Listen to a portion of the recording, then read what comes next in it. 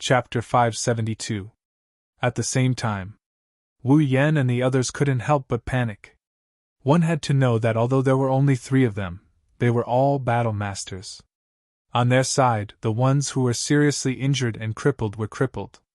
The only ones who could fight against the battle masters were Dong Xingyang and Qin Feiyang himself. But there was no chance of winning 2 against 3. It was unwise to provoke them at this time. They really couldn't understand why Qin Feiyang, who had always been smart, would make such a decision in such a situation. Dong Xingyang was also extremely puzzled, but he did not show it and only hid it in his heart. Because once he revealed his fear, the other 3 would know that he was afraid and would definitely be attacked by them. But if he was a little stronger, the other party might not dare to make a move. Time passed breath by breath. Although Mo Wuxian and the other 2 were furious, they did not make a move. "What is it?" The corner of Qin Feiyang's mouth lifted as he chuckled. "As the 3 great kings of the inner palace of the Cloud State, are you afraid of a group of defeated soldiers like us?" "Afraid of you?" Yan Tianfeng immediately laughed out of anger and said, "All right, let's settle this today." But at this time, Mo Wuxian pulled him back, looked at Qin Feiyang and said, "How about we talk about the conditions?" Qin Feiyang was slightly startled and asked, "What conditions?" Mo Wuxian said, "I can spare your life, but the others must be killed. As long as you stand by the side and don't interfere, I will let you leave." "Ugh!" Qin Feiyang was stunned. But Wu Yan and the others immediately panicked. Sui hurriedly said, "Senior brother Qin, all of this is our fault. We insisted on coming in, but please be magnanimous, don't leave us behind." "That's right, senior brother Qin, even if we are wrong, we are still your junior brothers. What's more, now that we know our mistakes, we shouldn't have fooled around with Dongfang Wuhan and Murong Xiong. Don't worry, we will definitely listen to you in the future. If you tell us to go east, we will definitely not go west." Everyone begged one after another, their eyes filled with helplessness. If Qin Feiyang really did not care, then they would only die today. There was no other way. However, Fatso sneered. It was fine if it happened once or twice, but if the same thing happened again and again, who could stand it? "Feiyang, they have indeed made a lot of mistakes along the way. However, the ancients also said that it is the greatest virtue to be able to correct one's mistakes. Just forgive them this time.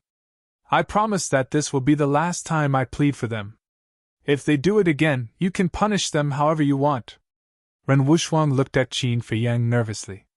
Not to mention the others, just Wu Yan, and Wu Yan had repeatedly crossed the bottom line of this cheap little brother. According to this little brother's personality, he would have killed them long ago.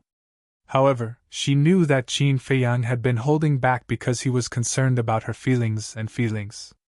Therefore, she couldn't help but feel guilty when she pleaded for everyone again. Hearing this, Qin Feiyang was stunned. He turned to look at Ren Wushuang and said with a faint smile, "I didn't say I don't care." Immediately, Ren Wushuang was overjoyed. However, Mo Wuxian and the other 2's eyes darkened. Pan Wuyan said coldly, "I'm afraid you can't do anything about it." "Is that so?" Qin Feiyang looked at the 3 and said playfully, "I really want to see who is stronger between you and Commander Nye." The 3's pupils suddenly shrank. Boom! All of a sudden, Qin Feiyang's aura exploded and his eyes became extremely sharp. He snorted and said, "Don't dilly-dally, I'm just an 8-star combat emperor. You can come at me." However, the 3 didn't move, because there was a trace of fear in their hearts. "All right, I'll let you go today, but next time, you won't be so lucky." Finally, Mo Wuxian looked at the crowd gloomily and left without looking back. "Don't be complacent, there's still a long way to go. We'll see. Yes, the best part is yet to come." Pan Wuyan and Wu Yan sneered and turned to leave. When the 3 of them disappeared from their sight, Wu Yan and the others immediately collapsed to the ground, gasping for breath and feeling lingering fear. Qin Feiyang also secretly heaved a sigh of relief. To be honest, with his and Dong Xingyang's strength, it was indeed difficult to deal with Mo Wuxian and the other 2. But he believed that the three of them would definitely not make a move. At this moment, the blood sun had already risen. The skeletons on the plain had all drilled into the ground. Ren Wusheng walked to the edge of the death swamp and scanned the empty plain with a melancholic expression. If everyone had listened to Lu Xingchen's advice and entered the swamp after recuperating, would the casualties have been so heavy? Everyone rest here. Qin Feiyang glanced at Ren Wusheng and reminded everyone. Then, he walked to Ren Wusheng's side and whispered, "Sister, what are you thinking about?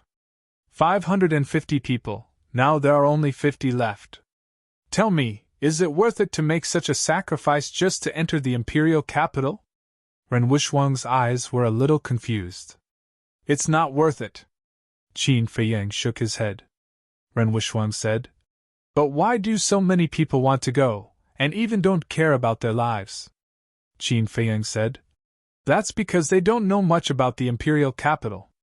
They think it's a holy land, but in fact, it's no different from Lingzhou or Yan County. Brother Qin, it seems that you know the imperial capital very well." At this moment, Lu Xingchen walked forward and looked at Qin Feiyang curiously. Qin Feiyang smiled faintly. "I once read an ancient book that had records about the imperial capital." Lu Xingchen said in surprise, "There's such an ancient book, can you lend it to me?" Qin Feiyang's eyes flashed, and he nodded. "Sure, but I'm also very curious about self-sealing. Can you explain it to me in detail?" Lu Xingchen chuckled and immediately changed the topic. "Looking at your expression just now, you seem to be sure that Mo Wuxian and the other two wouldn't dare to make a move? I'm also curious about this." Dong Xingyang also walked up and looked at Qin Feiyang with a face full of surprise. Qin Feiyang said, "When I first entered the 9 Nether Yellow Springs, I had a conflict with Murong Xiong. At that time, didn't I say that I killed a 2-star combat grandmaster?" Dong Xingyang and the others nodded. Qin Feiyang said, "This person was a commander under the Yunzhou prefecture governor, and I killed him in the Yunzhou prison." "Heard about it." The three of them looked at each other. "This guy was really crazy to kill someone in someone else's prison," Dong Xingyang said. "In that case, they are afraid of you because of this, so they don't dare to make a move?" Qin Feiyang said. "That's just one aspect. Is there another aspect?" Dong Xingyang was surprised. "That's right. What you see is just the surface. In fact, there is a deep hatred between them. When I first entered the Yunzhou, Mo Wuxian almost died in the hands of Pan Wuyan and Yan Tianfeng," Qin Feiyang said. "I understand. Mo Wuxian is worried that the same thing will happen again," Lu Xingchen said in realization. "Yes. As long as there is a chance, Pan Wuyan and Yan Tianfeng will get rid of him again." Qin Feiyang nodded. "I was quite worried at first, but after hearing what you said, the Yunzhou's side is not a concern. In the future, when we meet people from the Yunzhou, we will specifically target Mo Wuxian," Lu Xingchen said with a smile. "What do you mean?" Dong Xingyang was puzzled. Lu Xingchen said, "He is afraid of being schemed against by Yan Tianfeng and Yan Tianfeng, so he definitely won't dare to accept the challenge easily, because as long as he is injured, Yan Tianfeng and Yan Tianfeng will have a chance. Brother Qin, don't you think so? I don't care about the three of them. I'm thinking now, when will we meet people from the other major regions? What about their strength?" Qin Feiyang said. "No matter how much you think about it, it's useless to take one step at a time." Lu Xingchen smiled faintly and returned to his resting place. He sat cross-legged and closed his eyes to recuperate. Dong Xingyang glanced at Lu Xingchen and raised his eyebrows. This person was becoming more and more unfathomable, completely unfathomable. Then, he looked at Qin Feiyang and said, "Regarding the choice of captain, I want to discuss with you." Dong Fengwuhan had escaped, so the captain naturally had to be chosen again. Qin Feiyang laughed. "There's nothing to discuss, you will be the captain." "What captain?" He wasn't interested in it at all. Because this was a thankless task. Dong Xingyang's face suddenly twitched. He didn't want to be the captain either. But now, other than Qin Feiyang, it seemed that he was the only one who had this ability. Suddenly, He looked at Ren Wushang. Ren Wushang was taken aback and frowned. What are you looking at me for? Dong Jingyang said. You are the granddaughter of the mansion master, and your words carry more weight than Qin Feiyang and I. You will be the captain. Ren Wushang wanted to say something. But Dong Jingyang didn't give her the chance to speak. He turned to look at Wu Yan and the others and said loudly. Now Ren Wushang will be the captain, do you agree? Agree. Everyone nodded. Good, then it's decided. Dong Jingyang nodded and smiled. He turned to look at Ren Wushang and said, Captain, I'm going to recuperate first. Call me if you need anything. You. Ren Wushang wanted to say something again. But Dong Jingyang still didn't give her a chance to speak. He strode to the resting place, sat on the ground, and closed his eyes. Ren Wushang looked at Dong Jingyang, then glanced at the crowd, and finally looked at Qin Feiyang for help. Qin Feiyang laughed.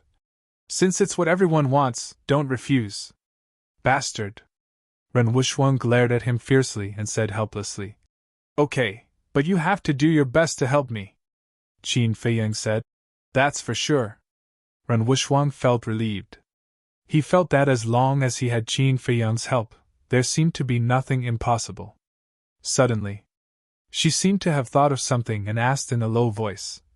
What happened between you and Lu Xingqian just now? What was the conversation between the two of them? What self-sealing? What ancient book?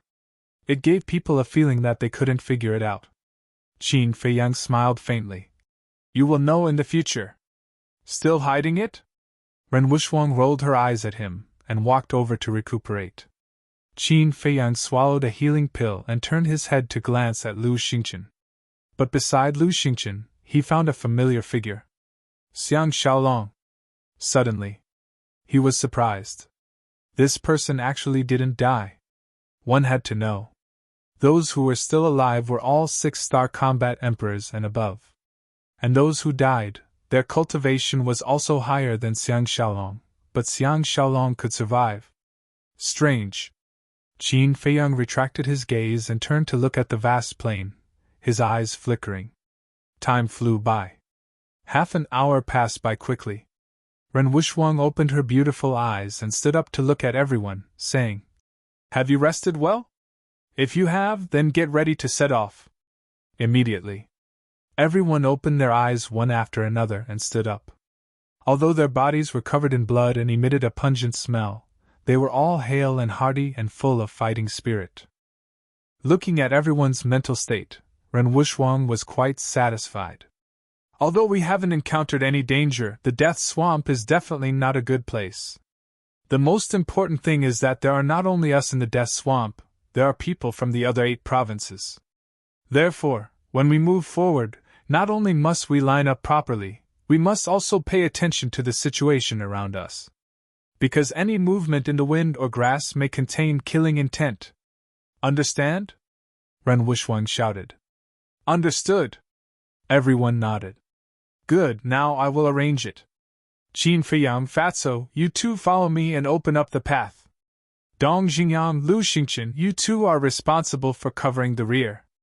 Shenlong, Jiang Wei, you two lead the 8-star combat emperors and protect everyone on both sides. The rest of you also need to protect each other. Also, if there is a dispute again, no matter who it is, kill them all. At the end, Ren Wushang's voice became incomparably fierce, like an invisible blade, causing everyone to tremble in fear. Let's go! Immediately. As Ren Wushang waved her jade-like hand, everyone quickly lined up and carefully walked towards the jungle in front of them. Fatso laughed in a low voice. Boss, this Ren Wushang is quite dignified when she is serious. As the granddaughter of the prefecture master, it would be abnormal if she was not dignified. Don't talk nonsense, carefully observe the front. Qin Feiyang's face was very serious. His eyes were like lightning, sweeping back and forth in front. In particular, he paid special attention to the shrubs and weeds where people could hide. After the group had walked for a distance, Ren Wushang came to the front row, walking side by side with Qin Feiyang, and asked, Did you find anything wrong? Not yet. Qin Feiyang shook his head. Ren Wusheng said. Even if not, we can't let our guard down. Along the way, everyone did not speak, their ears were listening to their surroundings, and their eyes were looking around. Even the most restless Su Yang and Wu Yan were unprecedentedly obedient. Everywhere they passed, except for the sound of everyone's footsteps, there was dead silence. At noon, someone suggested to find a place to rest first. After Ren Wusheng considered it, he also agreed with this suggestion.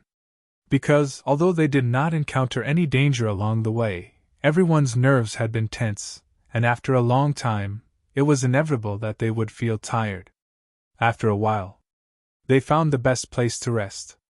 This place was still a wild forest, but within a radius of 500 or 600 meters, there was not a single tree, only weeds, shrubs, and a small pool.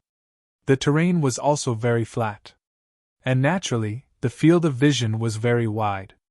If someone appeared or something abnormal happened, they would be able to detect it at once. However, Qin Feiyang and Fatso did not rest. The two stood on a black stone, scanning in all directions, not letting go of any suspicious places.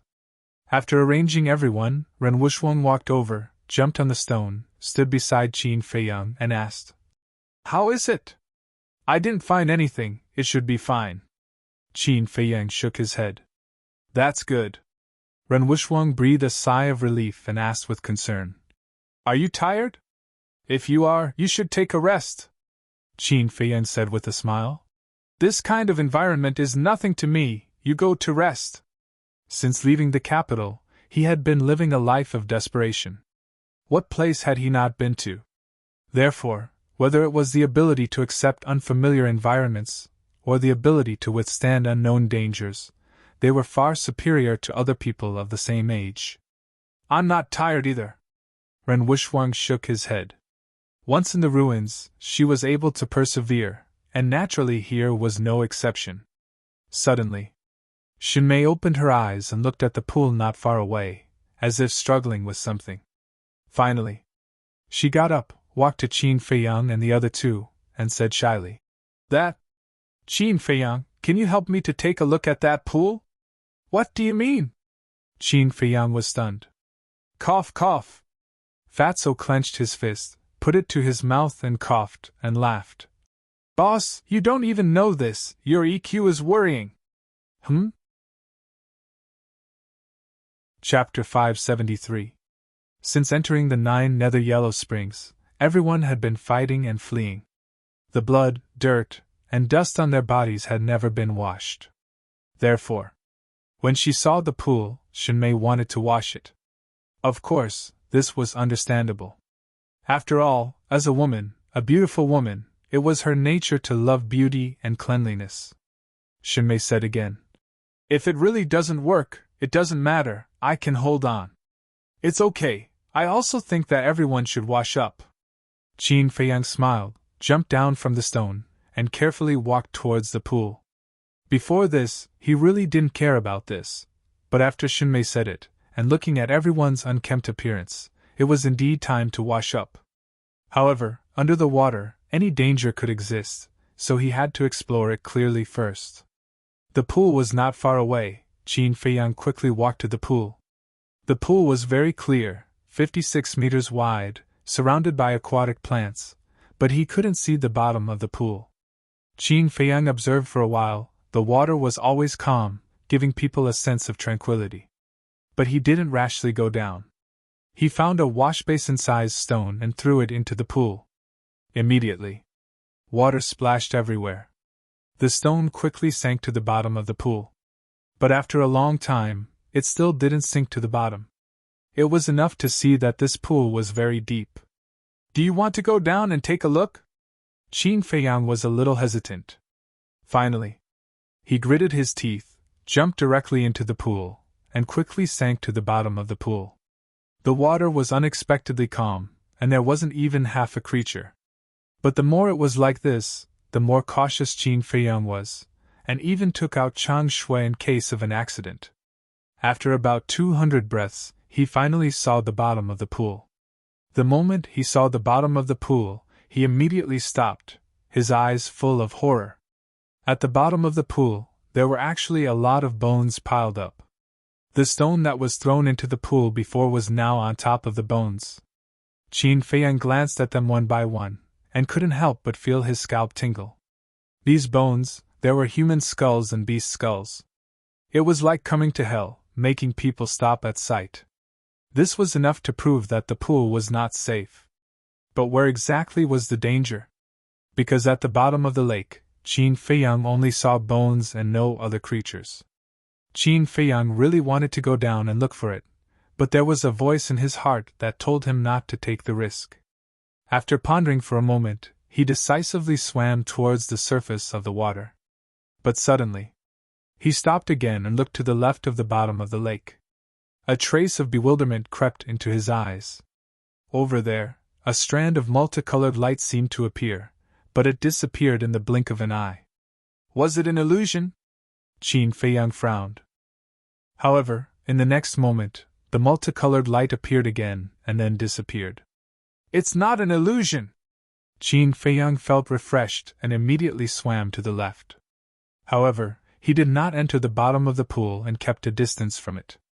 This kind of flashing multicolored light was most likely emitted by some kind of treasure. As they got closer, the multicolored light became more and more obvious. Vaguely, Qin Feiyang saw a vague glowing object at the bottom of the pool. There's really a treasure! Qin Feiyang was overjoyed, but he did not lose his mind because of this. He slowly approached, holding the Chan Shui tightly in his hand. After a few breaths, he finally saw the glowing object clearly. It was actually a flower. This flower, rooted in a piece of mud, was about the size of a palm, and was shaped like a snow lotus. However, it only had 3 leaves, and each leaf seemed to be carved out of crystal without any flaws. Moreover, its whole body flickered with a hazy multicolored light. Although it was rooted in mud, it was not stained with the slightest bit of dirt. It was exceptionally beautiful. Qin Feiyang was entranced by it. What kind of flower was this? How could it grow in such a place? It also looked somewhat familiar. However, he was certain that this flower was definitely not an ordinary object. After carefully observing the situation around and seeing that there were no other creatures, Qin Feiyang slowly approached the flower.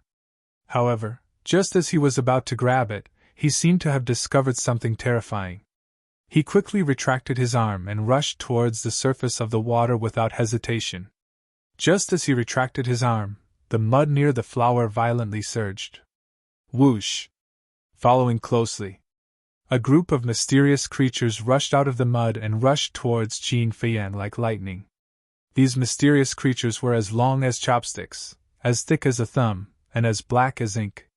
They looked like snakes, but they were not snakes, because they did not have snake scales or eyes. However, they could clearly sense Qin Feiyang's existence, and chased after him relentlessly. Damn it! Why are there these damn things? Qin Feiyang looked down at those mysterious creatures, and his face was ashen. These creatures were very fast, but compared to Qin Feiyang, they were still a little slower.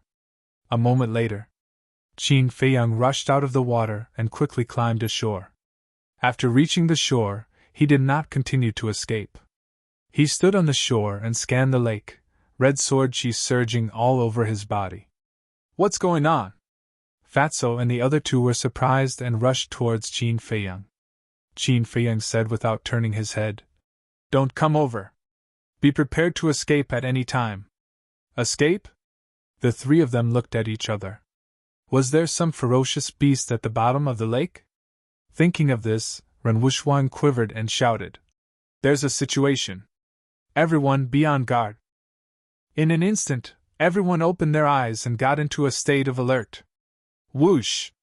Almost at the same time, the group of mysterious creatures rushed out of the pool and rushed towards Qin Feiyang. What? Black demon locusts. Seeing this, not far away, Fatty and the others all had a change of expression. Black demon locusts and blood leech locusts were the same. They could drill into the bodies of creatures and suck their blood until the end of their lives. But black demon locusts were more terrifying than blood leech locusts. Because their bodies were very tough, it was very difficult for ordinary sharp weapons to break through their defense. And the most important point was that they could not only suck blood, but also absorb battle chi. Fatso shouted, "Boss, don't tangle with them. Run! We can't leave yet." Qin Feiyang whispered. The red sword chi turned into a torrent and rushed towards the black demon locusts. At that moment, those black demon locusts began to absorb his battle chi. But some of the black demon locusts were cut into pieces and fell into the pool. However, these black demon locusts were also known to be immortal. Even if they were chopped into pieces, they would come back to life again. And they would form a brand new independent entity. For example, if there was only one black demon locust at the moment, if you cut it in half, it would become two. Unless it was burned to ashes, there would only be more and more of them. This was the most terrifying part of the black demon locusts. Qin Feiyang, you can't kill all these damn things. Quickly retreat with us. Dong Xingyang also shouted anxiously. That's not necessarily true. Qin Feiyang muttered. The crimson sword chi retracted, and the flaming battle chi surged out with an earth-shattering momentum. But groups of black demon locusts came one after another. After one wave was burned, another wave came. And even if it was the flaming battle chi, they dared to absorb it. The most shocking thing was that as they kept absorbing the battle chi, their bodies became bigger and bigger, more and more ferocious. Several black demon locusts had swelled to the size of an arm, which made one's hair stand on end. They can absorb battle chi, but they can't absorb real flames. Why don't we just set them on fire? Someone suggested. Setting them on fire can only deal with ordinary locusts. But these black demon locusts, even ordinary weapons can't cut their flesh, let alone ordinary flames. Dong Xingyang immediately rejected this suggestion. Shen Mei frowned. So, don't the black demon locusts have invincible bodies? You can say that. Dong Xingyang nodded. Set them on fire? Qin Feiyang was stunned. This reminded him. Ordinary flames couldn't, flaming battle chi couldn't, then what about alchemy fire? Alchemy fire didn't belong to any battle chi. Could it effectively prevent these black demon locusts from coming back to life? Thinking of this. With a thought, the nether devil flame appeared. The temperature released by a 5th grade alchemy fire was very shocking. As soon as the nether devil flame was revived, the temperature between heaven and earth soared rapidly, like a big furnace in an instant. The surrounding bushes and weeds dried up at a speed visible to the naked eye, and then burned. A few breaths passed. This place became a sea of fire. What grade is this alchemy fire? Even I can't stand the temperature released? Wu Yan and the others in the resting area were shocked. At the same time, Lu Xingchen looked at the nether devil flame with a strange light in his eyes. If I'm not wrong, this alchemy fire should be 5th grade. What? 5th grade? Everyone was dumbfounded. In the entire spiritual state, only the inner palace had the highest grade of alchemy fire, but it was only 4th grade. Where did this Qin Feiyang get a 5th grade alchemy fire? Could it be Yunzhou? The appearance of the nether devil flame did play a significant role. Those black demon locusts weren't as crazy as before.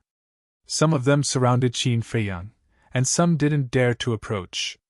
Some retreated to the pool and floated on the water surface, watching covetously. Only a small portion of the black demon locusts were still rushing toward Qin Feiyang. The few black demon locusts that had swelled to the size of an arm were among them, and vaguely emitted the aura of a king. Qin Feiyang's gaze was locked on them, and his eyes were filled with murderous intent. Because he couldn't let them continue to grow, or they would inevitably become a threat to him. Clang! Just as those black demon locusts were approaching, he raised his arm and waved the Chang Shui in his hand like lightning, cutting those black demon locusts into pieces on the spot. Then, with a thought, the nether devil flame rushed over. The horrifying heat shrouded over, and those pieces were quickly burned to ashes. This scene seemed to have frightened the other black demon locusts, and they all retreated to the pool. Humph! Qin Feiyang snorted and waved his hand. The nether devil flame turned into a stream of light and directly entered the pool. Immediately, the pool began to boil, bubbling, and wisps of white mist rose. What is he trying to do? Everyone was puzzled. Lu Xingchen said. He probably wants to evaporate the water in the pool. Why is he doing this? Just to deal with the black demon locusts? Isn't it boring? Everyone couldn't help but frown. Humph! Fatso snorted secretly, his eyes full of disdain. Boring? What a joke. Boss never did meaningless things. There must be something in the pool that moved Boss's heart. Whoosh! Chapter 574. Arriving beside Qin Feiyang, Fatso whispered. Boss, what did you find? Qin Feiyang said. A strange flower. Strange flower! Fatso's eyes immediately lit up. The water temperature was getting higher and higher, and the steam was getting more and more. The water level was rapidly decreasing. Suddenly, Fatso seemed to have thought of something and said, Boss, since that strange flower grows at the bottom of the pool, will you destroy it by doing this? His words woke the dreamer up. Qin Feiyang anxiously recalled the nether devil flame. Looking at the pool, he really couldn't think of a better idea. Finally, he gritted his teeth, looked at Fatso and said, I'll go down again, you stay here and watch carefully. I'm worried that the commotion just now has already attracted the attention of others. The others? Fatso was secretly shocked, and said in a low voice, You mean the people from the other 8 continents? Qin Feiyang scanned his surroundings, and said in a deep voice, Although we haven't seen them yet, we still have to be on guard. All right. Fatso nodded. Dong! Qin Feiyang held onto the Chang Shui, the nether devil flame above his head, and jumped into the pool once again. The water temperature was very high. However, with his current cultivation, it was still within his tolerance range. However, not long after he jumped into the pool, 5 figures shot out from the forest in front of him like lightning. When Fatso saw them, his face suddenly changed, and he roared, Boss, come out quickly, and Mo Wuxian and the others are here. Dong Xingyang and the rest immediately gathered together and looked at the 5 of them gloomily. That's right. The people who came were Mo Wuxian, Pan Wuyan, Yan Tianfeng, Lu Yufeng and Pei Sanshi. Mo Wuxian swept his gaze across the crowd, his eyes filled with a cold light. He waved his hand and shouted, Attack! Boom! The aura of the 5 of them exploded. Mo Wuxian rushed towards Fatso, while Yan Tianfeng and the other 3 rushed towards Dong Xingyang and the others. Fatso's face was pale white. Lu Yufeng and Pei Sanshi had actually already broken through to the War Master. In other words, there were currently 5 King S of the War Master level in the Cloud State. How were they supposed to fight? With just Dong Xingyang alone, it was impossible to block the attacks of these 5 people. Dong! Without any hesitation, he leaped and jumped into the pool. You're pretty smart. Mo Wuxian sneered, and immediately flew towards Ren Wuxuang and the others. Dong Xingyang hurriedly shouted, You guys go quickly, I'll stop them. Yan Tianfeng sneered, No one is allowed to leave. Otherwise, all of you will die.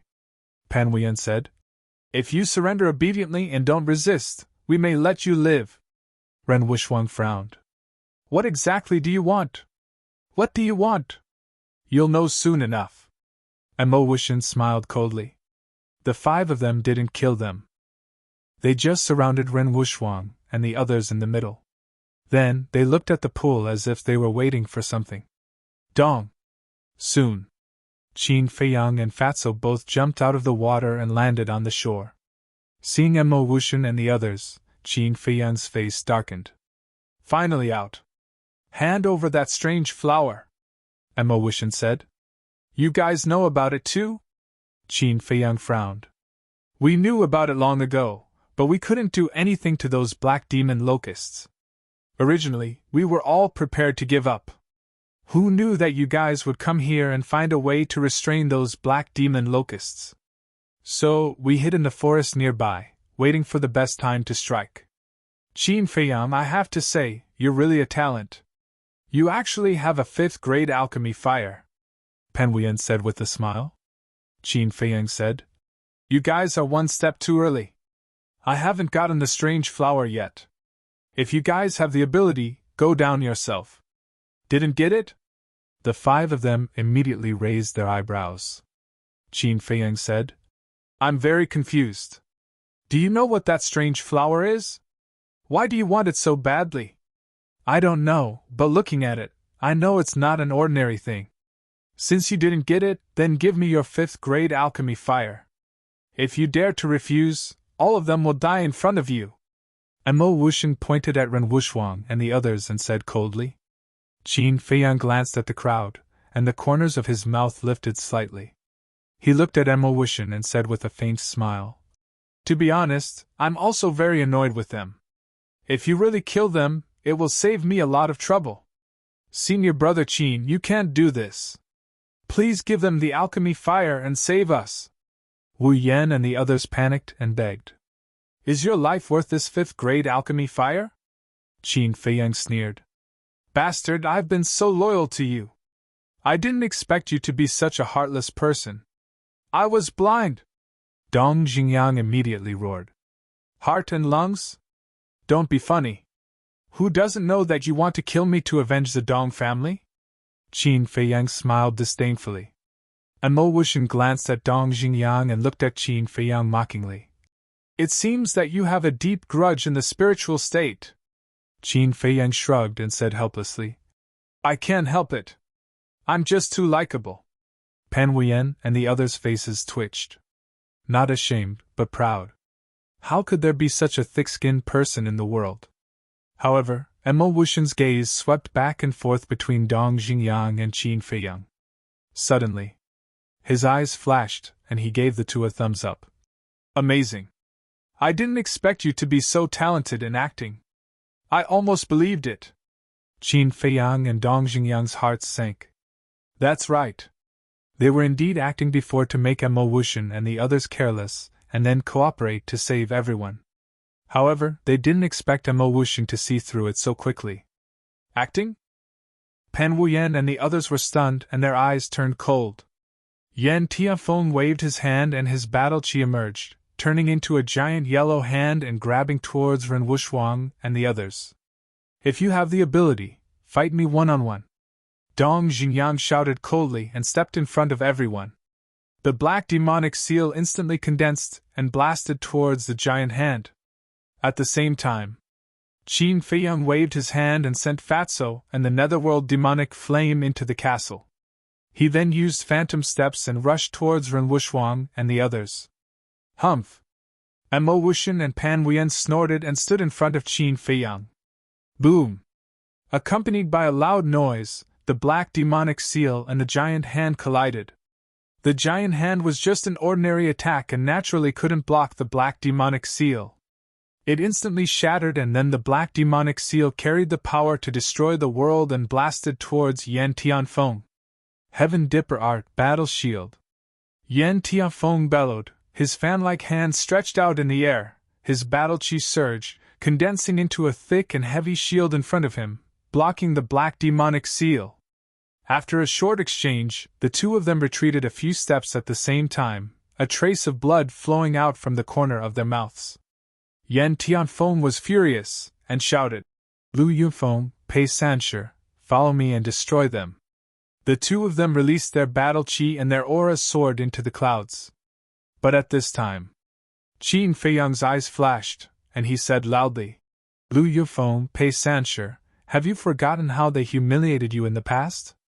Don't you want to wash away this humiliation? Immediately, Lu Yunfeng and Pei Sanshi's bodies stiffened. A raging anger burned in their hearts. Back then in the Spirit Cloud Mountain range, the slap that Yan Tianfeng gave them was like a stain that was branded in their hearts, something that they would never be able to forget. A good chance. Seeing this, a cold light flashed in Dong Xingyang's eyes. He took a mysterious step and rushed towards Yan Tianfeng. At the same time, Qin Feiyang and Mo Wuxian's battle also began. 7 killing arts open. Mo Wuxian's body trembled, blood chi coiled around his entire body, and his killing intent boiled. Whiz! Following closely, 100-long blood-red blade appeared out of nowhere, charging towards Qin Feiyang, its sharpness tearing through the earth. Ice Heaven Manifestation. Above Pan Wuyen's head, a frost vortex also appeared, and a huge ice elephant roared out, its ferocious might unparalleled, and swooped down towards Qin Feiyang. The two of them used their battle arts the moment they made their move. From this, it could be seen how much they feared Qin Feiyang. But Qin Feiyang had no intention of fighting them head-on. When the two great battle arts rushed over, he directly entered the ancient castle. When the two great battle arts whistled past, he walked out of the ancient castle. Using the phantom steps, he left behind an incomparably real afterimage around Mo Wuxian and Pei Sancher. Mo Wuxian and Pei Sancher looked at those illusions, a little confused. Who exactly was Qin Feiyang's original body? Destroy all of them! Pan Wuyen suddenly let out a fierce roar. Chirp! Accompanied by a sharp chirp, an ice phoenix soared out of the vortex above her head. Wherever it passed, the illusions continued to dissipate. Looks like you didn't remember Commander Nie's lesson. But suddenly, a cold voice sounded behind Pan Wuyen. She suddenly tensed up, and hurriedly turned around. A cold face immediately entered her line of sight. It was Qin Feiyang. And it was close at hand. Out of fear of Qin Feiyang, she did not hesitate and immediately retreated. However, at the same time, she felt a pain in her chest, and instinctively looked down, only to see a pure white jade dagger sinking into her heart. Ah! The intense pain swept over like a tide, and she could not help but scream. But at the same time, a crazed look appeared in her eyes. She suddenly stretched out her hands, hugging Qin Feiyang tightly, and shouted, Mo Wuxian, quickly! Seeing this, Mo Wuxian's murderous aura soared, and several blood blades condensed in an instant, slashing towards Qin Feiyang's neck. Are you crazy? Qin Feiyang was furious. He really did not expect Pan Wuyen to be so crazy.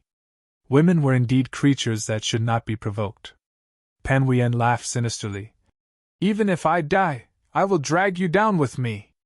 Then you'd better die by yourself. Qin Feiyang's heart moved, and directly brought Pan Wuyen to the ancient castle. Boom!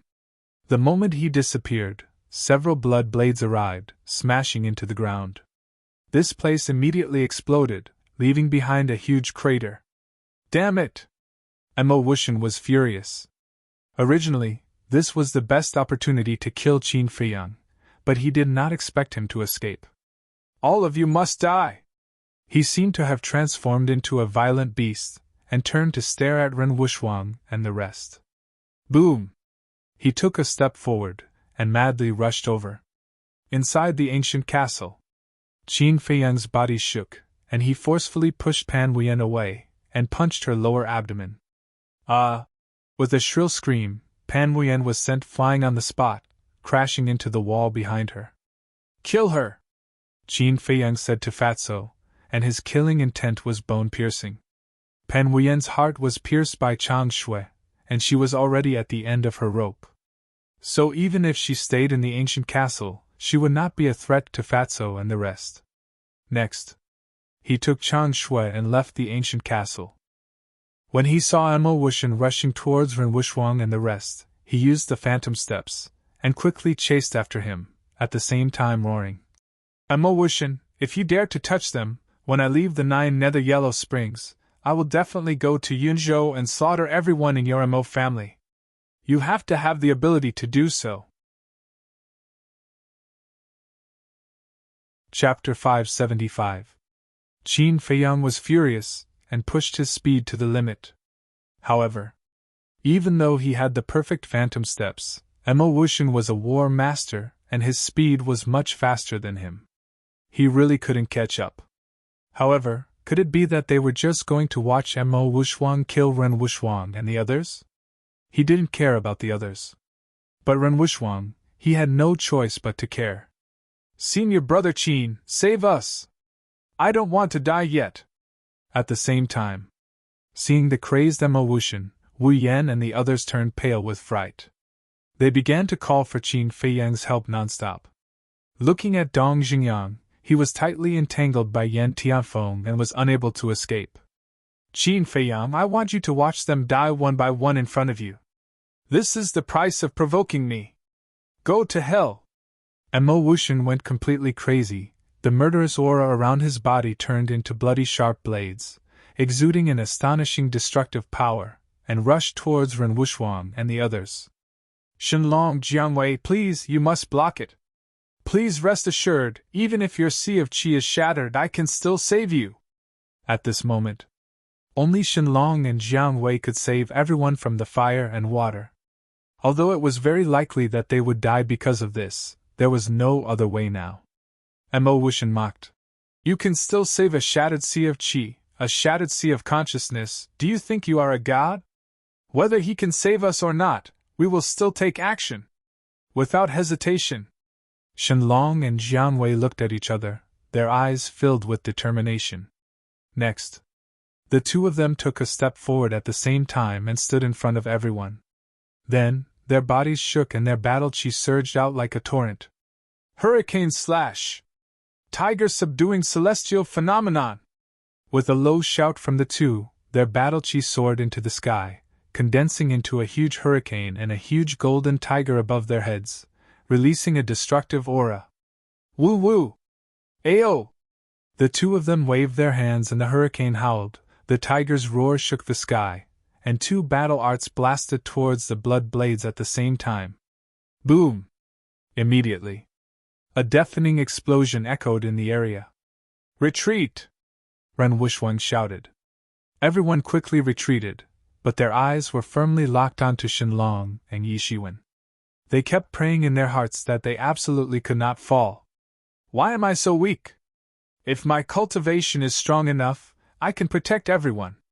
To think that I'm the granddaughter of the manor head. What a joke!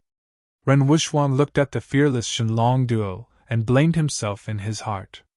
But in the end, Shenlong and the other man were still unable to persevere. Accompanied by a blood-curdling scream, his body was sent flying. Blood spurted from his mouth, and the two battle arts were destroyed by the blood blade. While flying, the two of them glanced at Qin Feiyang behind Mo Wuxian. Jiang Wei said, Qin Feiyang won't be able to arrive in time. We still have to do something. Then let's do it, Shenlong said. The two of them knew that they would definitely die this time, but both their tone and expression were extremely calm. In fact, they were also afraid of death. But for the dignity of the spiritual state, they chose to defend it to the end. Compared to Dongfang Wuhan and Murong Xiong, they were indeed much better and worthy of admiration. Clang! Two loud noises exploded, as if divine weapons were unsheathed, resounding through the sky. Behind the two of them, two bright lights rushed out at the same time. And in the light, there were two battle souls. Shenlong's battle soul was a giant sword that was more than 100 feet long. It was as if it was cast in gold, emitting a dazzling light. Jiang Wei's battle soul was a long halberd that was about the same size as the golden giant sword. It was surrounded by an invisible storm that was whining.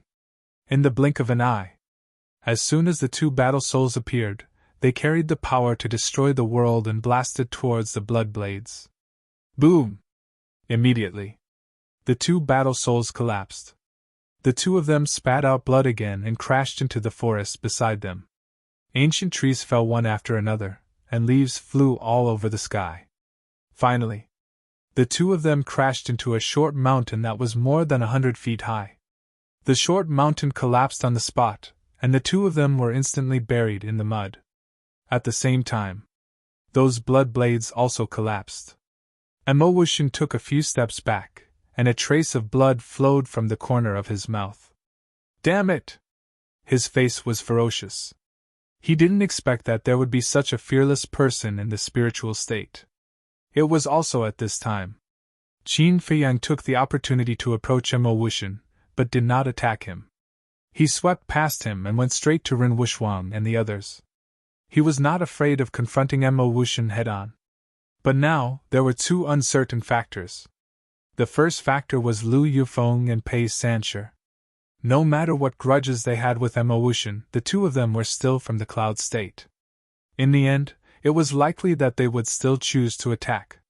The second factor was that the battle here was too intense. If there were other people nearby, they would definitely be on their way. So, he had to send Ren Wushwang and the others away first. In this way, he could give it his all. Senior Brother Qin, what should we do? Quickly think of a way. As soon as Qin Feiyang stopped in front of Ren Wushwang, everyone rushed forward. But at this time, Emma Wushan roared. Lu Yufeng, Pei Sanshi, what are you still standing there for? Don't forget the warning Master gave you before you left. Qin Feiyang turned his head and saw Emma Wushan rushing over with a murderous aura.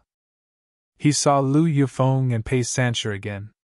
The two of them were silent for a moment, and finally made their move. Qin Feiyang's heart sank, and he turned to Ren Wushwang and said, Take everyone away immediately and find a hidden place to hide. What about you?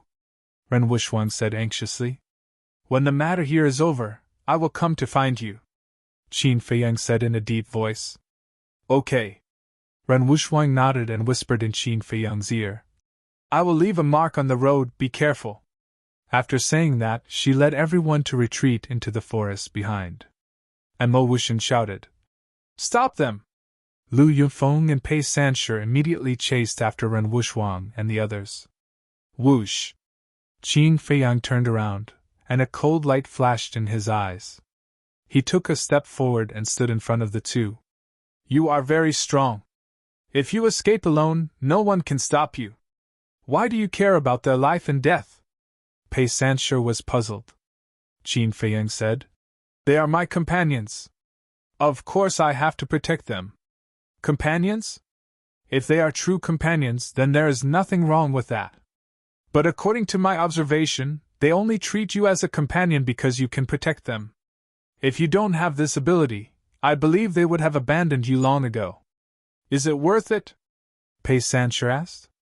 Qin Feiyang turned his head and looked at the ruins in the forest behind them. That was where Shenlong and Jiang Wei were buried. Qin Feiyang's expression was somewhat complicated. He looked back at Pei Sanshi and shook his head. I don't know if it is worth it or not, but Shenlong and Jiang Wei's actions moved me. Emma Wushan shouted. What are you still talking about? Let's kill him together!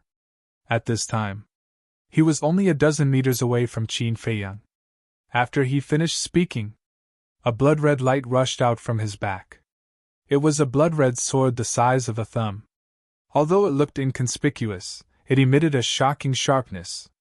This was his battle spirit. He did not dare to be careless when dealing with Qin Feiyang. Therefore, he used his trump card. Pei Sanshi glanced at Emma Wushan and then looked at Qin Feiyang. I admire your character and courage, but we are enemies. Therefore, this battle is inevitable. Lu Yufeng also said. After knowing your true identity, I also want to fight with you.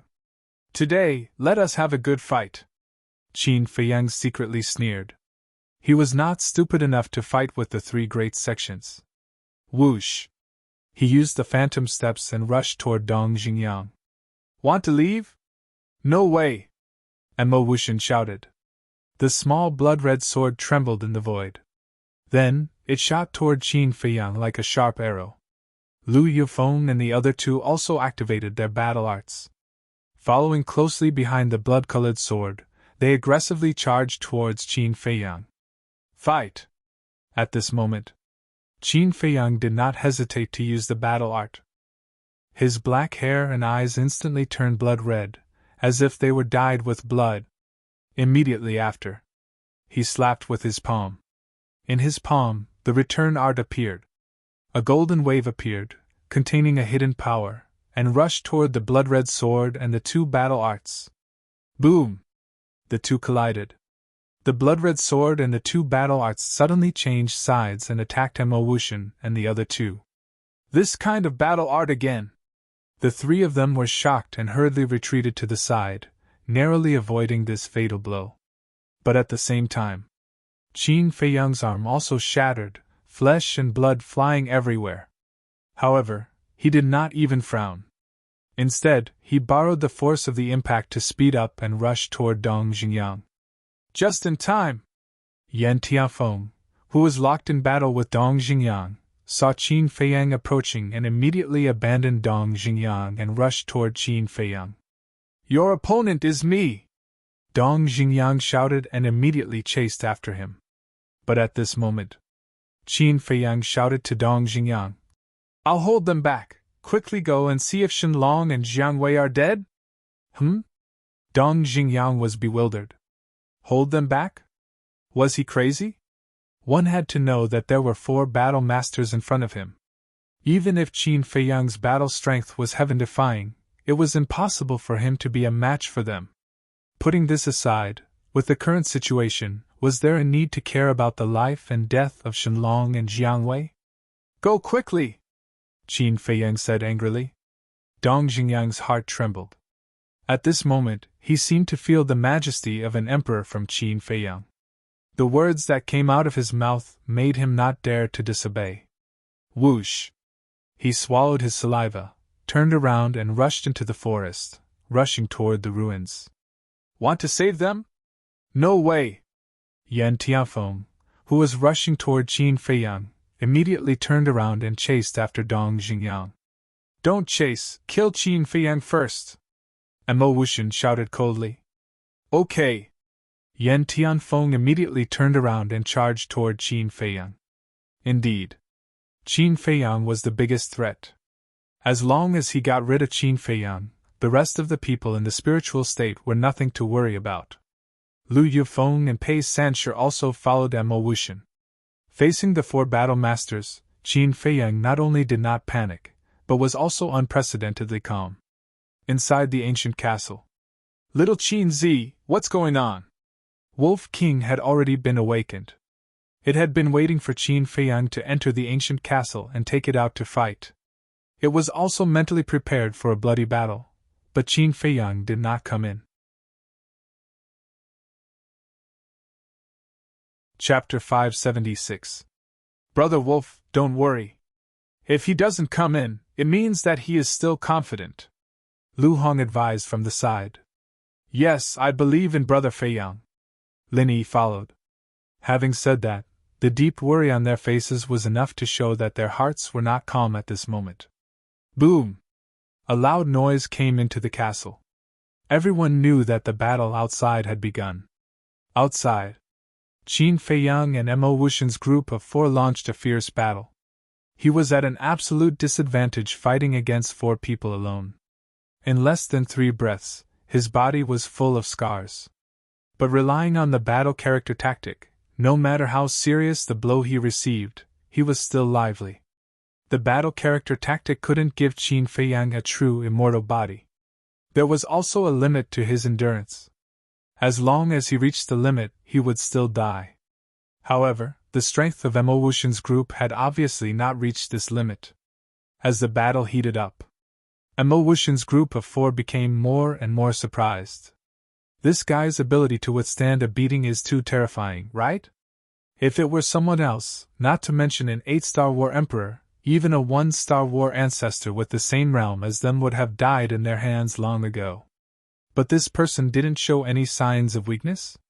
Is this a dream? I don't believe it! Yan Tianfeng suddenly roared. His fist was covered with battle qi, and he punched Qin Feiyang's back with all his strength. Boom! Immediately, Qin Feiyang was like a meteorite, smashing into a boulder in front of him. The boulder shattered on the spot. Qin Feiyang fell to the ground, spurting blood from his mouth. His back was lacerated, his bones were broken, and even his internal organs were damaged. However, the next moment, he turned over and jumped up, standing firmly on the ground. His whole body was in high spirits, and his fighting spirit was unparalleled. How is this possible? What kind of monster are you? Yan Tianfeng was dumbfounded. Monster? The corner of Qin Feiyang's mouth lifted, revealing a bright smile. You can still smile? I don't believe that I can't kill you. Yan Tianfeng was furious and attacked Qin Feiyang again. Swoosh! Qin Feiyang didn't retreat but advanced instead. The two of them collided like lightning. Yan Tianfeng's fist landed on Qin Feiyang's chest. His khaki-colored battle qi exuded a heavy aura. Puff! Qin Feiyang spat out a mouthful of blood and was sent flying. But at the same time, Qin Feiyang also grabbed Chen Shui and cut off Yan Tianfeng's arm, causing blood to gush out. He can still fight back? Mo Wuxian and the other two turned pale with fright. Did this person consume some kind of miraculous pill? Qin Feiyang, they are still alive! At this moment, Dong Jingyang's voice came from the forest. Qin Feiyang was overjoyed. He turned around without hesitation and rushed into the jungle. Trying to escape? Mo Wuxian smiled disdainfully and chased after them with Yan Tianfeng and the other two. Boom! Behind the four of them, a fighting soul sword. Whoosh! Mo Wuxian's battle soul blood-red sword was the first to attack Qin Feiyang, giving him a taste of his own medicine. Qin Feiyang roared and slapped with his right palm. Golden light surged and pounced on the blood-red sword. Boom! The sword was instantly sent flying. Qin Feiyang's arm finally reached its limit and shattered. The blood in his mouth was spurting out like crazy. But at this moment, Yan Tianfeng and the other two's fighting souls also attacked. Qin Feiyang gritted his teeth and kept Chen Shui. His left hand shot out and the return formula appeared again. In the end, the three fighting souls were sent flying. But his left hand was also instantly shattered. Mo Wuxian sneered. Let's see what else you can do after losing your hands. Yan Tianfeng, petrify him. The four of them were faster than Qin Feiyang. Very soon, they caught up with Qin Feiyang. Yan Tianfeng stretched out his arm and grabbed Qin Feiyang's left shoulder. Wisps of battle qi gushed out from his palm. Upon hearing the word petrify, Qin Feiyang's expression changed on the spot. If he was really petrified by Yan Tianfeng, then even if he had the battle formula, he would not be able to escape death today. So, when Yan Tianfeng grabbed him, he decisively entered the castle. Little Qin Zi, what's wrong with you? Why didn't you come in earlier? With my help, you wouldn't have fallen to this point. Wolf King immediately said angrily. Just focus on your seclusion. Qin Feiyang glanced at it and looked at Fatso. Give me a regeneration pill. Fatso quickly took out the regeneration pill and fed it to Qin Feiyang. Don't worry about me, I won't die yet. After hurriedly leaving these words, Qin Feiyang left the castle and saw Mo Wuxian and the other three rushing towards Dong Jingyang. Didn't you want to kill me? Why are you running now? Qin Feiyang sneered, full of provocation. But Mo Wuxian and the other three didn't even look at him. After fighting for so long, they deeply realized the problem. It was impossible to kill Qin Feiyang. Because Qin Feiyang had a treasure that could hide.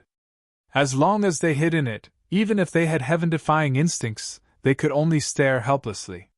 So, instead of continuing to tangle with Qin Feiyang, it was better to take down Dong Jingyang and the other two to threaten Qin Feiyang.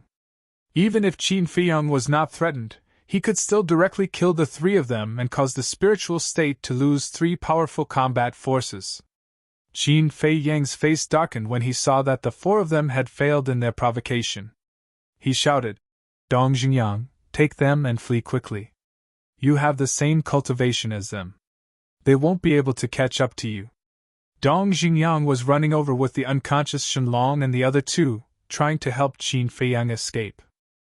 Hearing this, he immediately stopped and frowned. What about you? Qin Feiyang said disdainfully. Don't worry, they can't do anything to me. Okay. Dong Jingyang looked deeply at Qin Feiyang, and without hesitation, he turned around and rushed into the depths of the forest. Yan Tianfeng roared. Today, even if I have to go to heaven or hell, I will chase him to the end. But at this time, Lu Yunfeng stopped and shook his head. He also has a high-grade auxiliary battle art, we can't catch up. Slap! Before he finished speaking, a scene that left Qin Feiyang dumbfounded appeared. Yan Tianfeng slapped Lu Yunfeng and Dong Jingyang's faces and roared. Isn't this all your fault? If you had attacked from the beginning, how could they have had the chance to escape? Lu Yunfeng and Dong Xingyang stared at Yan Tianfeng and touched their burning faces, their eyes gradually darkening. Emma Wushan, who was at the side, glanced at the three of them, then turned to look at Qin Feiyang, without any intention of interfering. Qin Feiyang watched all of this, and the corner of his mouth gradually curled up into a playful smile. If it was in the past, when Yan Tianfeng gave Lu Yunfeng and Dong Xingyang a slap, the two of them could only silently endure it. But now, the two of them were no longer the same as before. Yan Tianfeng still slapped them in the face, which was undoubtedly a very unwise action. As for Emma Wushan, he obviously had his own plans. Because whether it was Yan Tianfeng or Lu Yunfeng, they were just chess pieces in his eyes. Sooner or later, they would be eliminated. Therefore, he was very happy to see this kind of thing, so he naturally wouldn't care about it. But to Qin Feiyang, this was an opportunity. He looked at Lu Yunfeng and Dong Xingyang, shook his head and sighed. It seems that even if you two break through to War Master, your status in the Cloud region will not increase in the slightest. The two of them looked at Qin Feiyang in unison, their eyes shining with a cold light. Could it be that I'm wrong? There's an old saying that goes, don't hit people in the face. But now, he slapped you in the face in front of me. Doesn't this prove that in his eyes you are still ants? You two, I have a suggestion. Why don't we form an alliance and kill them here? With the strength of the three of us, killing Yan Tianfeng and Emma Wushan is easy. As for my character, all of you have seen it for yourselves. I am completely worthy of your trust. After we kill them, we will go to the other side of the 9 nether yellow springs together, and then enter the imperial capital together. How about it? Qin Feiyang laughed. Lu Yunfeng and Dong Xingyang looked at each other, clearly moved. Although they didn't spend much time with Qin Feiyang, and didn't know much about Qin Feiyang, compared to Emma Wushan and Dong Xingyang, it made them feel more at ease. Seeing this, Emma Wushan's heart skipped a beat. If Lu Yunfeng and Pei Sanshi really changed sides at the last minute, it would be a disaster for him. He never thought that at this time, Qin Feiyang would still be able to come up with a plan to sow discord, and directly destroy his little plan. He turned to look at Yan Tianfeng and shouted, "What are you doing? Who gave you the right to slap them in the face? Why aren't you apologizing to them?" Yan Tianfeng clenched his fists. His heart was full of unwillingness. But he also knew the consequences of Lu Yunfeng and Dong Xingyang's betrayal, so he could only put down his face and bow to the two. "I'm sorry I was impulsive before, I hope you can forgive me." Emma Wushan also laughed and said, "Lu Yunfeng, Pei Sanshi, we are the most outstanding people in Yunzhou, we carry a heavy burden on our shoulders, please don't be bewitched by scoundrels." The two lowered their heads and remained silent. Emma Wushan said, "If you still can't let it go, you can return it, I won't interfere." Yan Tianfeng said angrily, "Emma Wushan, what do you mean? This is the consequence of your own actions, who's to blame?" Emma Wushan sneered. "All right." Lu Yunfeng nodded, raised his head and looked at Yan Tianfeng, and said, "As long as you can obediently let us slap you a few times, we will let bygones be bygones." "You dare!" Yan Tianfeng shouted. "Then there's nothing I can do."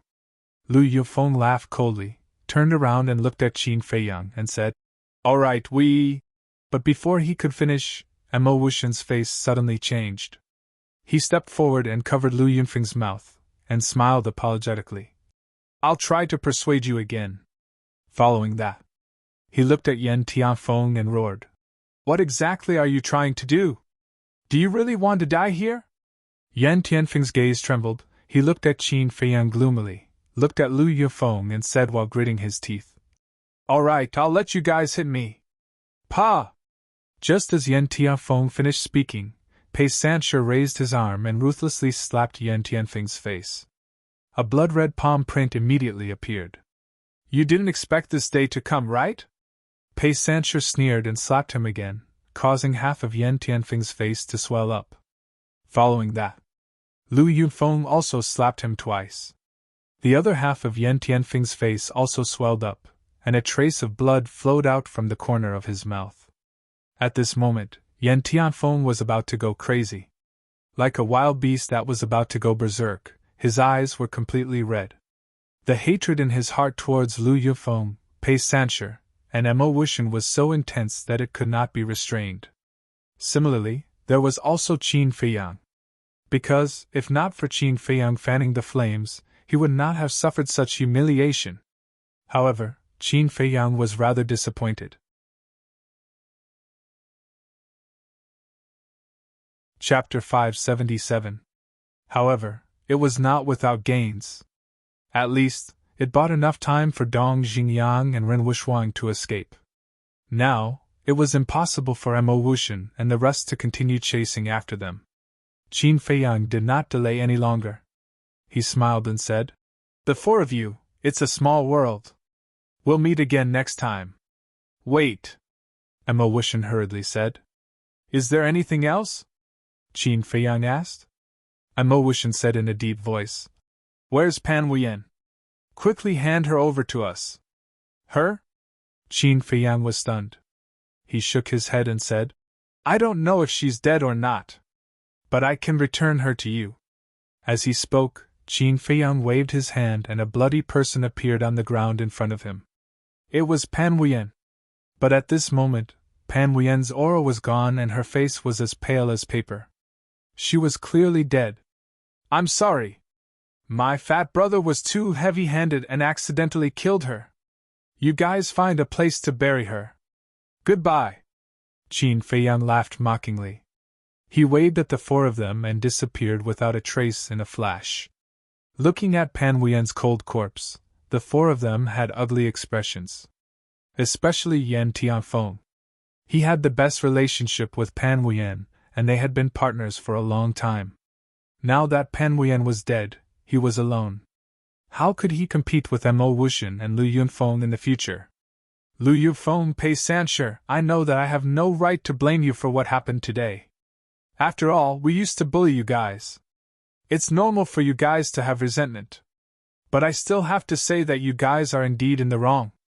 You have to know that only the five of us came to the 9 nether yellow springs from Yunzhou. Any one of us is extremely important. But now, Pan Wuyen died not long after we entered the Death Swamp. Only the four of us are left. To us, this is not good news. So I hope that before we reach the other side, we can put down our grudges and stop killing each other." Mo Wuxian said in a painful tone. "All right, we'll listen to you. But the condition is that you stop telling us what to do."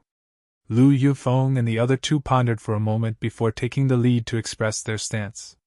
Yan Tianfeng glanced at the three of them and snorted coldly. "Do I have a choice now?"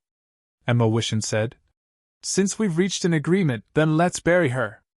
After burying Pan Wuyen, Pei Sanshi frowned and asked, "What about the strange flower under the pond?" "Forget it. Qin Feiyang won't give up. We can't beat him. In the future, let's not provoke him.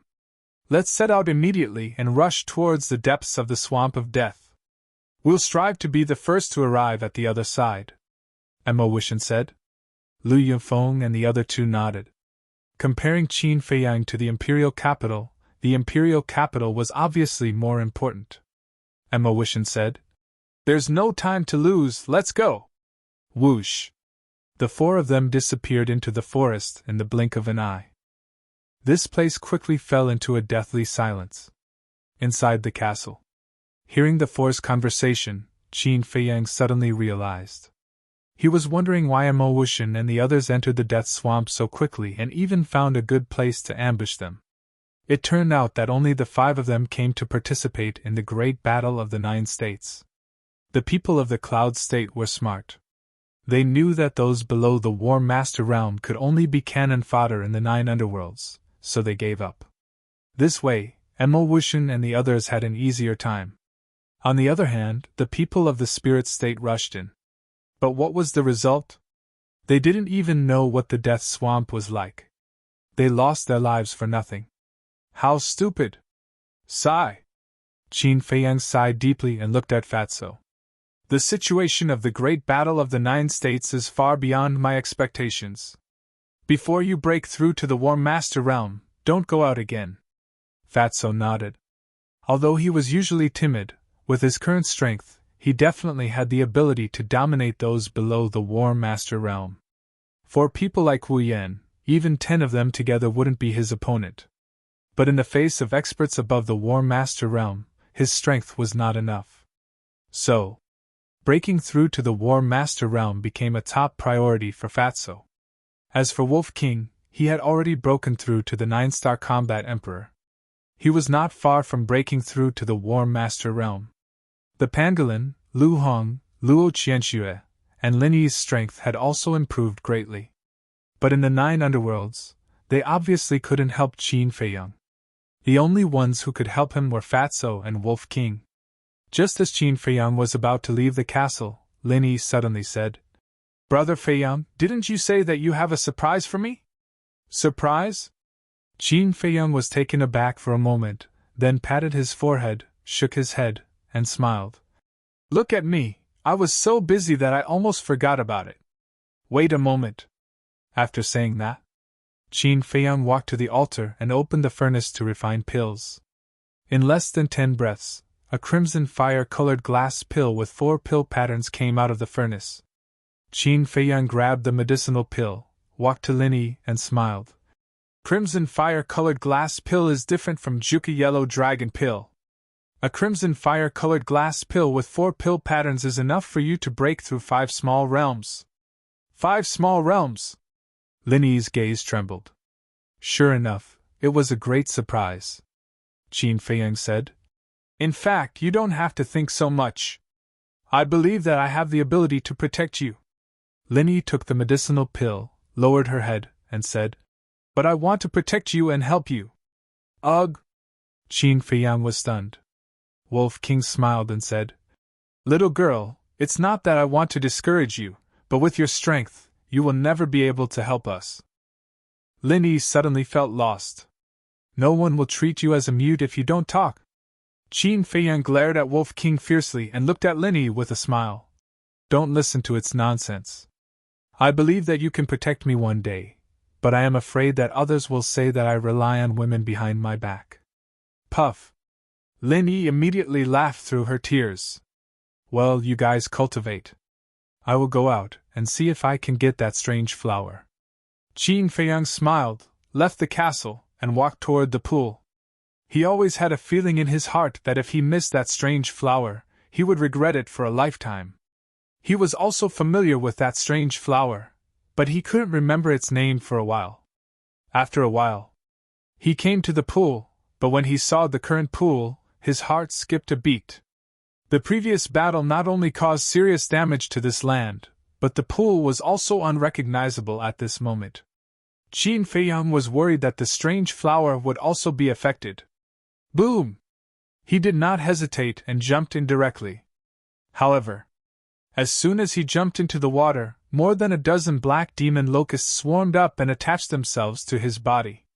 He immediately felt that these disgusting bugs were crazily sucking his blood and desperately trying to burrow into his body. Anyone who encountered this situation would feel their scalp tingle.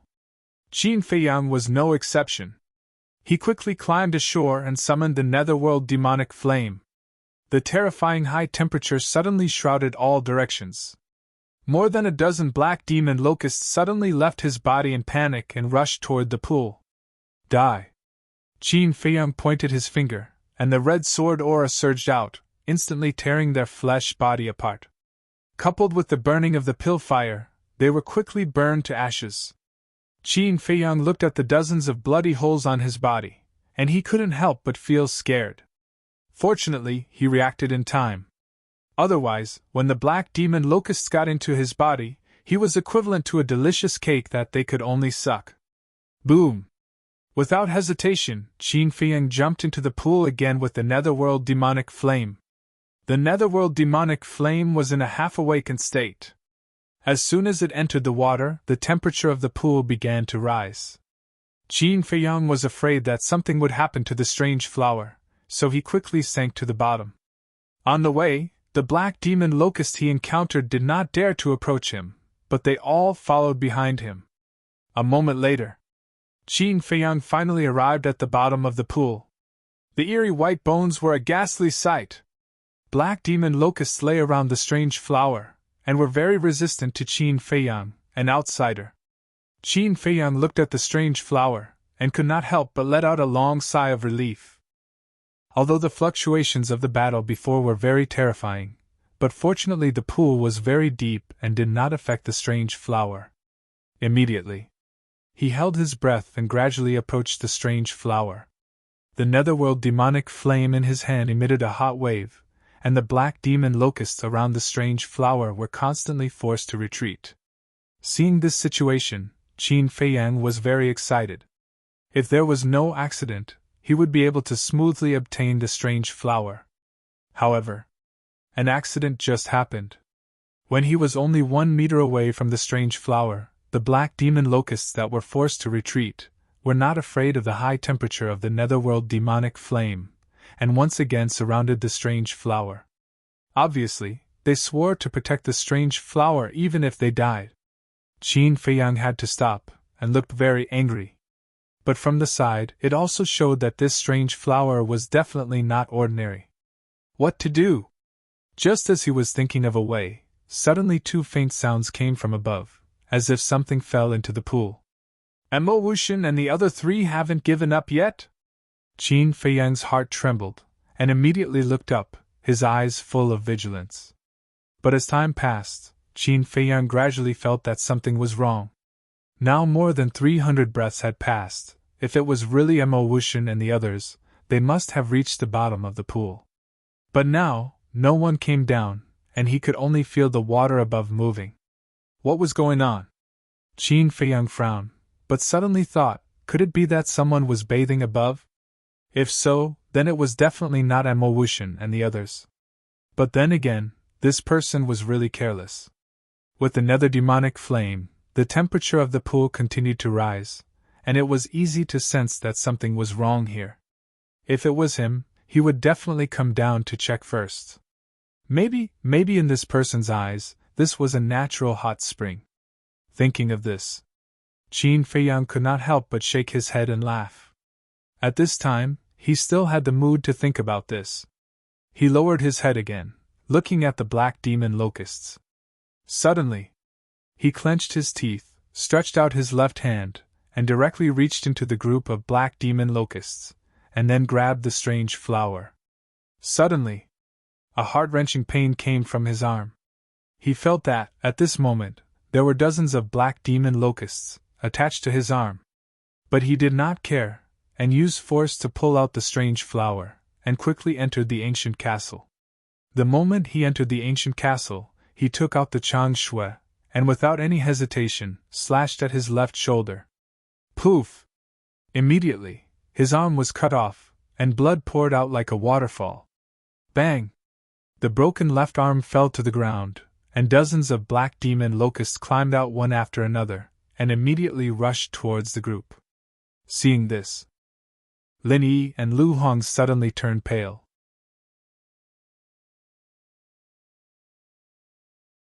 Chapter 578. Qin Feiyang shouted, "Fatso, I want to revive the nether devil flame. Quickly put away that strange flower!" While speaking, he took a big stride and stood in front of Lin Yi and the others. He then took out the Chang Shui and kept waving it in the air. His waving movements were so fast that it was dazzling. But every time he waved, he could cut off a black demon locust. For a moment, blood splattered everywhere. In a few breaths, dozens of black demon locusts fell to the ground one after another and were cut into several pieces. But they were still wriggling. This was a process of their rebirth, but this process was very short. If they were not dealt with in time, hundreds of black demon locusts would appear in this castle later. At that time, the castle would be occupied by these terrifying creatures, and there would be no place for them to stay. At the same time, Fatso stretched out his hand to grab the strange flower, but he retracted his arm in lightning speed and hid in a corner, as if he was running for his life. Because there were 3 black demon locusts entangled on the strange flower. "Look at you!" Wolf King glared at Fatso disdainfully. Yes, this emperor has never seen such a timid person like you." The pangolin beast next to him echoed. However, looking at the 3 black demon locusts, they also hesitated. Qin Feiyang looked at these three beasts and couldn't help but feel annoyed. It seems that at the critical moment, he still had to step in. "Protect Yi and the others!" Qin Feiyang shouted coldly, and the nether devil flame was fully revived. The terrifying high temperature suddenly filled every corner of the castle. Wolf King immediately condensed a battle chi barrier to protect Lin Yi and the others. Those black demon locusts that were cut off earlier were quickly burned to ashes under this high temperature. But the three black demon locusts entangled on the strange flower did not retreat at all. "You guys are quite brave." Qin Feiyang was afraid that the strange flower would also be burned by this high temperature, so he immediately rushed towards the strange flower. However, at this time, all of a sudden, the three black demon locusts dashed towards Qin Feiyang at lightning speed. Their targets were Qin Feiyang's eyes and ears. If the black demon locusts really got into his ears or eyes, his brain would probably be sucked dry by the black demon locusts. Just thinking about it made him shudder. At the same time, Qin Feiyang also noticed that the strange flower had withered and was even emitting green smoke.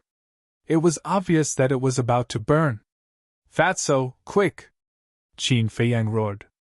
Chang Shui streaked across the sky and cut the three black demon locusts into pieces. Without the black demon locusts, Fatso was no longer afraid. He quickly pounced forward, grabbed the strange flower, and put it into his Qiankun bag.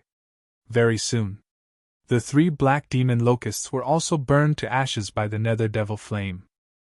With a thought from Qin Feiyang, the high temperature of the netherworld demonic flame immediately receded like a receding tide. He immediately looked at Fatso and said, "Quickly let me see the strange flower." Fatso took out the strange flower. Qin Feiyang grabbed it in his hand, looked left and right, looked up and down, and finally let out a long sigh of relief.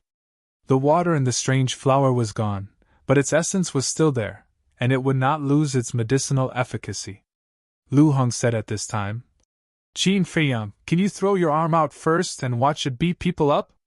"Beat people up?" Qin Feiyang was taken aback.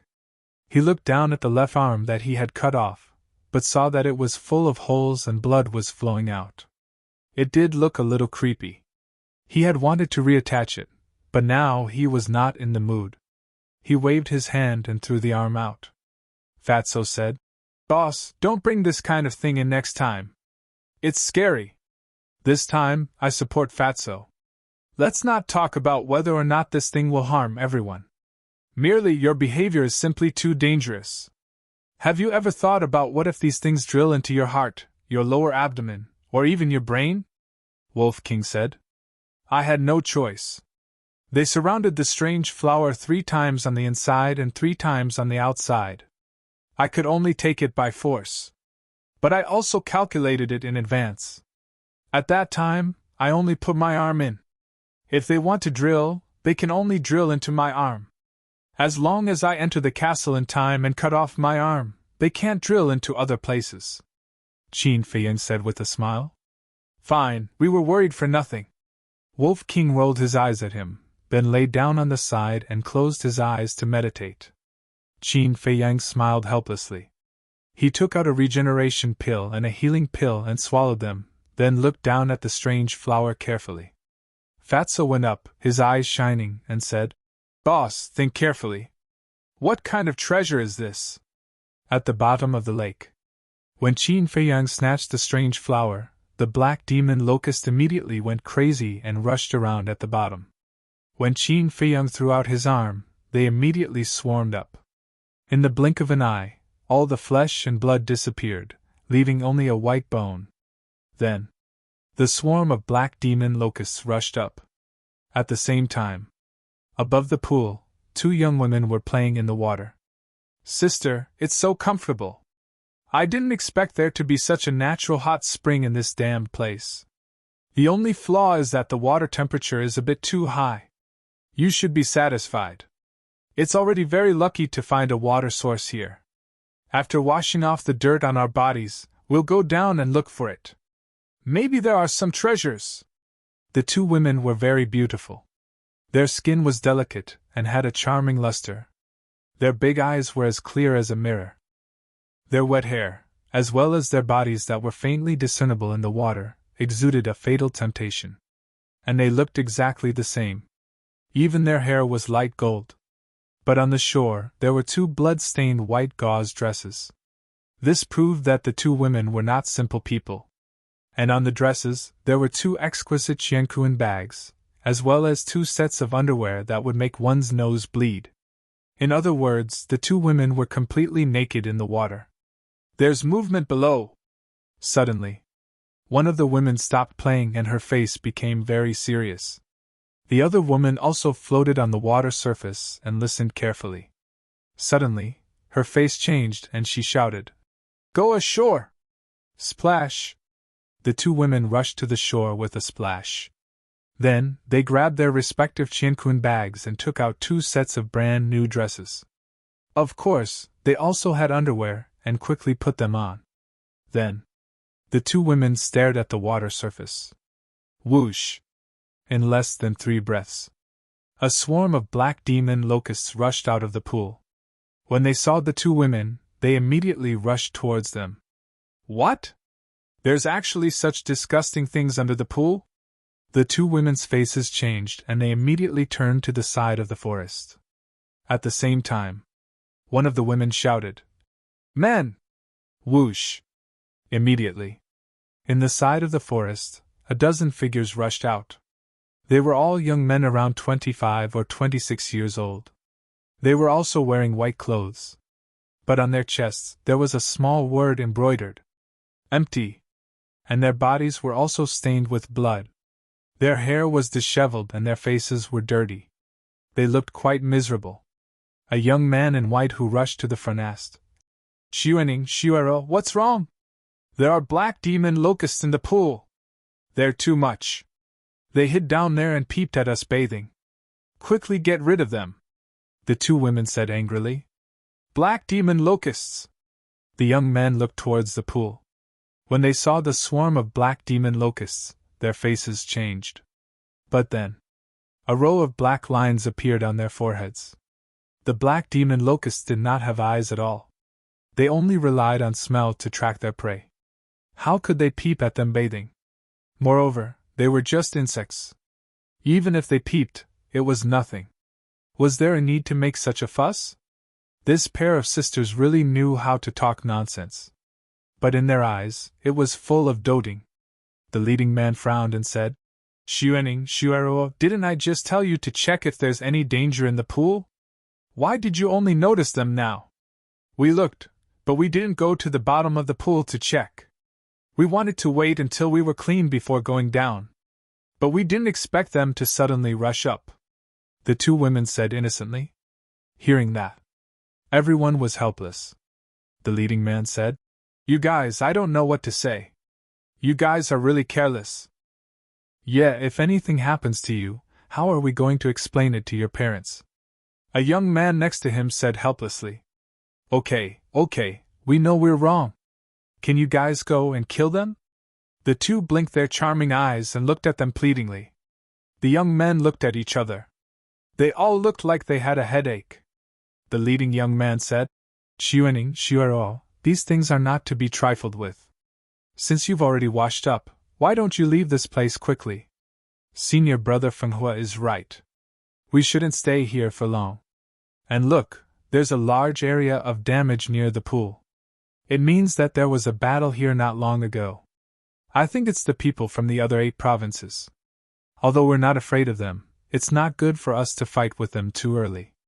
Ladies, don't be stubborn. Let's go." The rest of the people also persuaded them. "Okay. We'll listen to you." The sisters hesitated for a while, but finally nodded in agreement. "Let's go." The leading young man waved his hand. The dozen of people immediately protected the sisters and rushed into the forest. But the black demon locusts chased after them. And more black demon locusts rushed out of the pool. Obviously, they thought that group of people were Qin Feiyang's accomplices. Dong!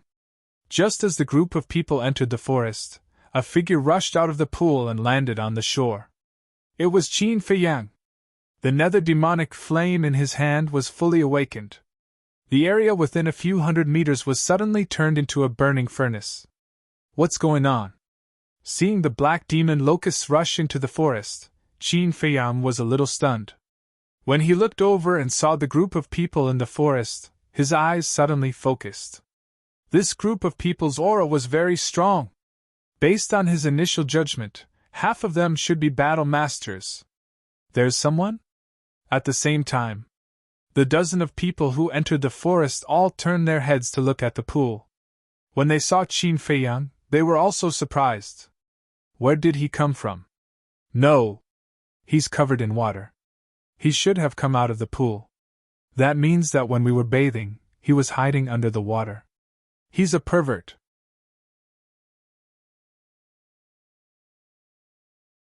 Chapter 579. Pervert? Qin Feiyang faintly heard the voices of the two girls, and could not help but feel puzzled. Whoosh! He did not have time to think. Because when the black demon locusts saw him appear from the pool, they all turned around and rushed towards him. So troublesome! Qin Feiyang was quite annoyed. He turned around and used the phantom steps, and rushed into the forest without looking back. The direction he went was the direction Dong Xingyang escaped. He must be peeping at us bathing. You guys go and stop him. I'm going to dig out his eyeballs. Seeing Qin Feiyang leave, the sisters hurriedly shouted to the dozen young men beside them. Xuening, Xuero, don't worry. The leading young man comforted them, and looked at the others. Did you see the words on his chest? Everyone shook their heads. The distance was a little far, and coupled with the blood mist in the air, it was really difficult to see the words on his chest. Similarly, Qin Feiyang also did not see the words on their chests. The leading young man raised his head and looked at the black demon locusts swarming towards Qin Feiyang. His eyes flashed and said, I think this person is not peeping at Xuening and Xuero bathing. Someone asked. Then what is he doing in the pool? The leading young man said. I think he is looking for some treasure, and has already gotten it. Why do you think so?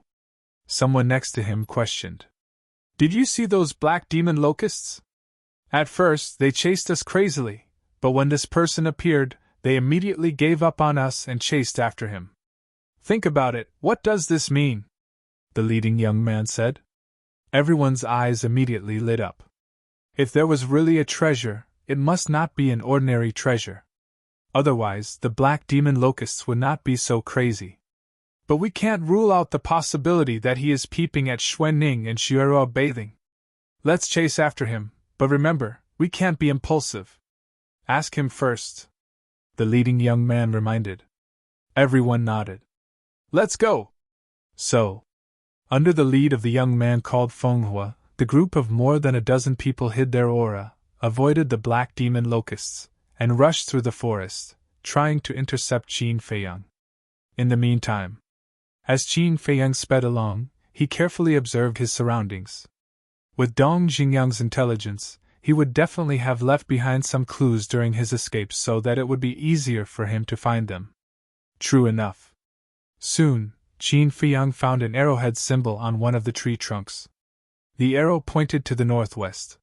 He waved his hand and released a stream of battle chi to destroy the arrowhead symbol. Then, he rushed towards the northwest.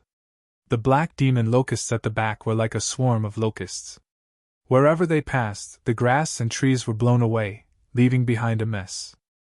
However, although they were terrifying, their speed was much slower than Qin Feiyang's, so the distance between them was getting further and further. He changed his direction. Should we continue chasing him? In the meantime, Fire Beacon's group stopped on a small hill and looked at Qin Feiyang from afar. Of course. He's alone. What's there to be afraid of? Also, we don't have to be so secretive, the pair of sisters said in dissatisfaction. The young man called Fire Beacon lowered his head and muttered to himself for a while, then nodded. Xuening and Xuero are right, I am the one who worries too much, there is indeed no need to hide. Next, Fire Beacon looked at Qin Feiyang and shouted, Friend, please wait. Then, the group of people chased after Qin Feiyang. Qin Feiyang, who was searching for the mark, stopped and turned to look at the group of people, his eyebrows slightly raised. From his tone, he didn't seem to have any ill intentions. But in this place, it was obvious that he couldn't just look at the surface. Moreover, this group of people's cultivation was stronger than his, so he had to be on guard. He turned around and scanned the front. In front of him was still a dense forest. However, not far ahead, there was a small valley. Whiz! He activated phantom steps and rushed towards the small valley. After a dozen breaths of time, Qin Feiyang arrived at the entrance of the small valley, but Fire Beacon and the others were not far from the small valley. Because their speed was much faster than Qin Feiyang's by a large margin. As for those black demon locusts, they had already completely shaken them off. Qin Feiyang turned his head and glanced at those people. A light flashed in his eyes, and he entered the valley without hesitation. The valley was not big, and weeds were growing everywhere. Qin Feiyang hurriedly looked around, and on the left side of the mountain, he found a dark cave. Judging from its ancient appearance, the cave had existed for a very long time. However, the valley was halfway up the mountain, and it was impossible to fly now. It was obviously too late to climb up, because the footsteps had already arrived at the entrance of the valley. Shwa! Qin Feiyang flashed and entered the castle. The moment he entered the castle, Fire Beacon and the others strode into the valley. They stood in the grass and scanned their surroundings. One of them lowered his head to look at the ground and discovered a row of footprints. These should be his footprints. Then why don't we see him? Could it be that he's hiding in the cave above? The pair of sisters looked at the cave halfway up the mountain, their eyes filled with doubt. It shouldn't be. If he really went to the cave, in such a hurry, he would definitely leave behind traces of climbing. But from what I can see, there's nothing. Unless he can fly. Fire Beacon said. Fly? Everyone shook their heads. In this place, flying was simply an extravagant hope. Fire Beacon looked at the cave with a trace of doubt in his eyes. Why was there a cave here? Could it be left behind by a senior who had participated in the Great War of the 9 States? Thinking of this, he looked at a young man beside him and said, Thong Wuxie, go inside the cave and take a look. Be careful. Okay. Thong Wuxie nodded and walked to the bottom of the cave. Like an ape, he quickly climbed to the entrance of the cave. Be careful. Fire Beacon warned again. Don't worry. Thong Wuxie grinned, revealing a mouthful of white teeth. This person was like his name, a very evil young man. He was about 1.85 meters tall, and his face was as sharp as a knife. He could be called a handsome man. His eyes were especially beautiful, like 2 black gems, and they were unruly. Thong Wuxie smiled at Fire Beacon and the others, then turned around and strode into the cave. Boom! But in less than 5 breaths, a loud sound came from the cave. The entire valley shook violently. What's going on? Everyone in the valley was shocked. Fire Beacon said, Don't panic. Thong Wuxie's strength is unfathomable. Even I am not confident that I can defeat him. Even if he encounters any danger, he can escape unscathed. Indeed. Before he finished speaking, Thong Wuxie exited the cave and landed steadily beside Fire Beacon. Fire Beacon asked, What's inside? A person. Thong Wuxie looked at the cave with an evil smile and said, Sir, is it necessary to continue hiding? Tap. Tap. Along with a series of steady footsteps, a young man walked out of the cave and stood at the entrance. He looked down at Thong Wuxie and the others. This person was about 1.8 meters tall and was quite muscular. His thick black hair reached his shoulders, and his eyes were like stars. He gave off a wild aura. Fire Beacon sized up this person. When he saw the words on the person's chest, his pupils shrank. He cupped his hands and smiled. So it's a friend from the spiritual state. Spiritual state?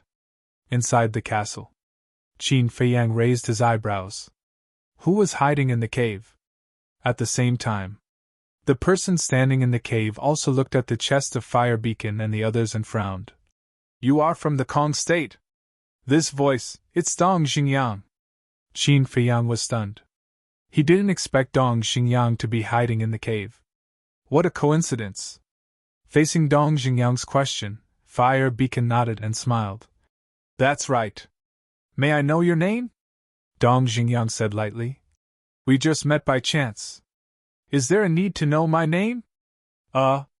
Fire Beacon was speechless. Yes, there's no need to know your name. But you sneak attacked me, so I must return the favor. Come down and fight with me. Feng Wuxie chuckled with an evil aura. Not interested. Dong Xingyang glanced at him lightly and turned to walk into the cave. That's not up to you. Feng Wuxie pointed in the air, and a fiery red battle chi appeared and blasted toward the cave like a tide. What? You want to bully me with your numbers? Dong Xingyang suddenly turned around. His gaze was as sharp as a blade, extremely sharp. Feng Wuxie smiled. Don't worry, I don't need their help to deal with you. I alone am enough. Arrogant. Dong Xingyang harumphed coldly and waved his hand. His battle chi surged out and collided with Feng Wuxie's battle chi. Boom! In the valley, the wind howled and the ground trembled. The mountains around the valley began to collapse. Not bad. Feng Wuxie smiled sinisterly. However, Dong Xingyang did not continue to entangle with him. When he saw the mountains collapsing, he immediately turned and rushed into the cave. Not long after. Inside the cave, another deafening sound rang out. The entire mountain collapsed instantly and turned into ruins with dust filling the sky. Swoosh! All of a sudden, a stream of light shot out from the dust. It was Dong Xingyang. However, at this moment, he rushed out of the dust with one person in each hand and fled into the forest. No wonder you don't dare to fight with me. It turns out that you have severely injured and unconscious companions. However, shouldn't you ask for my opinion before leaving? Feng Wuxie chuckled and chased after Dong Xingyang. His speed was not slower than Dong Xingyang's. Feng Hua and the others followed behind Feng Wuxie. Severely injured companions? Inside the ancient castle, Qin Feiyang's heart skipped a beat. It had been so long, but Shenlong and Feng Wuxie had not woken up. It seemed that their injuries were more serious than he had imagined. He could not continue to hide, or the three of them would be in grave danger. Swoosh! He left the ancient castle without hesitation. Looking at the ruins in front of him, he raised his eyebrows. Then, he looked up and saw the group of people from the Kong state. However, Dong Xingyang had already disappeared into the forest. Who was talking just now? Do we need your opinion on whether the people of the spiritual state stay or leave? Who do you think you are? He said calmly, but his eyes were cold. Huh! Feng Hua and the others immediately stopped and turned to look at Qin Feiyang. It's him. At the same time dash.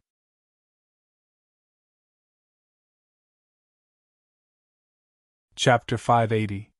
At the same time. Feng Wuxie turned around and walked to Feng Hua.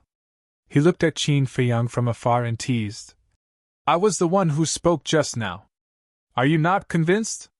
So arrogant? Qin Feiyang was stunned and laughed. You guys are so strong. How could I not be convinced? Is that so? Feng Wuxie's lips curled up and said playfully. But why do I feel like you're provoking me? Qin Feiyang smiled faintly. If you think I'm provoking you, then I'm provoking you. Feng Wuxie was stunned. Feng Hua and the others were also shocked. Judging from his aura, he was only an 8-star combat emperor. How could he be so confident? At this moment, Dong Xingyang walked around and came to Qin Feiyang's side. Seeing this, Feng Wuxie suddenly realized and said, So you're just stalling for time. That's right. Qin Feiyang nodded and smiled. Obviously, I've achieved my goal. Feng Wuxie smiled disapprovingly and said, Do you think you can escape from so many of us? Don't be too confident. Now I'll teach you a lesson. No matter how strong you are, there will always be someone stronger. I'll play with you guys when I'm free. Qin Feiyang smiled mockingly and disappeared with Dong Xingyang and the other two. Feng Wuxie raised his eyebrows and immediately looked around. However, there was no one in sight. It was as if they had disappeared into thin air. Feng Hua said, "It seems like we've underestimated him." Feng Wuxie's eyes turned cold, but then he smiled evilly. "It's okay. We'll meet him sooner or later. We'll settle the score then. Then we'll forget about him peeping on us bathing?" "Feng Wuxie, you guys are too unreliable. If I knew, I wouldn't have let you guys come." The sisters snorted. The two of them were stunned and looked at each other helplessly. Inside the ancient castle, Dong Xingyang placed Shenlong and his wife flat on the ground. He got up and looked at Qin Feiyang strangely. "You still have the time to peek at others bathing?" Qin Feiyang's face twitched. He shook his head and said, "No such thing." "No?" Dong Xingyang stared blankly for a moment, then said with disdain, "You dare to do it, but you don't dare to admit it. This is not the Qin Feiyang I know." "I really didn't." Qin Feiyang smiled bitterly. Dong Xingyang was puzzled. "If that's the case, why would those two women say that?" "I think it might be because of that. At that time, when I was at the bottom of the lake, trying to find a way to pluck that strange flower, I sensed that someone was bathing on it. At first, I didn't know who it was, so I didn't pay much attention to it. Now that I think about it, the people who were bathing might be those two women. Then, when they saw me coming out of the pool, they probably thought that I was a peeping Tom." Qin Feiyang guessed. Dong Xingyang said suspiciously, "So, you really didn't peep? Forget it if you don't believe me." Qin Feiyang was too lazy to explain. He glanced at Shenlong and Dong Xingyang and asked, "How are they?" "Not good. Although they're not dead, their sea of qi is broken. Unless there's a divine elixir, there's no way to save them." Dong Xingyang sighed. "So it's because their sea of qi is broken." Qin Feiyang muttered and breathed a sigh of relief. But seeing his attitude, Dong Xingyang suddenly became angry and said, "What do you mean?" "I have a way to save them." Qin Feiyang smiled, walked to the altar, and opened a jade box. A majestic life force suddenly surged out. "What kind of elixir fire is this?" Dong Xingyang was surprised. Inside the jade box lay a cluster of green flames, which was the fire of life. The form of the fire of life was very similar to that of elixir fire, so Dong Xingyang mistook it for elixir fire. Qin Feiyang did not explain. He took out the fire of life and placed it above Shenlong and Dong Xingyang. The vigorous life force immediately surrounded the two and seeped into their bodies through their pores, surging into their sea of qi. Qin Feiyang also sank his consciousness into their sea of qi. He found that the damage to their sea of qi was not very serious. There was only a small crack, which he believed would be repaired soon. "What kind of treasure is this?" Dong Xingyang was also observing their sea of qi. When he saw that the life force could really repair the crack in their sea of qi, he was shocked. Qin Feiyang withdrew his consciousness and said, "Let them rest here. We'll go find the others." "Okay."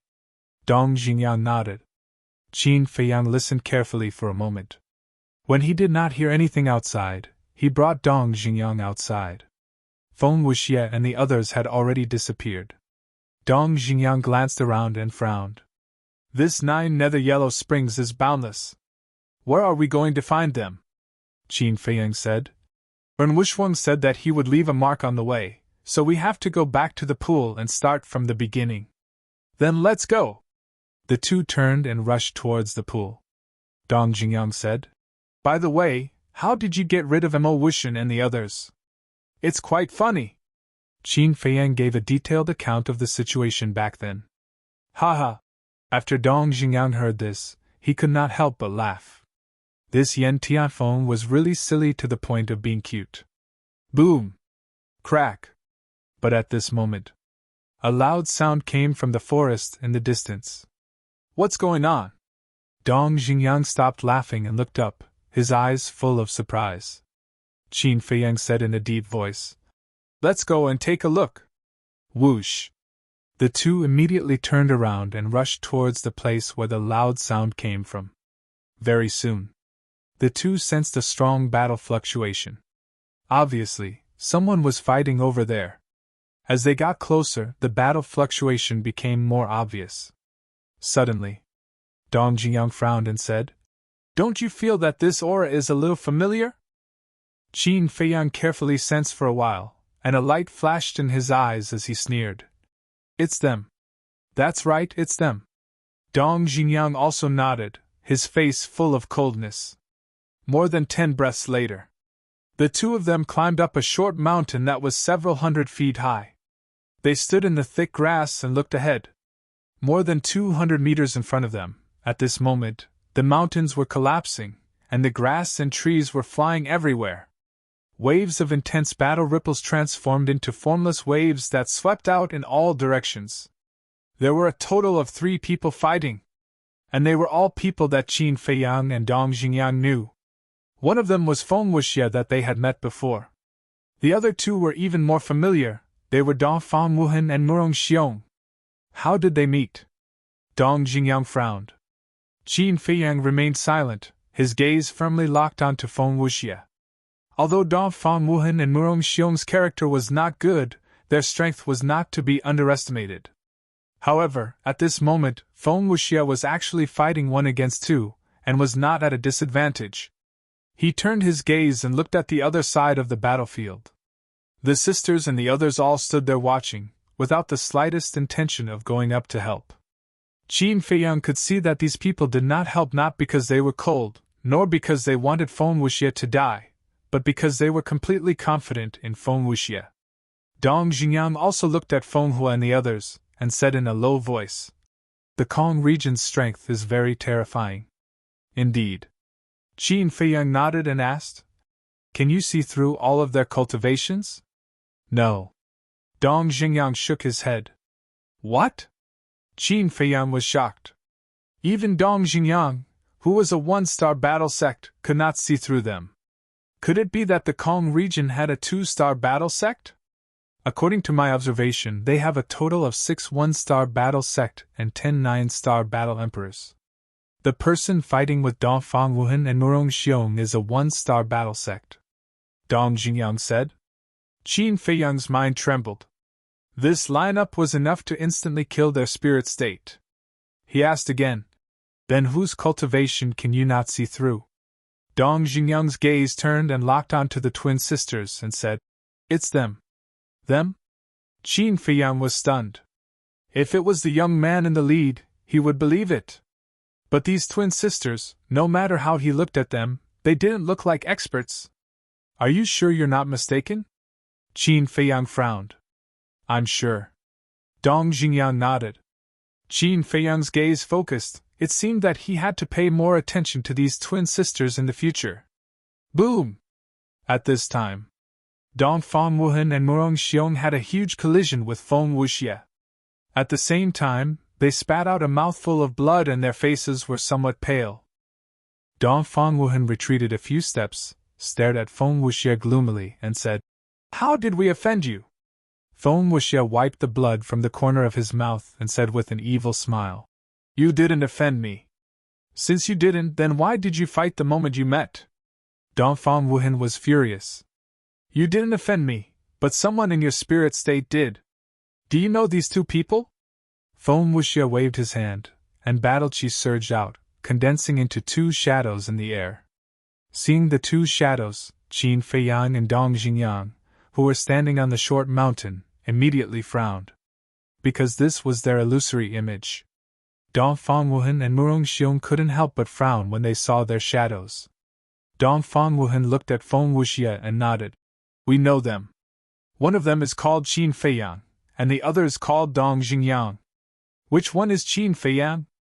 As soon as they heard the 3 words Qin Feiyang, the sisters became spirited. The eyes of the others also changed at this moment. Dong Fang Wuhan looked at the expressions of these people and asked suspiciously, "Do you know Qin Feiyang?" "No, but we have all heard of his rumors. It is said that he is not only an alchemy genius, but also a cultivation monster. The Lord even told us that when we came to the 9 Nether Underworld, the first person to pay attention to is him. So, we all want to meet him." Feng Hua laughed. Dong Jingyang shook his head and said, "I didn't expect your name to have already spread to the Kong state. It's really amazing! Qin Feiyang smiled bitterly. He also didn't expect that his name would spread so far. Not only did the Cloud State know, but even the Kong State knew. Did the other major states also know? However, when Dong Fangwuhan and Murong Xiong heard Feng Hua's words, they couldn't help but feel jealousy and hatred in their hearts. On what basis? They were the kings of the spirit state's inner palace, and the ones who should be paid attention to should be them. But now, no one knew their names, but they all knew the name of Qin Feiyang. They felt extremely unbalanced in their hearts.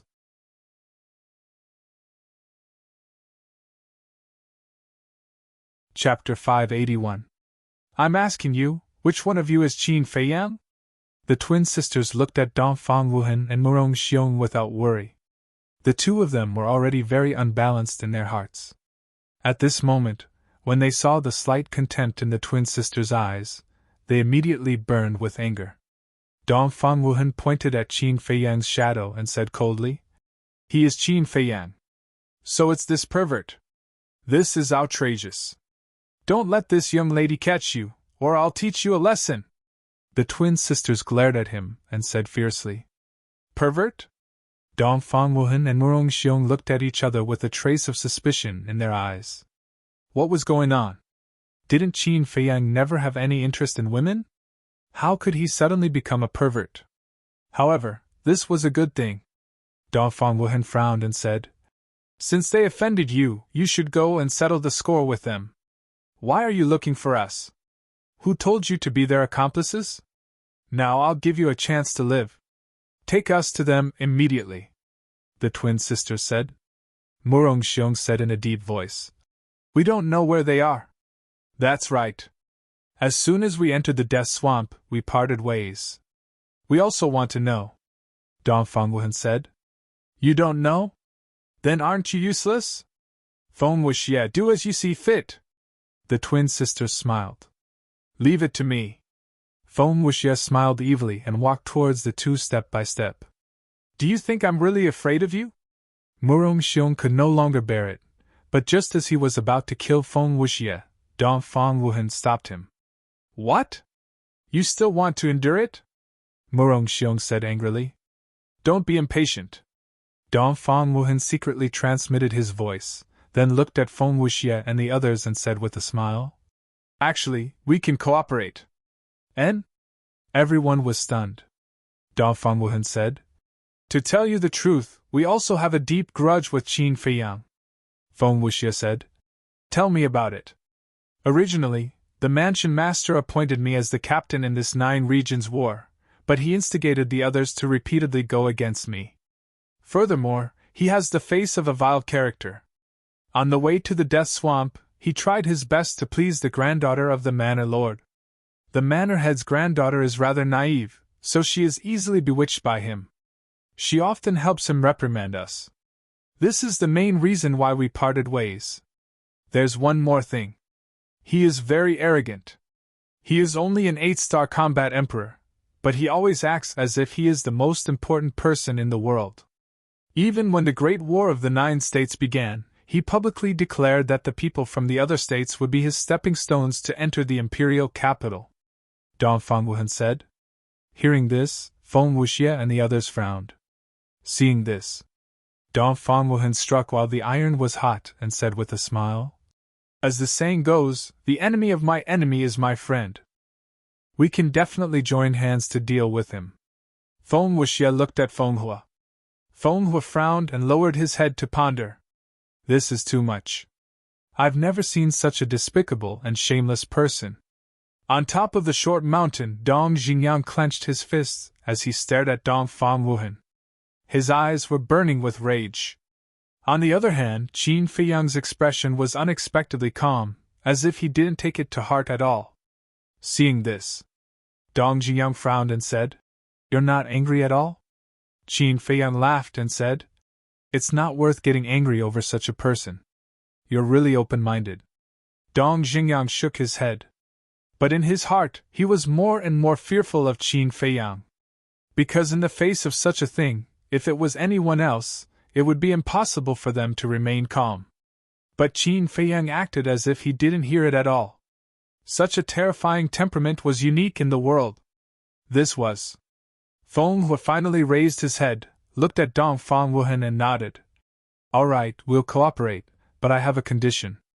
Dong Fangwuhan and Murong Xiong looked at each other and smiled. Then, Dong Fangwuhan looked at Feng Hua and laughed.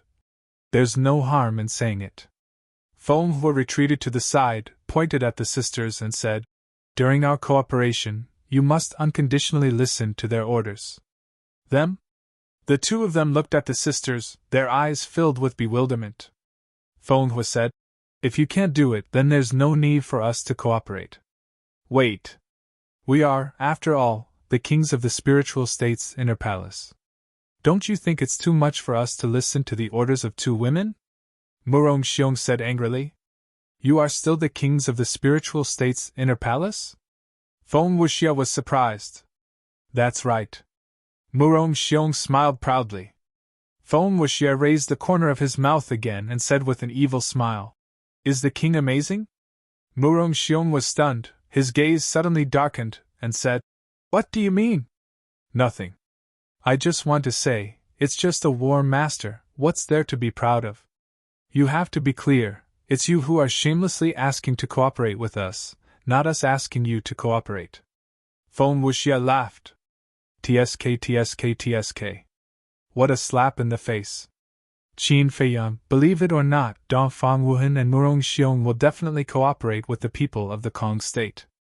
Dong Jingyan laughed gloatingly. I don't think so, people with a little bit of dignity will choose to leave immediately. Qin Feiyang said. Dong Jingyan said. Then how about we make a bet? Qin Feiyang was stunned and asked. What bet? Dong Jingyan said. If I lose, I won't take revenge on you in the future, but if you lose, you have to agree to one of my requests. Okay. Qin Feiyang nodded without hesitation. Although Dong Fangwuhan and Murong Xiong were a bit despicable, as the kings of the spiritual state's inner palace, he didn't believe that they would be so spineless. At this moment, Dong Fangwuhan and Murong Xiong's faces were extremely gloomy. However, in the end, Dong Fangwuhan smiled and said, Okay, as you wish, we will listen unconditionally. That's right. Feng Wuxia chuckled. Qin Feiyang, on the other hand, was dumbfounded. At the same time, Murong Xiong also raised his eyebrows and shouted, Dong Fangwuhan, are you crazy? Don't talk so much, I have my own plans. Dong Fangwuhan secretly said and stretched out his hand to Feng Wuxia, smiling. Happy cooperation. But Feng Wuxia's face was full of disdain, and he had no intention of shaking hands with him. Dong Fangwuhan resentfully retracted his arm and asked, Do you have any plans? Yes. Go find Qin Feiyang now and trick him to come here, Feng Wuxia said. Dong Fangwuhan frowned. But we really don't know where they are now. The image crystal can't send messages, and the death swamp is so big, finding them is harder than ascending to the sky. Feng Wuxia said. Whether you can find them or not is your business, anyway, I will only give you 3 days. Okay, we will try our best. Dong Fangwuhan nodded and turned to look at Murong Xiong. Let's go! Murong Xiong frowned and followed behind Dong Fangwuhan, quickly disappearing into the forest.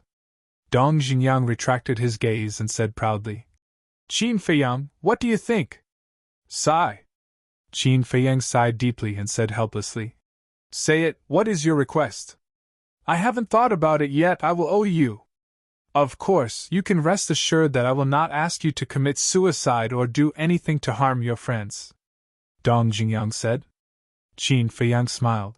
I have my principles, even if you asked me, I will not do it. Dong Jingyan smiled and asked, What are your plans next? Qin Feiyang pondered for a moment and said, Although Dong Fangwuhan chose to continue cooperating with them, I feel that he is planning something, so we might as well leave some clues and let them find us. Dong Jingyan frowned. Isn't this too risky? Qin Feiyang laughed. Don't worry, I have a way to deal with the people of Kong province. All right, we'll do as you say. Dong Jingyan nodded. Although he didn't know what method Qin Feiyang would use, with Qin Feiyang's usual character, since he dared to make such a boast, he must be confident. Subsequently, the two of them quietly retreated and rushed towards the pool. Soon, they came to the forest near the pool. After searching for a moment, the two of them found a word on a stone. Qin. There was also an arrow symbol next to it, pointing to the south. Dong Xingyang asked, "Could this be the symbol left behind by Ren Wuxuang?" "It's very possible." Qin Feiyang nodded. "Then let's go," Dong Xingyang said. "Wait a minute." Qin Feiyang took out the Chang Shui and engraved the two words Feiyang below Qin, which added up to his complete name. Seeing this, Dong Xingyang frowned. "What are you doing?" Qin Feiyang laughed. "If I don't do this, can Dong Fang Wuhan and Murong Xiong find us?" Dong Xingyang felt helpless. It seemed that this guy was determined to fight with Dong Fang Wuhan and Murong Xiong to the end. Whoosh! Then, the two of them rushed in the direction indicated by the arrow. Not long after, they found the same symbol on the trunk of a big tree. The two of them were basically sure that this was left behind by Ren Wuxuang. Half an hour later, they followed the mark and came to a mountain ridge. There was also a mark on the stone next to it, pointing to the top of the mountain ridge. When Qin Feiyang engraved the two words Feiyang next to the mark, he and Dong Xingyang climbed up. But when they climbed halfway up the mountain, the two of them looked at each other with a trace of surprise in their eyes. They smelled a faint smell of blood in the air. It was enough to show that there was a massacre nearby. Whoosh! The two of them rushed up the mountain ridge, stood at a commanding height, and looked down. Immediately, the two of them suddenly changed color. Below, there was a lake of about 1,000 feet, and there were obvious traces of battle around it. And on the grass on the left side of the lake, a group of people gathered. There were men and women in this group, and they all looked young with outstanding temperament. Moreover, the aura they exuded was also very strong. But this was not the point. The point was that there were more than 20 people not far from this group of people. They sat back to back, their clothes were ragged, their bodies were stained with blood, and their eyes were filled with despair and helplessness. These people were all familiar faces: Qin Feiyang and Dong Xingyang. There was Ren Wuxuang, Lu Xingchen, Shimei, Wu Yan, Su Yang, and so on. And there were many corpses lying nearby. Obviously, Ren Wuxuang and the others were in trouble. How could this be? Dong Xingyang looked at this scene, his eyes full of disbelief. Crack! Suddenly, a crisp sound entered his ears. Dong Xingyang turned to look and was shocked. At this moment, Qin Feiyang clenched his fists, his eyes were red, and his body was surrounded by a murderous aura. Dong Xingyang hurriedly reached out and grabbed Qin Feiyang's shoulder, saying, "I know that seeing Ren Wuxuang injured makes you feel very sad, but you must calm down now." They knew nothing about the other party's background and identity. If they rushed down rashly, not only would they not be able to save everyone, but they would also die. "Don't worry, I haven't lost my mind. But these people will all die today. You stay here and monitor them. I'll go to the castle. Let me know if anything happens. I can hear your voice." After Qin Feiyang finished speaking, he instantly disappeared without a trace. Hearing Qin Feiyang's words, Dong Xingyang's heart trembled, and he became more and more surprised. What was the relationship between this person and Ren Wuxuang? Inside the castle. "Boss, what happened? Did someone hurt Ren Wuxuang?" As soon as Qin Feiyang appeared, Fatso and Wolf King surrounded him, their eyes flashing with cold light. Ren Wuxuang was not only important to Qin Feiyang, but also to them. Because along the way, Ren Wuxuang had helped them too much. In their eyes, Ren Wuxuang was their sister. Prepare for battle. Qin Feiyang did not say much, only said these 4 words, and then sank his mind into Shenlong and Jiang Wei's qi. There was still a little crack in their qi that had not been repaired. He believed that they would wake up soon. Fatso was puzzled. "Why are you looking at them?" Qin Feiyang said. "Our strength alone is not enough, we need to nurture a few more war masters." "So you plan to nurture them?" Fatso frowned. Qin Feiyang nodded. "That's right, their character is hundreds of times better than Dongfang Wuhan's. They are completely worth nurturing. Fatso and Wolf King looked at each other with a trace of schadenfreude in their eyes. Those people were really blind. They actually dared to bully Ren Wuxuang. Wasn't this courting death? Although no one in their small team had broken through to the War Master realm, as long as Qin Feiyang was willing, he could nurture a large number of them at any time. Time passed breath by breath. Qin Feiyang also refined 3 9-chew yellow dragon pills. Fatso and Wolf King were a little puzzled. Who was the extra one prepared for? But they didn't ask. They believed in Qin Feiyang's judgment. At the same time, 2 figures were lurking in the forest below the mountain ridge. It was Dongfang Wuhan and Murong Xiong. They had followed the mark left behind by Qin Feiyang to this place. Murong Xiong swept his gaze across the mountain ridge and suddenly locked onto a stone, saying, "Look, there's also a mark there. They should have gone up. Let's go." With a wave of Dongfang Wuhan's hand, the 2 of them quietly ran up. There's the smell of blood. Could it be that they encountered some strong enemy? Halfway up the mountain, the 2 of them also smelled the smell of blood and couldn't help but be surprised. When they reached a certain vantage point at the top of the mountain, the 2 of them looked down and their pupils immediately shrank. The vantage point they were at was adjacent to the vantage point Dong Jingyan was at, but due to the lush vegetation and the fact that they were all hiding their auras, they didn't discover each other. Murong Xiong whispered, "Who are they?" "They actually imprisoned Ren Wuxuang and the others." "How would I know?" Dongfang Wuhan muttered, then turned his gaze and scanned the forest around the lake. Murong Xiong was puzzled. "What are you looking at?" "I'm looking for Dong Jingyang and Qin Feiyang," Dongfang Wuhan said. Murong Xiong said, "I don't think they've arrived yet. Otherwise, seeing Ren Wuxuang and the others trapped, they would have already started fighting." "That makes sense." Dongfang Wuhan nodded. After pondering for a moment, he said in a deep voice, "Qin Feiyang will appear sooner or later. You immediately informed the people of Kong Province to gather here. Are you really going to help them? Do you know that if you do this, when we leave the 9 Nether Yellow Springs and return to the inner hall, the mansion master will definitely not let us go?" Murong Xiong frowned. "Don't worry, I know what to do." Dongfang Wuhan's eyes flashed. Murong Xiong looked at him deeply and nodded. "Okay, I'll believe you this time."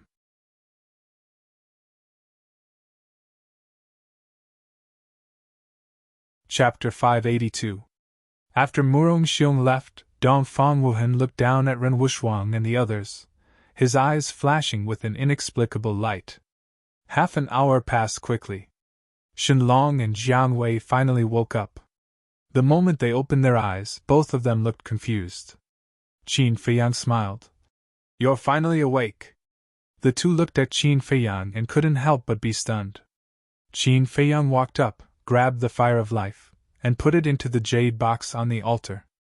He turned to look at the 2 and said, "You are now in my castle, and I am the one who saved you." "This is the castle?" The 2 got up and looked around in surprise. Qin Feiyang said, "There's no time to talk nonsense now, because Ren Wuxuang and the others are imprisoned. We have to save them." "Who imprisoned them?" The 2's faces changed. "I don't know yet." Qin Feiyang shook his head and said, "But according to my observation, excluding us, there are only 20 people left in our spiritual state." "What?" The 2 of them looked miserable. There were 550 people, and only 20 people were left. How were they going to go on? Suddenly, Shenlong quivered and hurriedly asked, "Where's Shenmei? Is she still alive?" "She's still alive." Qin Feiyang nodded. "That's good." Shenlong breathed a sigh of relief. Qin Feiyang was suspicious. What was going on? Shenlong sighed. "To tell you the truth, Shenmei is my cousin." "Cousin?" Qin Feiyang was stunned. There was such a thing? "Actually, my relationship with her has never been good. Because since we were young, Grandpa has always spoiled her and listened to her in everything. But to me, he rarely said a word of concern and always had a very strict attitude, so I was very jealous of her. Even last time, when I learned that she was bullied by Lu Xingchen, I felt happy in my heart. But after this life and death tribulation, I've thought it through. Humans should live happily. After all, no one knows how long you can live. Shenlong sighed. I see. Qin Feiyang suddenly understood. You're a man, yet you're jealous of your younger sister. Aren't you embarrassed? Wolf King interjected from the side, his eyes full of disdain. Shenlong felt bitter in his heart. He nodded and said, You are right. The past me was indeed not like a man. Don't listen to its nonsense. I've seen old Master Shen before. He's an upright person who can distinguish between kindness and hatred. I believe he won't side with anyone. It's because we men and women are naturally incomparable. Men need to be sharpened from a young age. There's a saying that goes, if a jade isn't cut, it won't amount to anything. As for women, they are born to be loved.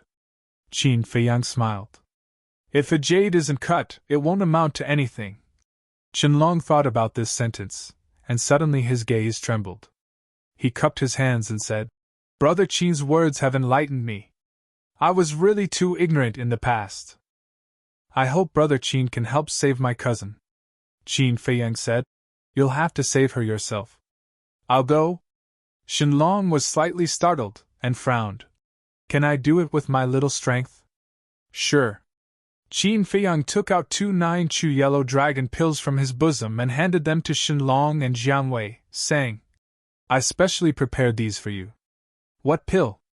The two of them looked at each other, their eyes filled with bewilderment. Qin Feiyang said, The reason why Dong Xingyang was able to step into the War Master so quickly is because of this pill. The two of them trembled, and their eyes lit up. Shenlong asked, Why are you giving it to us? Jiang Wei also had a face full of bewilderment. According to Qin Feiyang's personality, he definitely wouldn't give such a precious pill to others. If I have to give a reason, it's because you guys risked your lives to protect Ren Wuxuang and the others, to defend the dignity of the spiritual state. It touched me. Qin Feiyang said. Thank you, Brother Qin. The two of them bowed and thanked him. Next, without hesitation, they each grabbed a 9-chew yellow dragon pill and put it into their mouths. The pill melted as soon as it entered their mouths. A majestic energy flowed to their limbs and bones. They could clearly feel that both their bodies and their minds were undergoing a transformation. Qin Feiyang waved his hand and took out a pile of battle chi pills, saying, Go into seclusion immediately. It won't be long before you guys break through. All right. The two of them sat cross-legged beside the pile of battle chi pills and began to meditate. Qin Feiyang looked at Fatso and said, I'll go out with White-Eyed Wolf to scout out the other party's situation. You have to be prepared for battle at any time. In. Fatso nodded. Qin Feiyang waved his hand and brought Wolf King to Dong Xingyang's side. He looked down. The group of people were still gathered on the grass by the lake. Some were washing the dirt off their bodies by the lake. Some were sitting cross-legged to recuperate. Some had set up a bonfire, roasted meat, and were eating heartily. These damn bastards. When Wolf King saw Ren Wuxuang, a cold light flashed in his eyes. Don't worry. Soon they will pay the price. Qin Feiyang smiled coldly, turned to look at Dong Xingyang and asked, Did you find any other abnormalities? As you can see, they are very comfortable. Dong Xingyang sneered. Qin Feiyang lowered his head to look. Suddenly he frowned and said, Have you ever thought about why they imprisoned everyone? Dong Xingyang was stunned. He really hadn't thought about this question. How cruel was the War of the 9 States? When the people of the 2 states met, they should kill each other, leaving no one alive. Because everyone was a potential competitor. But now, they only killed a portion of them and imprisoned a portion of them. Why? Qin Feiyang pondered for a moment and said, I think either they are full of confidence, or they are waiting for someone to save Ren Wuxuang and the others. You mean, they used Ren Wuxuang and the others as bait and want to catch all the people of the spiritual state in one fell swoop? Dong Xingyang was bewildered. Qin Feiyang said, We can't rule out this possibility. Crack! Dong Xingyang clenched his hands tightly, his eyes bursting with killing intent. Qin Feiyang said, "Let's go closer and take a look." Dong Xingyang nodded. "Wait." The two were about to go down, but Wolf King suddenly spoke. "What?" Qin Feiyang was puzzled. Wolf King looked at Dong Xingyang and asked, "Are you sure nothing happened before?" Dong Xingyang said, "I've been guarding here the whole time, nothing happened." It was a little strange. Why did Wolf King ask this?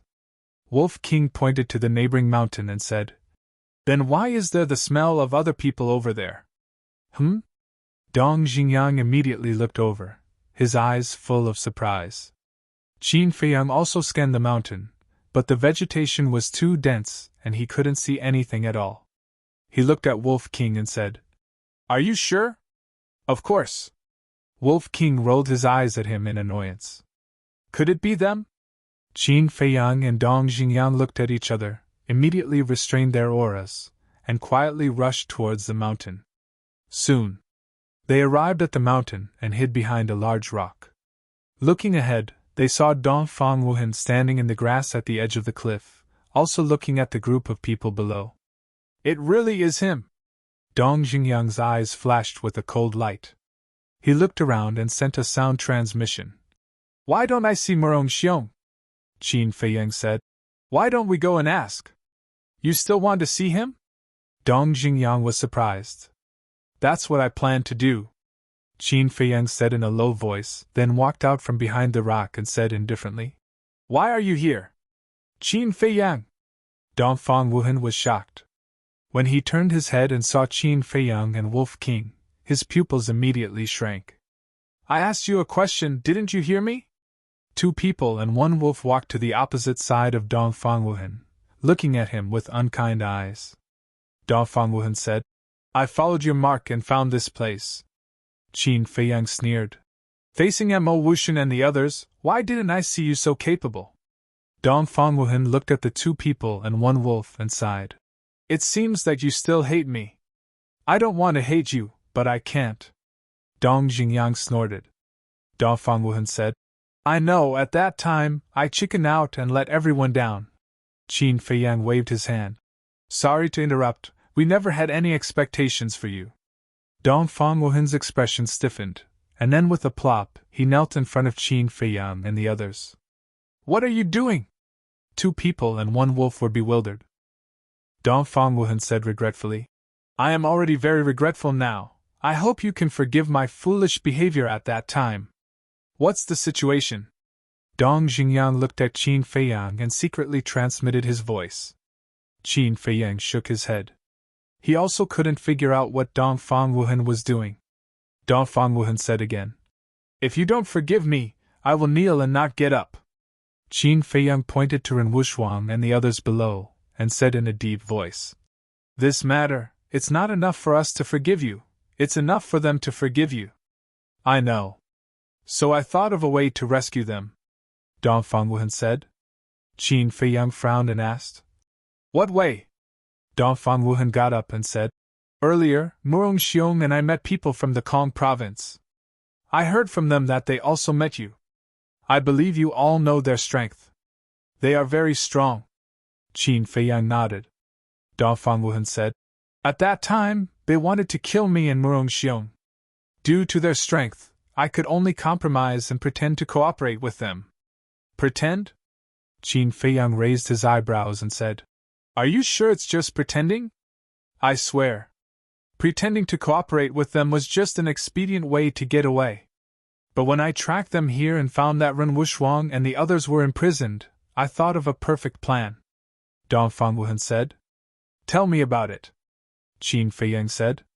Dong Fangwuhan said, "We can use the people from the Kong province to let them fight with the group below, and then we can reap the benefits." "How?" Qin Feiyang asked. Dong Fangwuhan said, "To tell you the truth, the people from the Kong province want to deal with you now." "Deal with me?" Qin Feiyang pretended to be suspicious.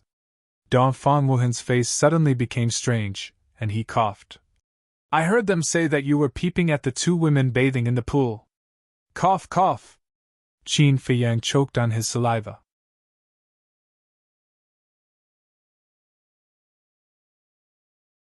Chapter 583. Seeing Qin Feiyang's reaction, Dongfang Wuhan asked cautiously, "Is there really such a thing?" Qin Feiyang said lightly, "Whether there is or not, it has nothing to do with you. Just tell me your plan." "All right. My plan is, I will tell the people of the Kong state that Ren Wushuang and the others are very important to you. Knowing this, I think they will definitely find a way to capture Ren Wushuang and the others as a bargaining chip to lure you out. At that time, there will inevitably be a fierce battle with those people below," Dongfang Wuhan said.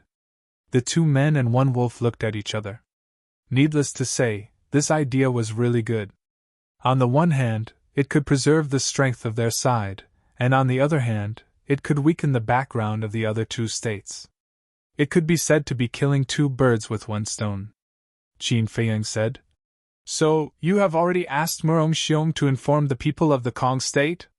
Dongfang Wuhan nodded. "Well, we will carry out your plan, but don't play tricks, otherwise you will have no way back," Qin Feiyang said. "I know. Please rest assured, this time I really want to save everyone," Dongfang Wuhan said solemnly. Qin Feiyang said, "Okay, let's go down and explore the situation first. When the people of the Kong state come, you directly instigate them to go down." "Good. You guys be careful." Dongfang Wuhan nodded. "As long as we don't fight, even if we stand in front of them, they can't touch a single hair of mine." Qin Feiyang sneered, and took Dong Xingyang and Wolf King down.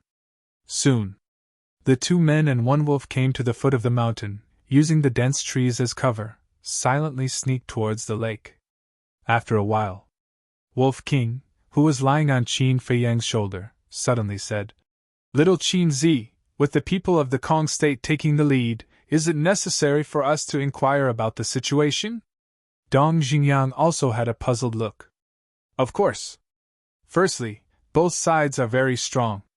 Their destructive power must be terrifying. We must ensure the safety of Ren Wushuang and the others.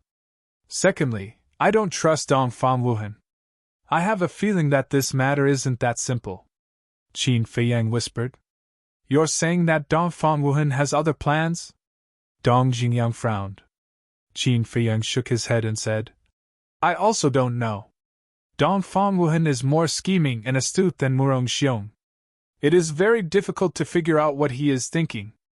Right now, I only hope that I am thinking too much." Wolf King coldly snorted.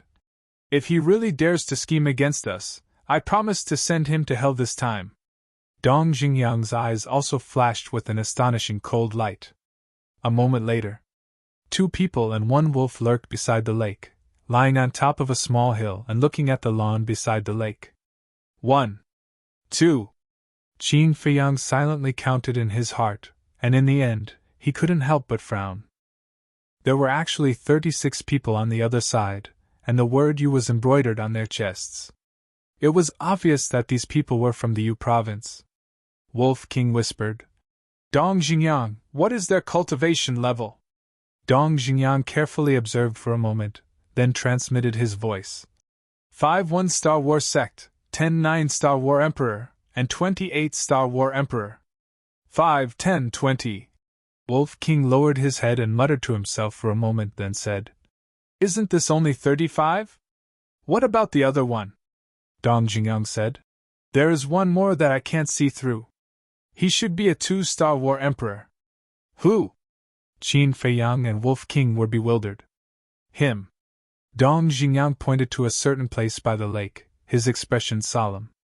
A man and a wolf looked over and saw a large round stone by the lake. A red-haired young man in white was sitting cross-legged on the stone. He was about 1.8 meters tall and had a high-nose bridge. His eyes were as dark as ink, and his thin lips were faintly curved, giving him a cold and aloof feeling. The aura emitted from his body wasn't strong, but Qin Feiyang and Wolf King could feel a trace of threat. Without a doubt, this was a sleeping lion. By the time he woke up, even this land would be trembling. Suddenly, the red-haired young man seemed to have sensed something, and turned his head to look at the place where the two men and the wolf were. The two men and the wolf immediately lowered their heads, using the dense wild grass in front of them to hide their figures. The red-haired young man glanced at the forest, a trace of doubt creeping into his eyes. Then, he withdrew his gaze and looked up at the sky. At this time, it was already noon. The red-haired young man's gaze gradually became sharp, and said, "If no one comes to save them before dark, kill them directly." "Yes." The other 34 people looked at the red-haired young man at this moment, and respectfully replied. Immediately, the red-haired young man closed his eyes. Although he didn't say much, it was enough to let people see his character clearly. He was a decisive and swift person. Dong Xingyang's pupils shrank, and said in a deep voice, "They are indeed using Ren Wuxuang and the others as bait." Qin Feiyang raised his head and looked at the red-haired young man, and then looked at Ren Wuxuang and the others, and said, "Think about it, is there any way to get close to them? They are only 100 meters away from the red-haired young man, and there are 4 people guarding them. These 4 people are also 9-star combat emperors. It won't be easy to get close to them. However, I can send them a message." Dong Xingyang whispered. "Yes." Qin Feiyang angrily slapped his head. Why didn't he think of this? Dong Xingyang was a combat master. As long as it was within a certain range, he could directly transmit his voice to the other party's mind. Qin Feiyang said, "Immediately send a message to Ren Wuxuang. Tell them not to be nervous." Dong Xingyang nodded. However, just as Dong Xingyang was about to send a voice transmission, Qin Feiyang reached out his hand to stop him. He shook his head and said, "Let's forget about it. If they find out that we're here and reveal some flaws, it will ruin our plan." Wolf King said, "Then what should we do now?" Qin Feiyang said, "You guys keep watch here. I will go to Dongfang Wuhan's place to take a look. Be careful," Wolf King warned. Qin Feiyang nodded, slowly retreated down the hill, and turned back. Soon he arrived at the top of the hill again, but he did not show his face. He hid behind a bush and watched Dongfang Wuhan from afar. About half an hour passed. A group of people climbed up the mountain and walked to Dongfang Wuhan's side. It was Murong Xiong, Feng Hua and the others. "Where's that pervert? Why don't I see him?" The twin sisters looked at the lake below and frowned slightly. Dongfang Wuhan shook his head. "Qin Feiyang hasn't found this place yet." A burly young man frowned. "Then why did you call us here?" "It's because Qin Feiyang hasn't come that I called you here." Dongfang Wuhan smiled and pointed to Ren Wuxuang and the others, saying, "Do you see them?" The twin sisters nodded. Dongfang Wuhan said, "They are the other people of my spiritual state. These people have a very good relationship with Qin Feiyang. As long as we get them, we don't have to worry about Qin Feiyang not appearing." "So it's like that." "Feng Wish, yeah, take people down and get them," the twin sisters said. "Xuening, Xuero, wait." Feng Hua hurriedly stopped them, then seriously looked at the lake and shook his head. "We can't go," Xuening asked. "Why?"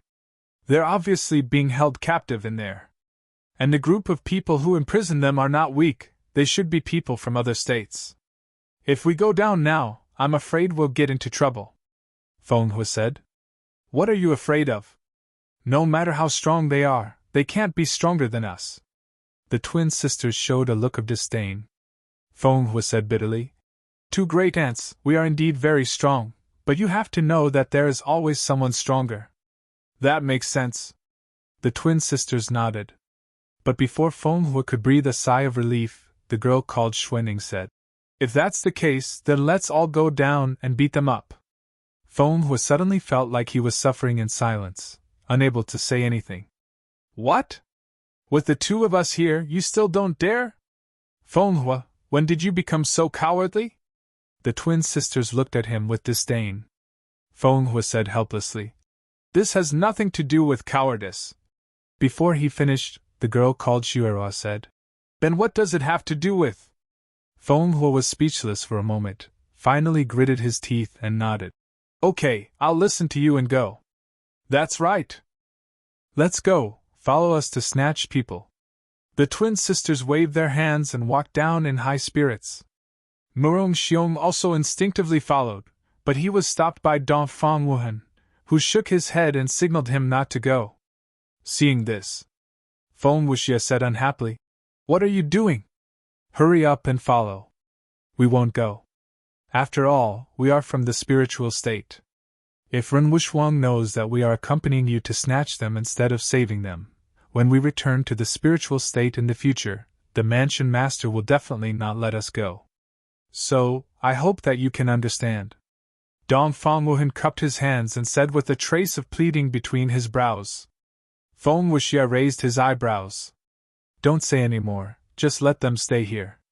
Anyway, it doesn't matter if they stay or not. That's right. The twins said without even turning their heads. Their tone was full of contempt. After the group of people disappeared from sight, Murong Xiong suddenly said angrily, How dare they say that about us? They are too much. Why are you angry? The one who can laugh in the end is the real winner. Dong Fengwuhan sneered. Murong Xiong was slightly taken aback and whispered, What are you planning? Of course, it's to provoke them to war. Now that Qin Feiyang and the others are also down there, when the people of the Kong state go down, the three sides will definitely have a bloody battle. When the time comes, when both sides are injured, we will go down and annihilate them all. Dong Fengwuhan said, his eyes flashing with a terrifying light.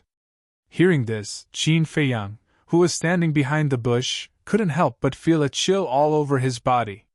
He guessed that Dong Fengwuhan might be planning something, but he didn't expect that Dong Fengwuhan would actually play such a big game of chess. At the same time, Murong Xiong was also shocked. After a while, he recovered and said, Aren't you afraid that the mansion master will settle accounts with us? Afraid of what? As long as we do it cleanly, who will know that we killed Ren Wuxuang and the others? Dong Fengwuhan smiled confidently. Murong Xiong shook his head and said, It's too crazy, aren't you afraid that the plan will fail? If it fails, we will be digging our own grave. Don't worry. Qin Feiyang and the others don't know my plan. If the plan fails, we will go down and help Qin Feiyang and the others kill the people of the Kong state and that group of people. In this way, when the time comes, Qin Feiyang and Ren Wuxuang may even be grateful to us. Dong Fengwuhan chuckled. It turns out that you have a backup plan, brilliant. Murong Xiong suddenly realized and immediately gave Dong Fengwuhan a thumbs up. Brilliant? Qin Feiyang, who was standing behind the bush, couldn't help but purse the corners of his mouth with a trace of ridicule. Want to be the Oriole? Let's see if you have the ability?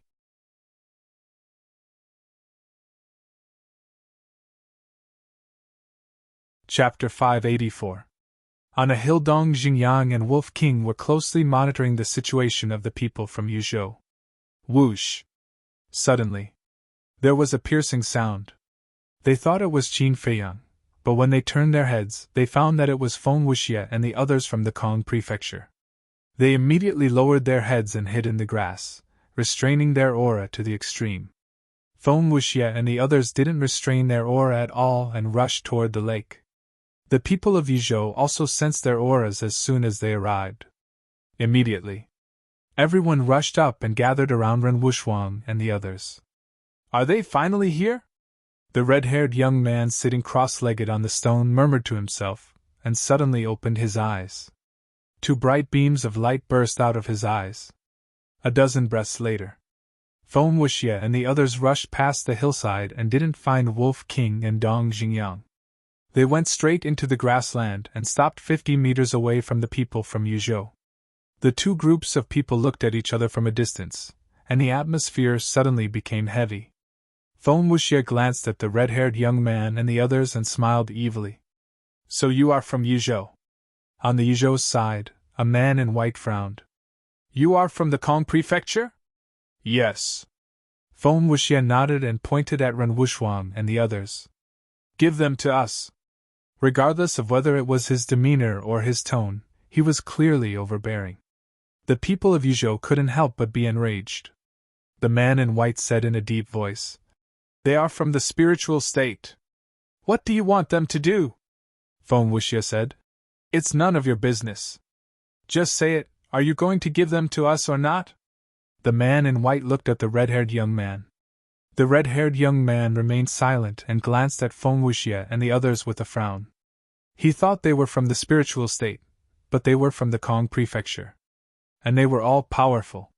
Ren Wushhuang and the others also looked at Feng Wuxie and the others in confusion. What do these people want? Feng Wuxie also looked at the red-haired young man, but he didn't show any fear. My patience is limited. I advise you to make a decision quickly. The Kong prefecture and the spiritual state have formed an alliance? The red-haired young man asked. His tone was still calm, without the slightest ripple.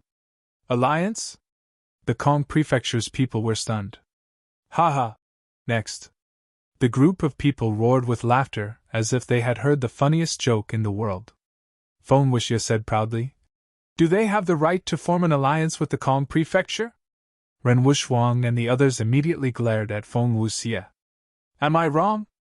I've met most of the people in the spiritual state, and none of them are good enough. Feng Wuxie said disdainfully. You have? Ren Wushhuang was shocked and asked. You've seen Qin Feiyang? Of course. Feng Wuxie nodded. Ren Wushhuang's heart sank. Where is he now? Feng Wuxie smiled. He's already dead by my hands. Kill him. Ren Wushhuang's body and mind trembled, and his face instantly turned deathly pale. Wu Yan and the others were also filled with despair. If even Qin Feiyang was killed, wouldn't the spiritual state be completely finished? At the same time, the people from the Yuzhou prefecture couldn't help but frown. On the hillside, Wolf King retracted his gaze and turned to look at Dong Xingyang. Look at what's in the sky. Dong Xingyang looked up and frowned. There's nothing. Wolf King said disdainfully. Are you blind? Can't you see the cows flying in the sky? Dong Xingyang was speechless. At this moment, Qin Feiyang lurked over and lay beside Wolf King. He looked at Feng Wuxie and the others by the lake and asked in confusion, Why haven't they started fighting yet? Wolf King pursed his lips and said, They're bragging. Bragging? Qin Feiyang was stunned. Dong Xingyang shook his head and smiled. Just now, the people from the Kong prefecture said to Ren Wushhuang and the others that you have died in their hands. Qin Feiyang's face twitched. No wonder Ren Wushhuang's face was filled with anger. So it was because of this. Dong Xingyang whispered, Should we send a voice transmission to Ren Wushhuang and tell him that you're safe? No need, it's more realistic this way. But why aren't they talking now? Qin Feiyang was suspicious. The people from the Kong prefecture are pretending to be profound to scare Ren Wushhuang and the others. As for the people from the Yuzhou prefecture, Wolf King glanced at the red-haired youth and the others and shook his head. I don't know either. They were talking a lot before, but when they heard that you were dead, they all fell silent. There's only one explanation for this. As soon as Wolf King finished speaking, Dong Xingyang's voice sounded in their heads. What explanation? Wolf King looked at him suspiciously. Dong Xingyang didn't answer. He looked at Qin Feiyang and said, I believe you've guessed it too, right? Yes. Qin Feiyang nodded. Hey, do you think I'm heir? Wolf King said angrily. Qin Feiyang rolled his eyes and said, I think the people from the Yuzhou prefecture should be coming for me too. Wolf King was stunned. You're really narcissistic. Then, Wolf King rolled his eyes at Qin Feiyang. Qin Feiyang didn't want to talk nonsense with him. He looked up at the people from the Yuzhou and Kong prefecture. A moment later, the red-haired youth from the Yuzhou prefecture moved. He looked at Feng Wuxie and asked, Did you really kill Qin Feiyang? Of course. Feng Wuxie nodded. If that's the case. The red-haired youth's eyes flashed coldly. He turned his head to look at the burly man in white and said, They have no value anymore. Kill them all. Understood. The burly man in white nodded. Wu Yan and the others also turned pale and looked at Ren Wushhuang for help. Can you have some backbone? It's just death, what's there to be afraid of? Ren Wushhuang shouted. So fierce? Unfortunately, you're not from the Yuzhou prefecture. The burly man in white shook his head regretfully. His eyes suddenly surged with coldness as he shouted, Do it! Immediately, the aura of the people surrounding Ren Wushhuang suddenly erupted. Bastard! Seeing this, Dong Jingyang cursed and rushed towards Ren Wuxuang and the others. But Qin Feiyang grabbed him and whispered, "Don't be impulsive, the people from the Kong prefecture won't let Ren Wuxuang and the others die." As expected, just as the burly man in white and the others attacked, Feng Wuxie took a step forward and his aura erupted like a volcano, rolling in all directions. "Don't you dare touch them without my, Feng Wuxie's permission?" His tone was extremely domineering. "It seems that the Kong prefecture wants to start a war with the Yuzhou prefecture." The burly man in white suddenly turned around and an aura that was not inferior to Feng Wuxie's erupted. "Start a war? Do you think I'm afraid of you?" Feng Wuxie snickered and didn't hide his disdain. "So arrogant? Then I'd like to see how long you can last under my attack." The burly man in white waved his hand and a golden battle chi surged out like a tide, dyeing the land within a few thousand meters with a layer of gold. "Wait!" But at this moment, Feng Hua, who had been silent, put his hand on Feng Wuxie's shoulder and looked at the red-haired youth.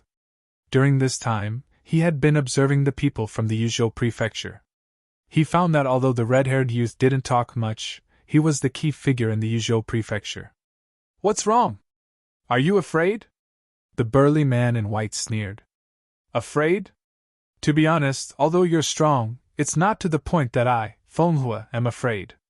I just don't want to fight with you too early. How about this, let's make a bet." Feng Hua smiled faintly. The burly man in white said with disdain, "Do you think it's necessary?" "Yes." Feng Hua nodded and said lightly, "If we really fight now, both sides will suffer, which is not good for anyone." "You're that confident?" The burly man in white sneered. Feng Hua smiled. "If I don't even have this much confidence, would I dare to come to the Nine Nether Underworld?" The burly man in white's eyes turned cold, and a murderous aura surged out of his body. But at this moment, the red-haired youth said, "Fu Shan, let him continue." The burly man in white frowned and seemed dissatisfied, but he didn't dare to disobey. He looked at Feng Hua with a gloomy expression and said, "Speak." Feng Hua smiled. "We'll each send one person and decide the winner in one battle. The people of the spiritual state will belong to whoever wins." "You're too calculative. The people of the spiritual state are now in our hands." "Do you think such a bet is fair?" Fu Shan was so angry that he laughed. The others were also furious. Feng Hua smiled faintly. "If you're a confident person, you definitely won't discuss whether it's fair or not." In other words, he was saying that Fu Shan was not confident. "This person's mind is a bit scary," Qin Feiyang whispered. This person called Feng Hua was too good at scheming and would very likely become a strong opponent in the future. "I'm not confident?" "Haha, just based on your words, I agree to your bet." Fu Shan laughed out loud and took a step forward. He glanced at the people of the Kong state and said coldly, "Who will fight with me?" "Of course it's me." The corner of Feng Wuxie's mouth raised. He turned to look at Feng Hua and the others and asked, "You guys don't have any objections, right? Do we dare to have any objections?" Feng Hua shook his head and smiled bitterly. With a wave of his hand, his battle chi surged and condensed into a barrier that enveloped the people around him. At the same time, the red-haired youth frowned slightly. He was very dissatisfied with Fu Shan's decision, but he did not say anything. He also condensed a barrier to protect Ren Wuxuang and the others from the Yizhou state. Seeing this, Dong Jingyang raised his eyebrows and looked at Qin Feiyang. "If they really decide the winner in one battle, wouldn't our plan be ruined?" Qin Feiyang nodded, thought for a while and said, "Don't worry, let's see the situation first. Let's begin." At this time, Feng Hua's voice sounded. Boom! Before his voice faded, Feng Wuxie and Fu Shan took a step forward at the same time and charged towards each other. Their auras soared into the sky. I don't know if you've heard of the saying, strong on the outside but weak on the inside. You belong to this kind of person. As he approached, Feng Wuxie opened his mouth and laughed, revealing a mouthful of white teeth. The previous repeated provocations had already made Fu Shan very angry. Now that he heard this, How could he not be angry? Because Feng Wuxie was mocking him. He looked strong on the outside, but in fact, he was weak on the inside and could not withstand a single blow. Arrogant bastard, go to hell. Fu Shan clenched his 5 fingers and with a roar, he threw a punch at Feng Wuxie. You're not strong enough. Feng Wuxie chuckled, but his eyes flashed with a scheming smile. He did not dodge and slapped out with his palm. In the blink of an eye, the fist and palm collided.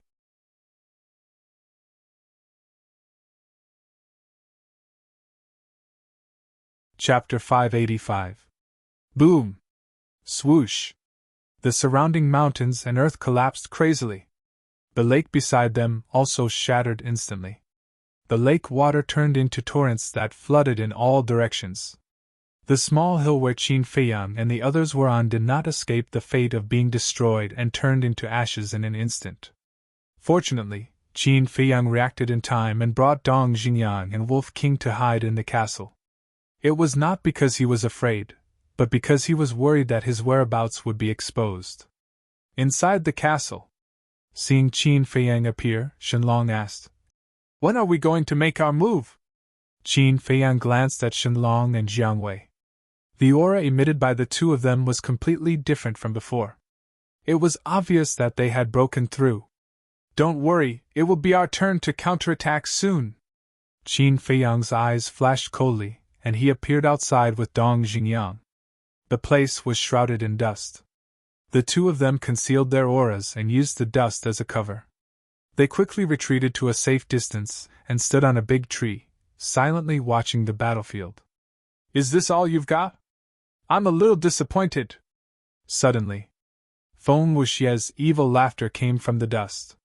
Immediately after, a gust of wind appeared on the battlefield, sweeping up all the dust and turning it into a sandstorm that surged into the distance. At that moment, everything was revealed. Feng Wuxie and Fu Shan both took a few steps back. There was a trace of blood at the corner of their mouths, but their expressions were different.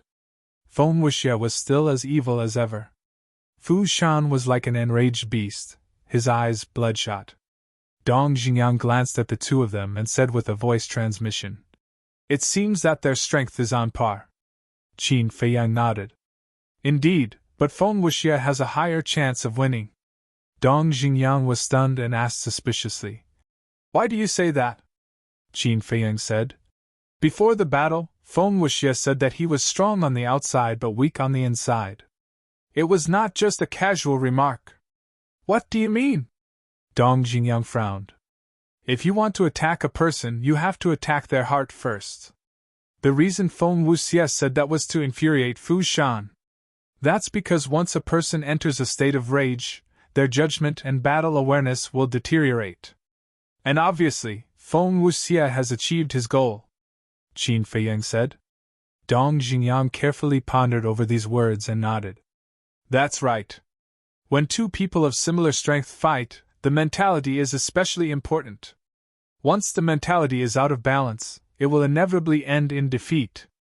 I just don't know if Fu Shan has realized this," Qin Feiyang muttered. If he calmed down now, it was not too late. But if this continued, the final winner would be Feng Wuxie. In the blink of an eye, the enraged Fu Shan once again charged towards Feng Wuxie. "With your strength, I really don't understand how you have the guts to participate in the Great War of the 9 States." Feng Wuxie continued to taunt. In the time it took for a spark to fly off a flint, the two clashed. However, Feng Wuxie only defended and did not attack. Occasionally, he would taunt him. On the other hand, Fu Shan was getting crazier and more irritable. He was almost losing his mind. The evenly matched situation gradually lost its balance. Unknowingly, Feng Wuxie began to gain the upper hand.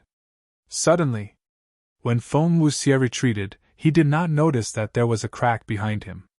He stepped on empty air, and his body staggered and fell backward. "Good chance!" Fu Shan's eyes lit up. Without hesitation, he pounced forward. Battle Chi gushed out of his palm, and he slammed it towards Feng Wuxie's chest.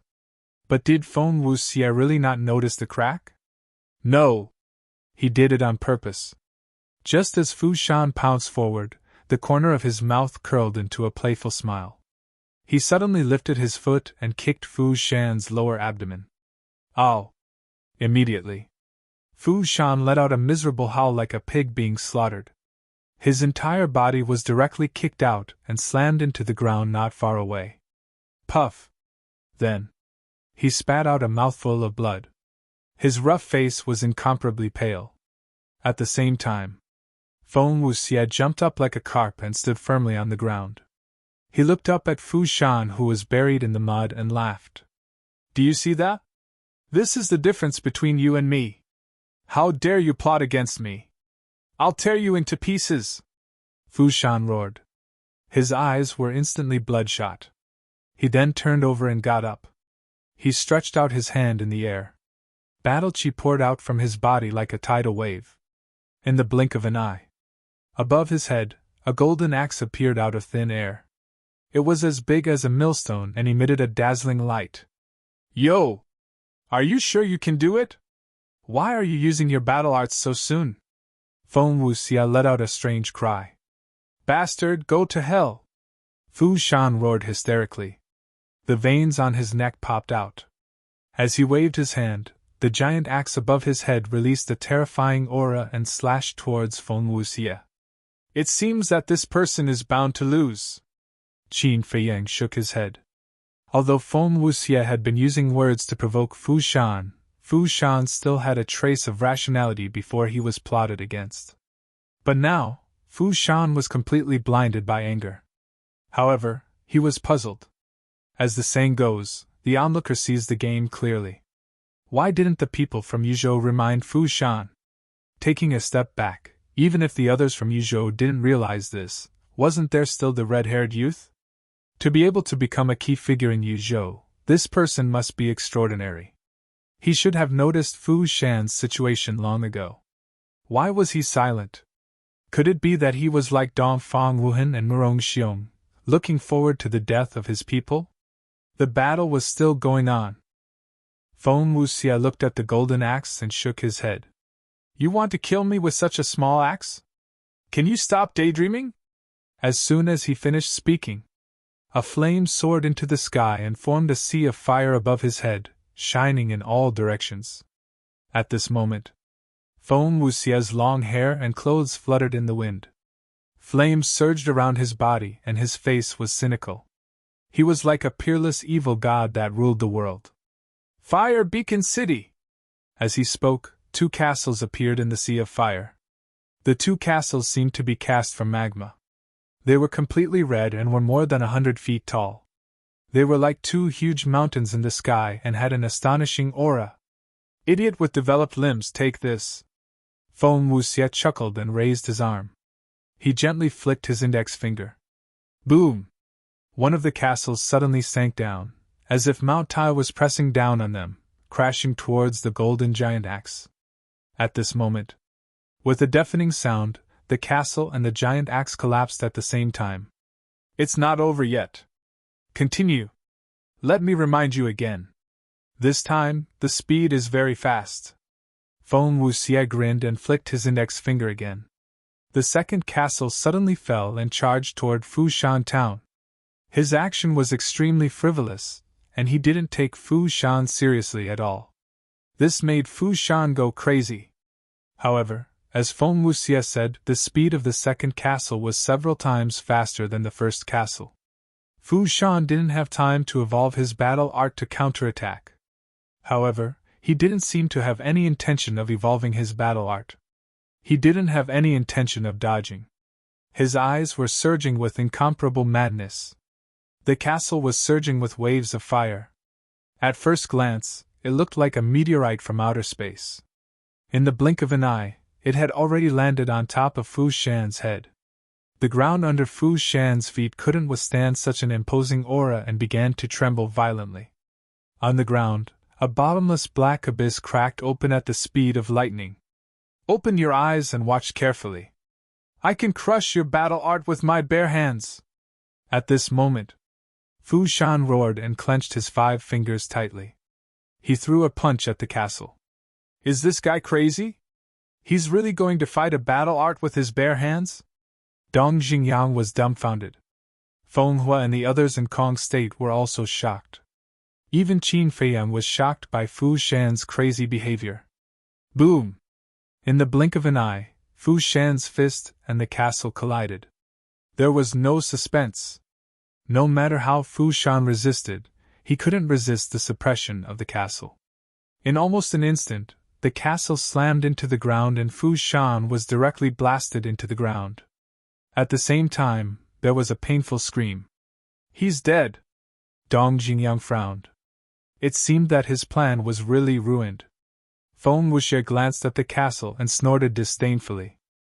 He looked up at the red-haired young man from Yuzhou and said with a smile, "Accept your loss. Don't go back on your word." The red-haired young man glanced at him indifferently, and turned his head to look at the castle in silence. Feng Wuxie shook his head and said, "Don't look. My battle art is a superior one. He can't be alive." The red-haired young man remained silent and seemed extremely calm. "Are you trying to exhaust my patience?" Feng Wuxie immediately raised his eyebrows. Boom! But as soon as he finished speaking, with an earth-shattering bang, the castle suddenly fell apart. A big man drenched in blood rushed out from the ground. Who else could it be but Fu Shan? But at this moment, his clothes were ragged and he looked like a beggar. His body was covered with wounds. The arm that shook the castle had been shattered and blood was gushing out. "That's impossible!" Seeing Fu Shan jump out alive, Feng Wuxie couldn't help but frown. Feng Hua and the others also frowned. They couldn't accept it. "Is it a fluke that he survived?" Qin Feiyang muttered. However, regardless of whether it was a fluke or not, the current Fu Shan was completely different from the previous Fu Shan. Although Fu Shan was heavily injured, there was not the slightest bit of anger on his face. He was calm and collected. Suddenly, the red-haired young man said indifferently, "Fu Shan, do you know your shortcomings now?" "Yes." Fu Shan nodded and cupped his hands. "Thank you for the reminder, senior brother Wan Qiu." "Reminder?" Qin Feiyang was stunned. When did the red-haired young man remind him? Dong Xingyang said, "You forgot that a battle master can secretly send a message." Qin Feiyang was stunned. He then patted his forehead and smiled bitterly. He always forgot that he had not broken through to the battle master realm. In that case, it was not the castle that suppressed Fu Shan underground. It was Fu Shan who took the initiative to go underground. Because at that time, going underground was the only way out. Only then could he save his life. "Go, let him see your true strength." The red-haired young man spoke again, but his tone was no longer calm. There was a bone-piercing sharpness to it. Fu Shan nodded and took out a regeneration pill and a healing pill. He then turned to look at Feng Wuxie and said, "I've let you be proud for so long. It's time for you to suffer." "TSK." Feng Wuxie was disdainful.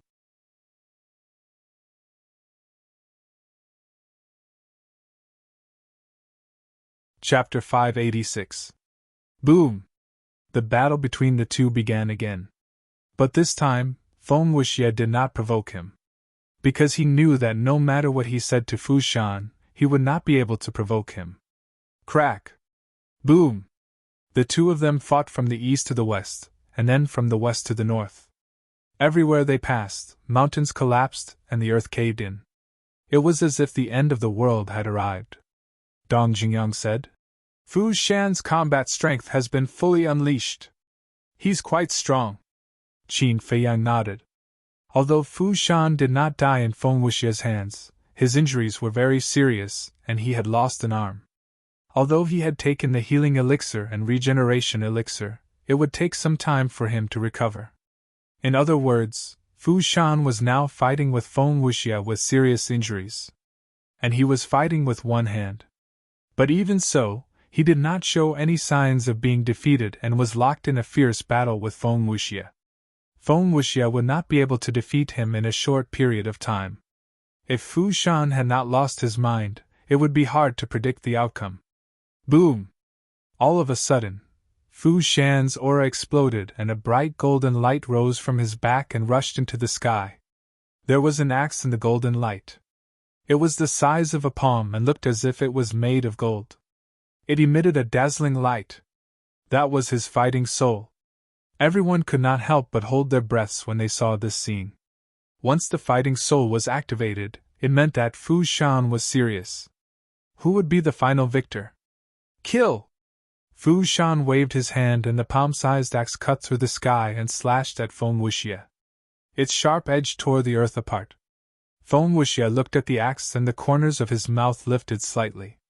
Chirp! The next moment, accompanied by a shrill cry, a wave of fire rushed out from his back. What? That's his fighting soul? Am I seeing things? Dong Jingyang was dumbfounded. The people from Yuzhou were also shocked. Even Qin Feiyan and the red-haired youth's pupils constricted in shock. Feng Wuxie's fighting soul was a ferocious bird. It was dozens of feet tall, and was surrounded by flames. It flapped its fiery red wings and soared into the sky.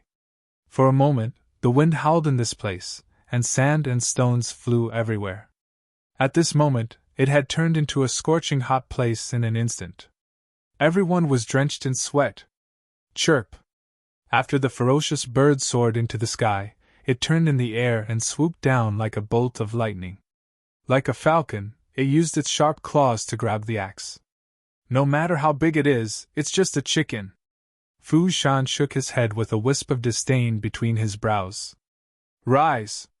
Following closely, Fu Shan let out a low roar, and the palm-sized axe immediately swelled with the wind. In the blink of an eye, a huge axe appeared out of nowhere.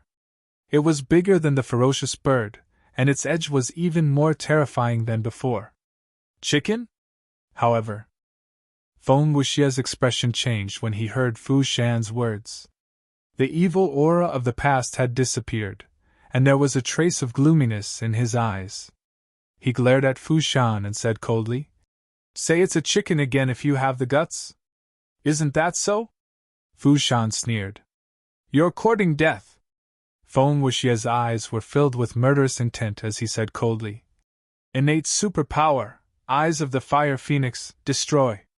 At that moment, the ferocious bird that swooped down blinked its eyes, and two fiery red beams of light burst out of its eyes, like two pillars of fire, and blasted towards the golden axe.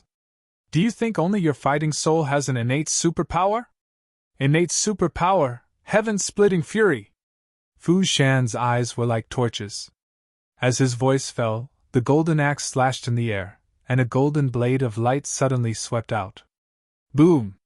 In an instant, the blade of light and the beam of light collided, like two meteorites colliding, and a destructive aura erupted, covering the sky and earth in all directions.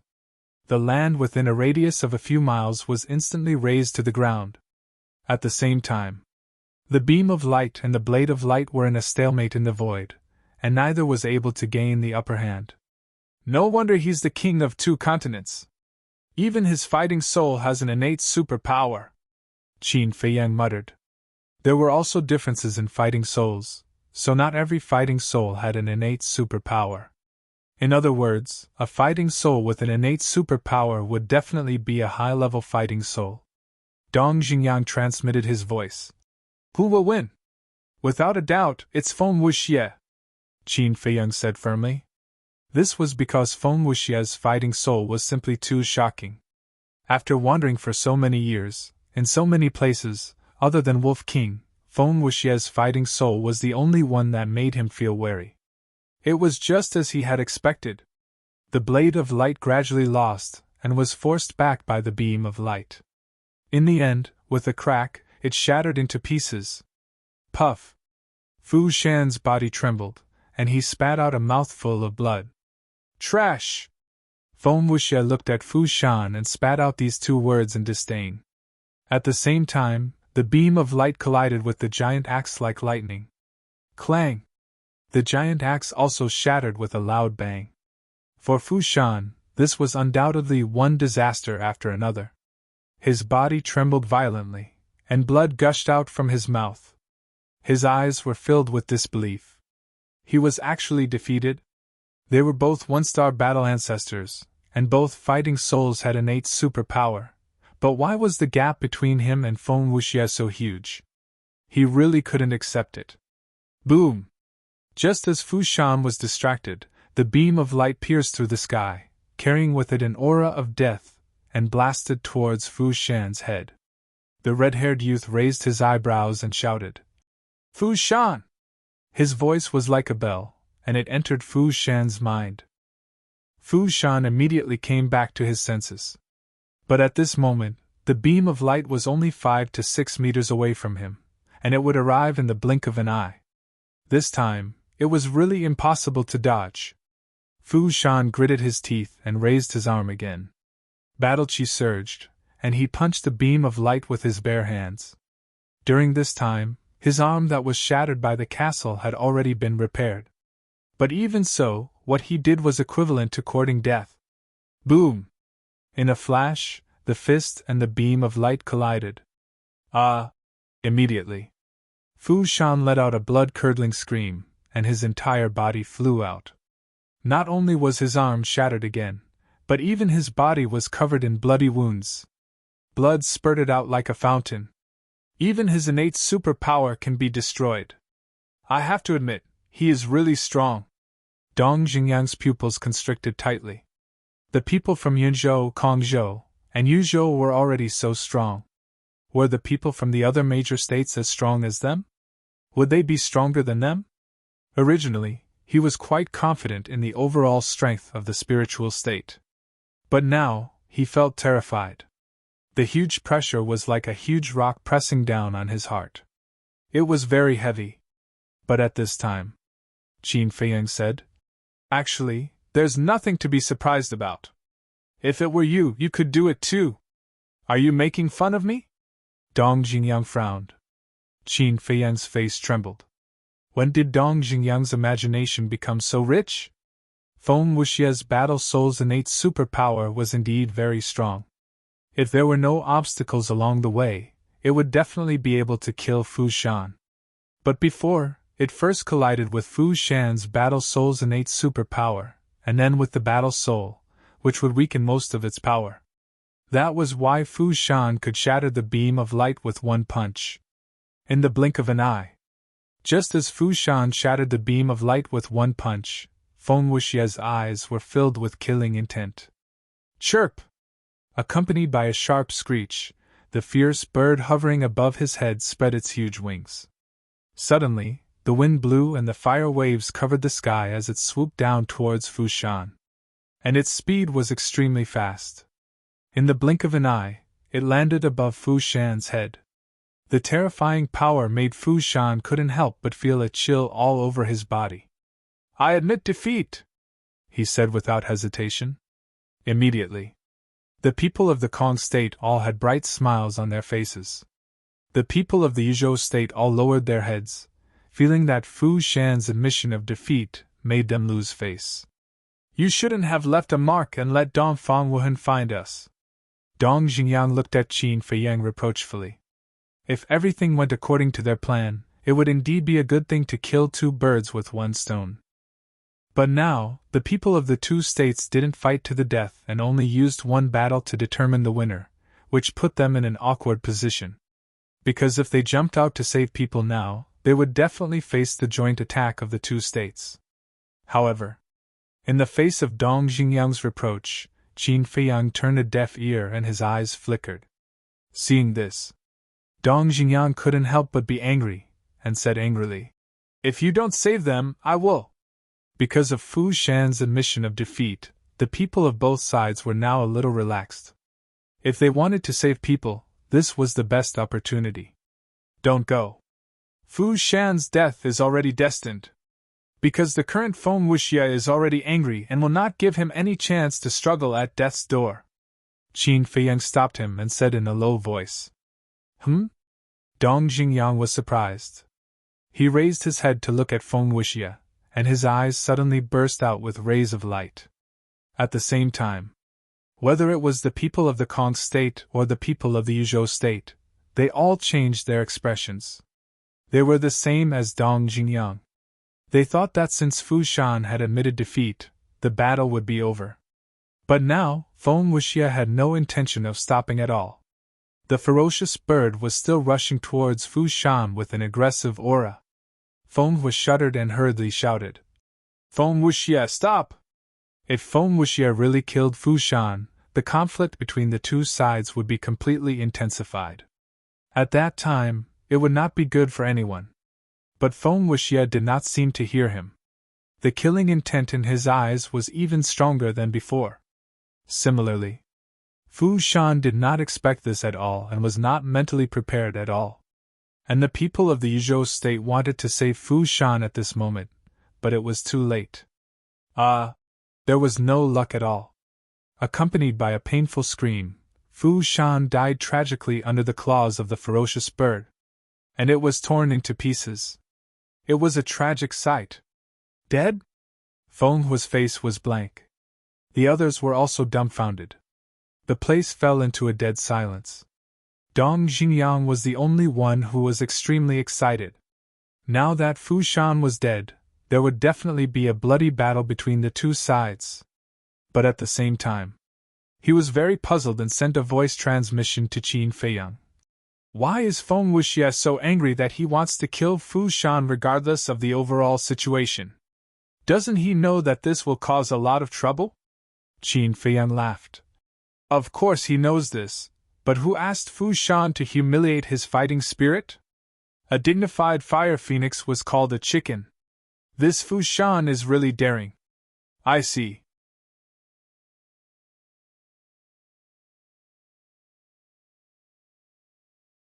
Chapter 587.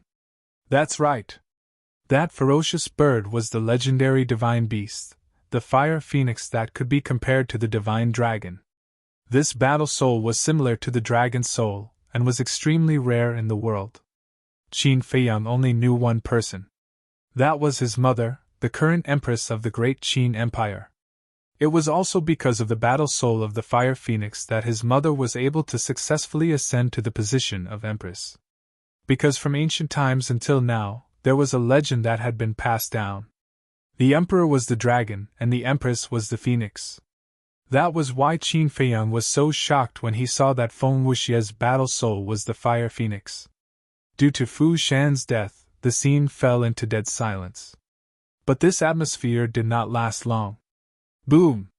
Suddenly, a terrifying aura surged, even stronger than Feng Wuxia and Fu Shan's aura. The source of this aura was the red-haired youth, Wan Qiu. Fu Shan has already admitted defeat. Why do you still want to kill him? At this moment, whether it was his expression or his gaze, it was incomparably cold. I'm happy to. Feng Wuxia smiled evilly. Is that so? Then I'm happy to kill you. Wan Qiu waved his hand and a bloody light shot out, sweeping towards Feng Wuxia like lightning. The bloody light was filled with a shocking murderous intent and baleful aura. Two-star combat ancestor. Feng Wuxia's pupils shrank, but then he grinned and said, I've long wanted to spar with a two-star combat ancestor, and see how far away I am from a two-star combat ancestor. But before he could finish, the twin sisters scolded. Spar your ass, back off! At the same time, the girl on the left took a step forward and stood in front of Feng Wuxia. Feng Wuxia said unhappily, Xuanning, you don't have to care about my business. Humph! If I tell you to back off, then back off. Xuanning snorted coldly. All right. Feng Wuxia shrugged helplessly and turned to Feng Hua. At the same time, the girl called Xuanning also raised her slender arm and pointed her white index finger in the air. A dazzling battle chi emerged. The battle chi was like water, condensing into a water storm and blasted towards the bloody aura. Boom! When the two met, Wan Qiu and Xuanning both took a step back. Xuanning calmed down the surging blood and qi in her body and raised her head to look at Wan Qiu. Before they fought, they didn't say anything about not killing each other. Now that you're doing this, don't you think you're going overboard? I went overboard. Wan Qiu's gaze turned even colder. He did not waste his breath and took a step forward. His large hand shot out explosively, bringing along an ear-piercing palm wind. he slapped towards Xuanning. He's simply being unreasonable, Xuanning said angrily.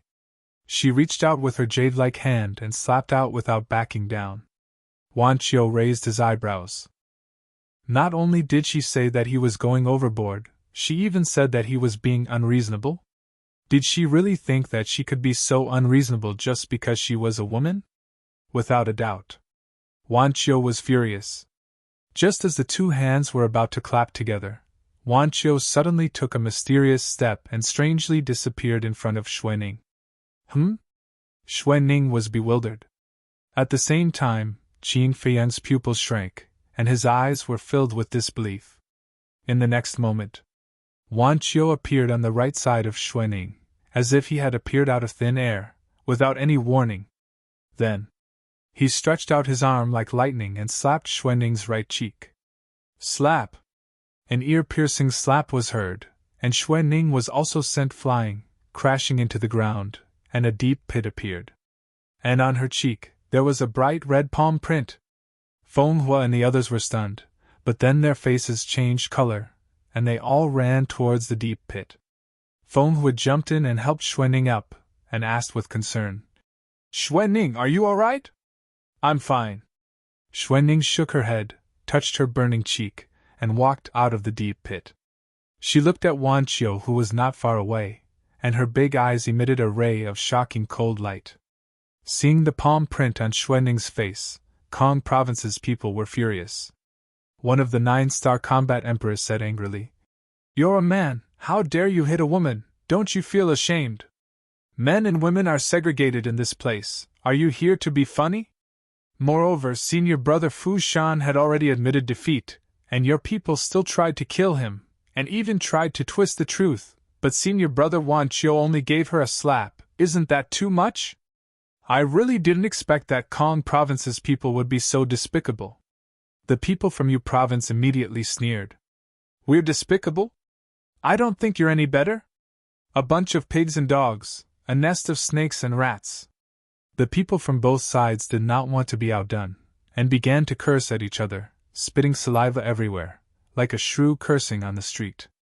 Dong Xingyang was stunned. "What's going on? If you don't want to admit defeat, then fight, what's the use of cursing?" Suddenly, he noticed Qin Feiyang's abnormality, and transmitted his voice. "What's wrong?" Qin Feiyang's gaze was still locked on Wan Qiu, and his eyes flashed with an inexplicable light. Dong Xingyang followed Qin Feiyang's gaze and frowned. "What's wrong with Wan Qiu?" "Very wrong," Qin Feiyang whispered and said. "He's not simple." "What do you mean?" Dong Xingyang became more and more suspicious. Qin Feiyang said, "The movement technique he used before was a kind of battle art." "I know that, is there a problem?" Dong Xingyang nodded and asked suspiciously. Qin Feiyang's eyes flashed and said, "Of course there's a problem, because that movement technique is a perfect battle art." "What?" Dong Xingyang turned pale with fright. He did not expect it to be a perfect battle art. Dong Xingyang hurriedly asked, "How do you know?" Qin Feiyang said, "Because the phantom steps that I have mastered is a perfect battle art, so I can recognize it at a glance." Dong Xingyang suddenly felt a little suffocated. His heart also began to feel uneasy. Although everyone present had mastered a superior auxiliary battle art, one had to know that the difference between superior and perfect battle arts was very large. For example, Wan Qiu, with his perfect battle art, had the ability to suppress everyone present. The only one who had a perfect battle art, Qin Feiyang, was only an 8-star war emperor, and could not compete with Wan Qiu. In other words, at this moment, Wan Qiu was an invincible existence. The two sides were still arguing endlessly. The words they said were getting more and more unpleasant. "Enough. What's the use of talking nonsense? If you're not convinced, then let's fight." Feng Wuxia suddenly shouted coldly, and his aura suddenly erupted, charging towards a 1-star war sect of Yuzhou. "Do you think I'm afraid of you?" The 1-star war sect of Yuzhou sneered, but did not charge forward. He turned his head to look at Wan Qiu, waiting for Wan Qiu to speak. "Kill them all." In addition to Fenghua, the other war sect of Kong State followed behind Feng Wuxie and charged towards the people of Yuzhou. Wan Qiu glanced at Feng Wuxie and the others, his eyes flashing coldly, and said, "Eight-star War Emperor, take the people of Lingzhou and retreat. Senior brother Wan Qiu, Qin Feiyang is dead, is there a need to keep them alive?"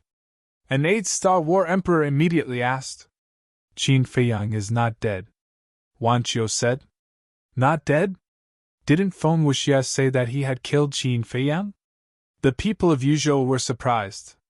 If he really killed Qin Feiyang, would he still try to snatch Ren Wuxuang and the others? If I'm not wrong, they are snatching these people to threaten Qin Feiyang. Wan Qiu sneered. "I see.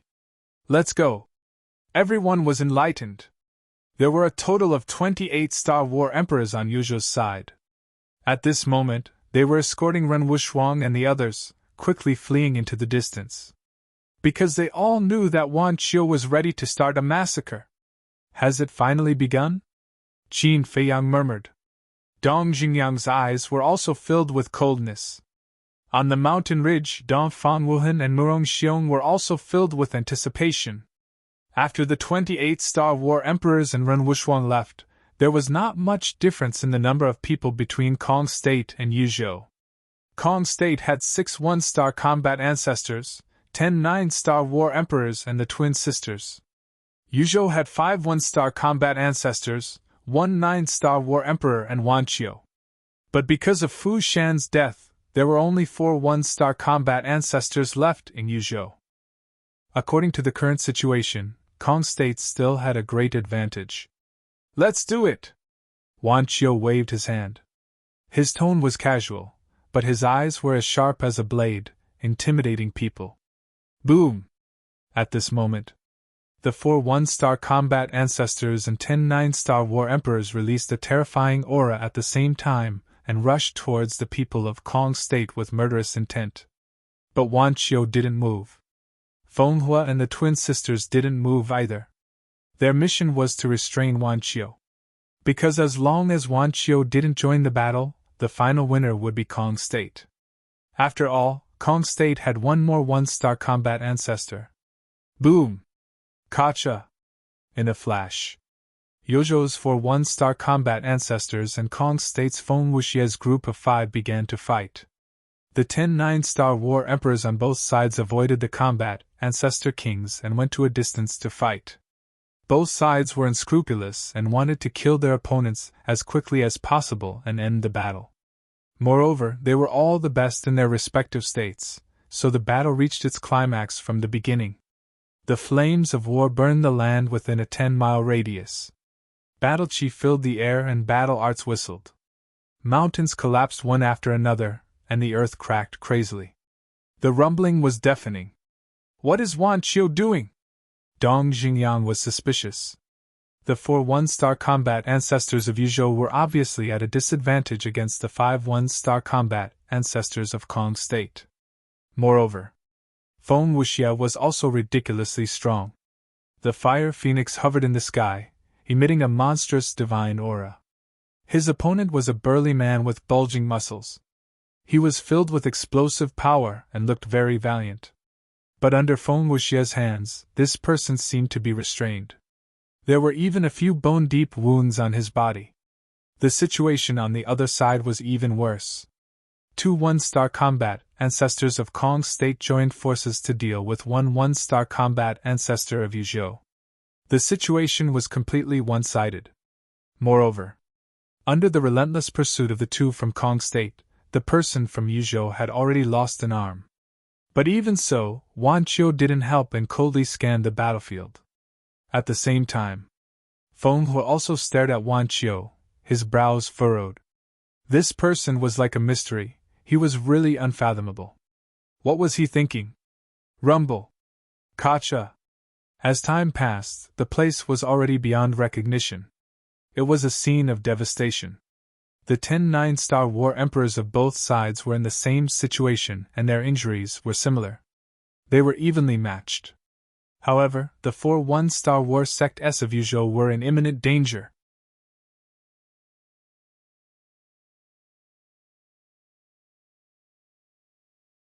Chapter 588. Qin Feiyang's attention was also on Wan Qiu.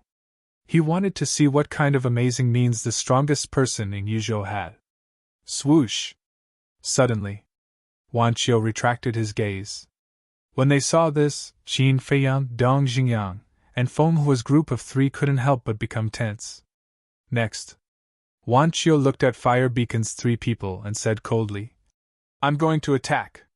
He did not say much but was extremely arrogant. As everyone knew, usually, before facing an enemy, one would think of ways to numb the opponent and catch them off guard with unexpected speed. But now, Wan Qiu did the exact opposite, and openly said it out loud. This was a blatant disdain towards the three Fire Beacon experts. Qin Feiyang pursed his lips into a bitter smile. Compared to this person, his previous arrogance was nothing more than child's play. Without a doubt, the twin sisters were angry, their faces full of frost. But Fire Beacon was relatively calmer. However, his gaze was firmly fixed on Wan Qiu and he did not dare to move at all, for fear that Wan Qiu would suddenly disappear from his sight. Whoosh! Suddenly, Wan Qiu moved and walked towards the man who was surrounded. Obviously, he first had to help the man out of his predicament. And his speed was not fast, but each step was steady and powerful. Fire Beacon and the twin sisters looked at each other and rushed out at the same time, blocking in front of Wan Qiu. Wan Qiu glanced at the three people, his gaze extremely cold. He did not have the slightest intention of stopping and face the three people like this. "I've never been afraid of arrogant people. Wan, you're very strong, but we sisters are stronger." The twin sisters' lips curled up slightly, with a touch of disdain. Boom! Following closely, their auras erupted like volcanoes. Then, they raised their slender jade arms and slapped towards Wan Qiu from left and right. "These two sisters are two-star battle grandmasters?" Qin Feiyang looked stunned. "Very strong. If it's a head-on battle, the spiritual state has no chance of winning," Dong Xingyang whispered. Qin Feiyang nodded. Two two-star battle grandmasters, 6 one-star battle grandmasters, and 10 nine-star battle emperors.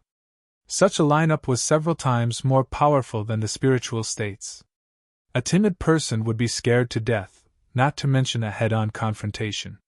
However, Kong Prefecture's current opponent was Yuzhou. Although the overall strength of Yu Prefecture was slightly weaker than Kong Prefecture, they had Wan Qiu as their trump card. It was hard to say who would win. In the blink of an eye, the twin sisters had already arrived in front of Wan Qiu. Their palms were like thunder, shaking the surroundings. However, Wan Qiu did not confront them directly. Whoosh! He took a step forward and calmly passed between the two sisters, continuing to walk towards the burly man. Throughout the entire process, there was no pause at all. How is this possible? The twins froze in place, unable to accept the fact that their palm had missed. At the same time, Feng Hua's pupils also contracted, his face full of shock. Facing the interception of two two-star battle grandmasters, he could still escape so easily. Was this a dream? How could he be so fast? Wasn't he just a two-star battle grandmaster? Stop! The twin sisters came back to their senses and immediately turned around to shout at Wan Qiu. However, Wan Qiu did not even look back at them, appearing incomparably cold. Bastard! I told you to stop, didn't you hear me? The twin sisters were furious. Two dazzling battle auras appeared and turned into a torrent, carrying a destructive aura as they rushed towards Wan Qiu. However, Wan Qiu still did not look back, as if he did not notice them. However, just before the two battle auras were about to drown him, he took another step forward and mysteriously disappeared from the range of the battle auras. Boom! The battle auras bombarded the ground, instantly creating a deafening sound. A huge sinkhole instantly appeared in front of everyone's eyes. At this moment, Wan Qiu was standing at the edge of the sinkhole. His long red hair and white clothes fluttered in the wind, but he was completely unharmed. How could he dodge that? Seeing Wan Qiu, the twin sisters' eyes immediately widened. Feng Hua's eyes also widened in anger, and his heart was extremely shocked. What was going on? His speed was clearly not fast, but why did Wan Chio's speed become so astonishing at every critical moment? This time, Wan Chio turned his head and glanced at the three of them, but there was a hint of mockery in his cold eyes. Then, he turned back and continued to walk towards the burly man. Dong Jingyang said, "It seems that they haven't realized that Wan Chio has mastered a perfect auxiliary battle art. A perfect battle art is too rare. It's not an exaggeration to say that it's a legend in the 18 counties of the 9 states. Even if they realize it, I'm afraid that they will directly reject it in their hearts." Qin Feiyang said. "Then how did you get your perfect battle art?" Dong Jingyang asked, his eyes full of expectation. Qin Feiyang smiled but did not say anything. Dong Jingyang pursed his lips and did not ask for a rebuff. He turned his head and continued to pay attention to Wan Chio. During the conversation, Wan Chio and the burly man were only 100 meters away. The two one-star battle masters besieging the burly man in Kong province also noticed Wan Chio and immediately felt uneasy in their hearts. The burly man, however, was wild with joy. He was already seriously injured and his consciousness was about to dissipate, but when he saw Wan Chio approaching, he instantly became lively. His methods were also extremely crazy. It was as if he didn't care about his life at all as he forcefully restrained the two one-star battle ancestors. Seeing this, Feng Hua's expression changed greatly, and he shouted, "Quickly go and help!" Whoosh!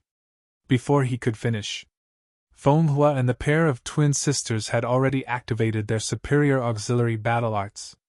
Accompanied by the sound of breaking through the air, they shot towards Wan Chio. Feeling the aura behind him that was quickly approaching, Wan Chio's gaze became colder and colder. "If I want to kill someone, who can stop me?"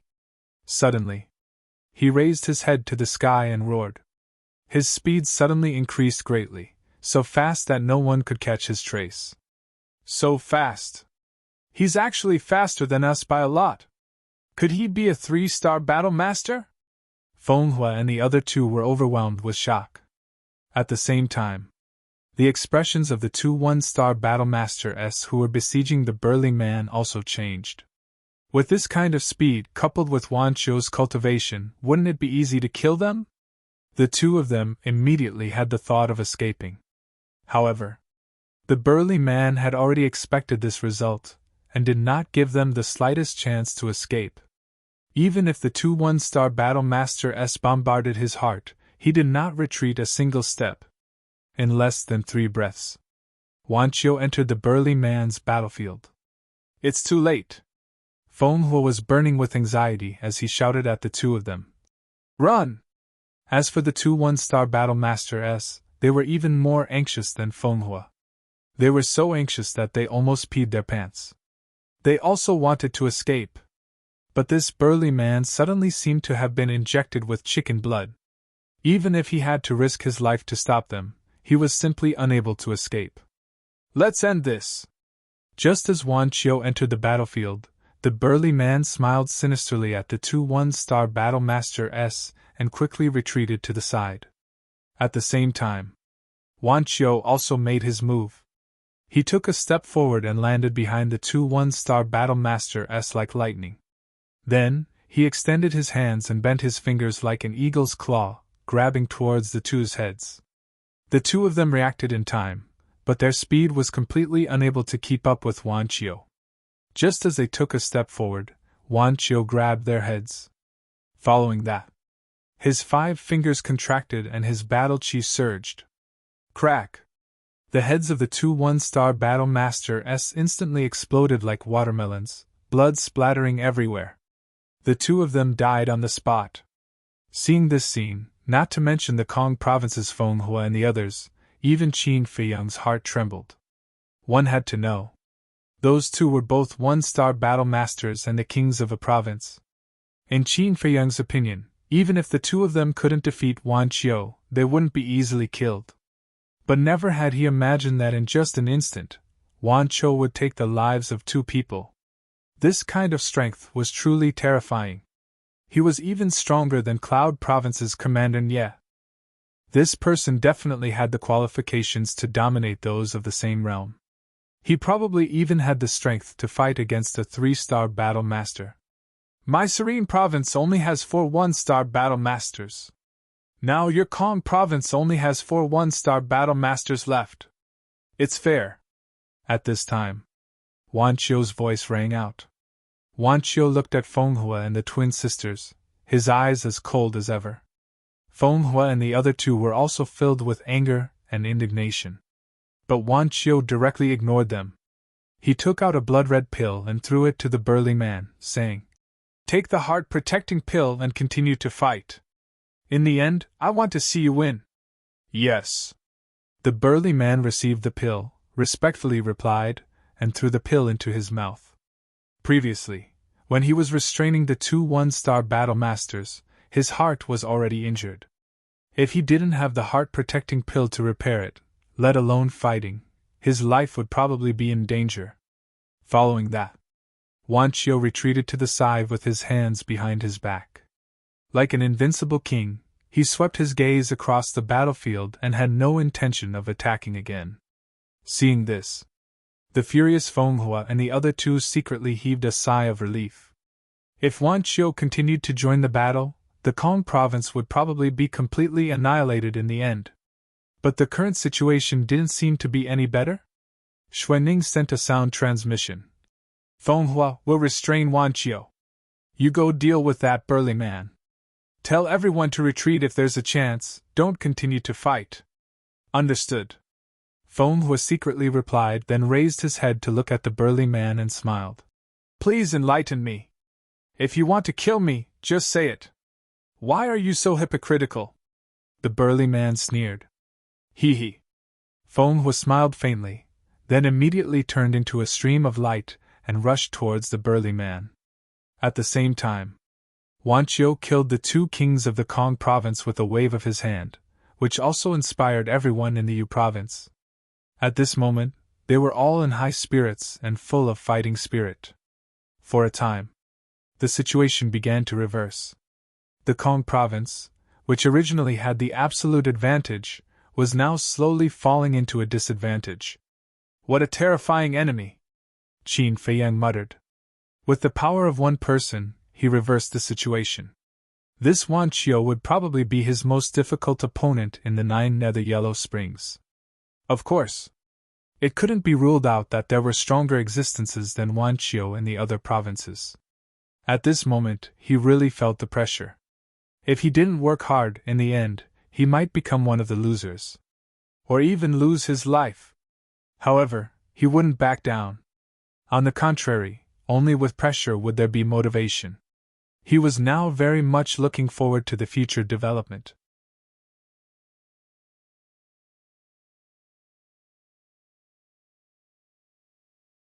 Chapter 589. Action? Dong Xingyang was stunned and frowned. Are you sure now? The battle between Yu province and Kong province had just begun. Wouldn't it be asking for a beating if they jumped out now? Because it was expected that as soon as they appeared, the people from the 2 provinces would definitely stop fighting and join forces to suppress them. Just the people from one province was enough to give him a headache, let alone the people from 2 provinces. You misunderstood me. I'm not going to get involved in their battle. I'm going to save people, Qin Feiyang said. Save people? Dong Xingyang was stunned. That's right. Qin Feiyang nodded. The 9-star combat emperors and combat masters from Yu province were now pinned down by the people from Kong province. Only the 8-star combat emperors were guarding. Although there were 28-star combat emperors, they were no threat to Qin Feiyang. Moreover, they had 3 1-star combat masters on their side. Dong Xingyang, Shenlong, and Jiang Wei. With their strength, it was more than enough to deal with a group of 8-star combat emperors. Understanding Qin Feiyang's meaning, Dong Xingyang naturally had no objections.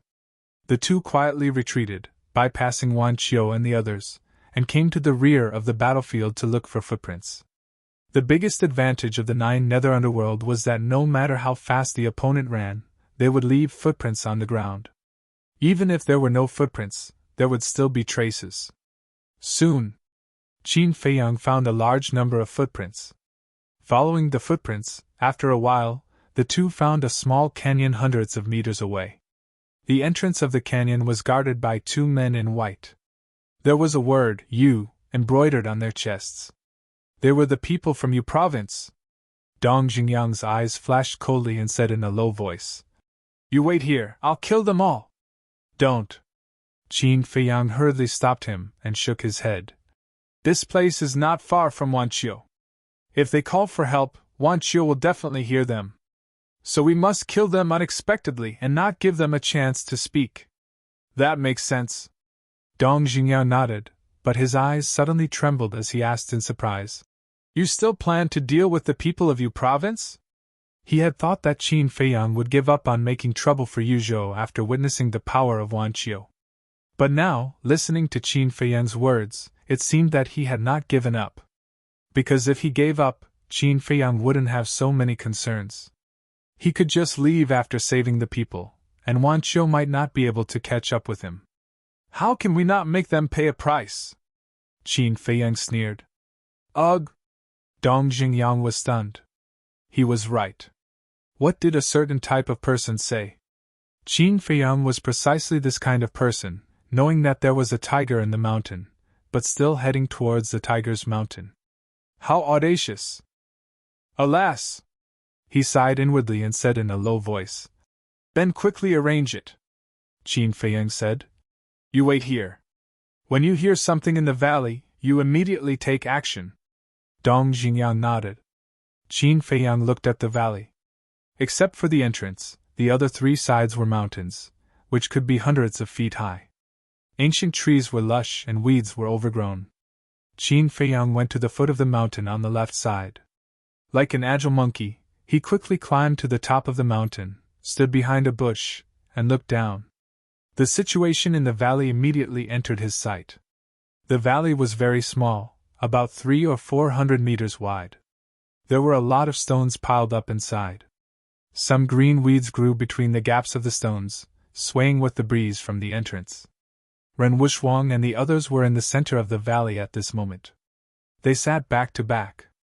Some angrily glanced at the people of Yuzhou, some were silent in despair, and some were whispering to each other. As for the 28-star combat emperors of Yuzhou, except for the two guarding the entrance, the rest were gathered around Ren Wushwang and the others. "Do you think senior brother Wanqiu and the others can defeat them? I'm also thinking about this problem. Although Kong province doesn't have as many people as Yuzhou, their overall strength is stronger than ours. Yes, especially the twin sisters. I feel that their chi is similar to that of senior brother Wanqiu. They are probably 2-star combat masters." Three young men said, their faces full of worry. "You are worrying for nothing, do you know that? So what if they are 2-star combat masters? Don't forget that our senior brother Wanqiu has mastered a perfect auxiliary combat art. No matter how strong they are, they can only be abused." "That's right. Not to mention Kong province, even if there are people from several other provinces, senior brother Wanqiu can easily deal with them." Immediately, some people disdainfully discussed. Qin Feiyang saw all of this and couldn't help but feel sorry for these people. Because they relied too much on Wanqiu. If Wanqiu left or unfortunately died in battle, the others from Yuzhou wouldn't be able to make any waves. However, killing Wanqiu wasn't an easy task. Qin Feiyang waved his hand and Shenlong, Jiangwei, and Wolf King appeared out of thin air. Qin Feiyang pointed at the canyon below and said, "Shenmei is down there." Shenlong looked down and saw Shenmei covered in blood and looked extremely miserable. Killing intent suddenly burst out of his eyes. Qin Feiyang looked at Wolf King and said, "You hide down there and wait for my orders." "No problem." Wolf King smiled and his palm-sized body swept into the grass. Soon, he entered the canyon and hid in a crack not far from Ren Wushwang and the others. About 100 breaths later, Qin Feiyang retracted his gaze and looked at Jiangwei and Shenlong, saying, "Be sure to kill them in one blow. We heard the conversation between you and Dong Xingyang from inside," Qin Lai said. "Don't worry, but a group of 8-star combat emperors won't give them a chance to speak." The two spoke one after another in an extremely cold tone. Qin Feiyang nodded and waved his hand, shouting, "Do it!" Whoosh! Shenlong and Jiang Wei immediately took a step forward and shot down. The two didn't deliberately hide, so before they landed in the canyon, the people from Yuzhou and Ren Wuxuang had already discovered them. But the difference was, Ren Wuxuang and the others were overjoyed. Some were even crying tears of joy. However, when the people from Yuzhou saw the word Ling on Shenlong and Jiang Wei's chests, they were immediately shocked. Why are the people from Ling State here? Their auras are very strong, they must be combat masters. Quickly call for help from senior brother Wan Qiu. The group of people instantly panicked. But there were a few people who were calmer and immediately called for help. However, the Wolf King, who was hiding in the crevice, didn't give them a chance to call for help. Just as Shenlong and Jiang Wei were discovered, it used the void escape step and rushed out, its two small claws grabbing two white ribs. The void escape step was a perfect battle art. Now, its cultivation was also a 9-star combat emperor, and it was half a step into the combat master realm. One could imagine how amazing its speed was. In half a blink of an eye, it swept in front of the two 8-star combat emperors and raised its ribs to knock their heads. Crack! The ribs could even tear the defense of a combat master, let alone an 8-star combat emperor. There was no suspense. Accompanied by an ear-piercing sound, the heads of the two exploded on the spot, blood splattering everywhere. After killing the two, it immediately attacked the people next to them. At this moment, Shenlong and Jiang Wei also arrived at the same time, attacking mercilessly like two death gods, crazily harvesting lives. At the same time, the two people guarding the entrance immediately turned and ran inside when they heard the commotion inside. Wait! But suddenly, in the forest ahead, a cold voice sounded. Who is it? The two of them were shocked. Then, they saw a white figure rushing out of the forest and heading straight for them. And it was very fast. With their eyesight, they couldn't capture the person's true appearance. In the blink of an eye, the white figure was only a dozen meters away from them. This time, they finally saw the person's face clearly, and also saw the word on his chest. It was the word, Ling. It was actually someone from the spiritual state. The two of them were instantly shocked and were about to call for help. But that person didn't give them a chance.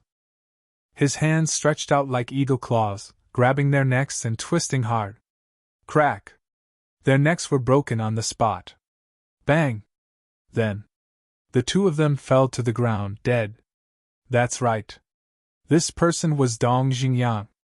After killing the two of them, Dong Xingyang didn't stay for a moment and directly rushed into the canyon. The battle in the canyon had also ended.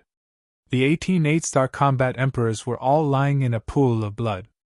Most of them had their heads blown open. The bloody scene made one's hair stand on end. Without a doubt, this was definitely Wolf King's masterpiece. What a ferocious fellow! Dong Xingyang muttered in his heart. He ran to Ren Wuxuang and the others, glanced at everyone, and asked with concern, Are you all okay? No. Everyone shook their heads. Xinmei lowered her head and blamed herself. I'm sorry for causing trouble for you. Hearing this, the others also lowered their heads, their faces full of apologies, including Wu Yan and Si Zhang. However, there was one person who was calm, and that was Lu Xingqian. Shenlong said, The people from Yuzhou are too strong. There's nothing we can do about it. You don't have to blame yourselves. Xinmei looked at Shenlong in surprise. Shenlong also smiled at her. Xinmei was completely dumbfounded. What was going on? This cousin who usually didn't want to look at her was actually smiling at her at this moment.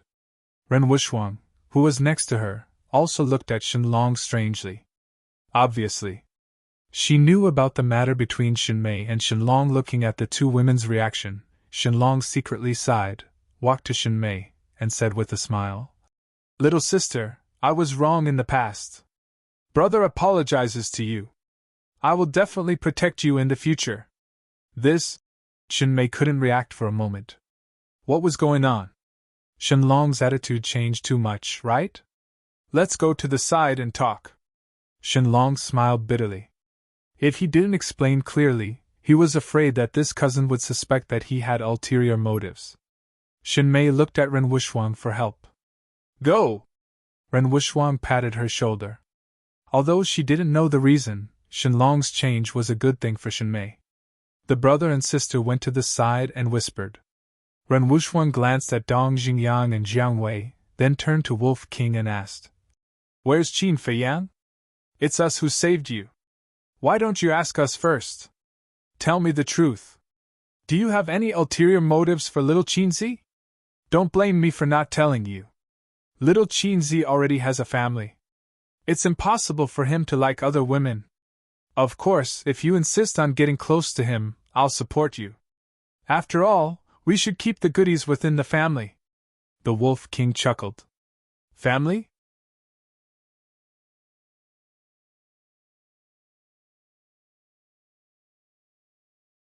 Chapter 590. Dong Jingyang and the others were also shocked. Qin Feiyang had a wife? Why hadn't they heard of it? Looking at Ren Wuxuang's reaction, Wolf King had a strange look in his eyes and said with a wicked smile, Don't tell me that you really like little Qinzi. What are you talking about? Ren Wuxuang blushed and scolded. Do you want a beating? Haha, it seems that little Qinzi has a lot of luck with women. Wolf King laughed sinisterly. Believe it or not, I'll seal your mouth if you keep talking nonsense. At this time, Qin Feiyang rushed down from the top of the mountain and landed in front of everyone, looking at Wolf King angrily. For a moment, everyone's eyes were focused on him. Humph! You don't know how to appreciate my kindness! Wolf King muttered discontentedly. Can't you see that I'm trying to set them up? Such a beautiful girl is right in front of you, but you don't take action. What a blockhead!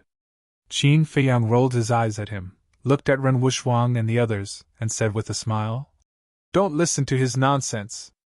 How are you? Are you hurt? Everyone looked at each other, and couldn't help but smile bitterly. It turned out that the so-called wife was just a joke. They almost believed it. It's just some superficial wounds. It doesn't matter. Ren Wuxuang shook his head and asked, When did you come? Qin Feiyang said, We arrived early in the morning, but we didn't find the time to rescue you. You've been tired. Lu Xingchen sighed and said, Brother Qin, you're the one who's tired. We're just a bunch of burdens. The others also lowered their heads, looking ashamed. They all thought that they were doomed this time.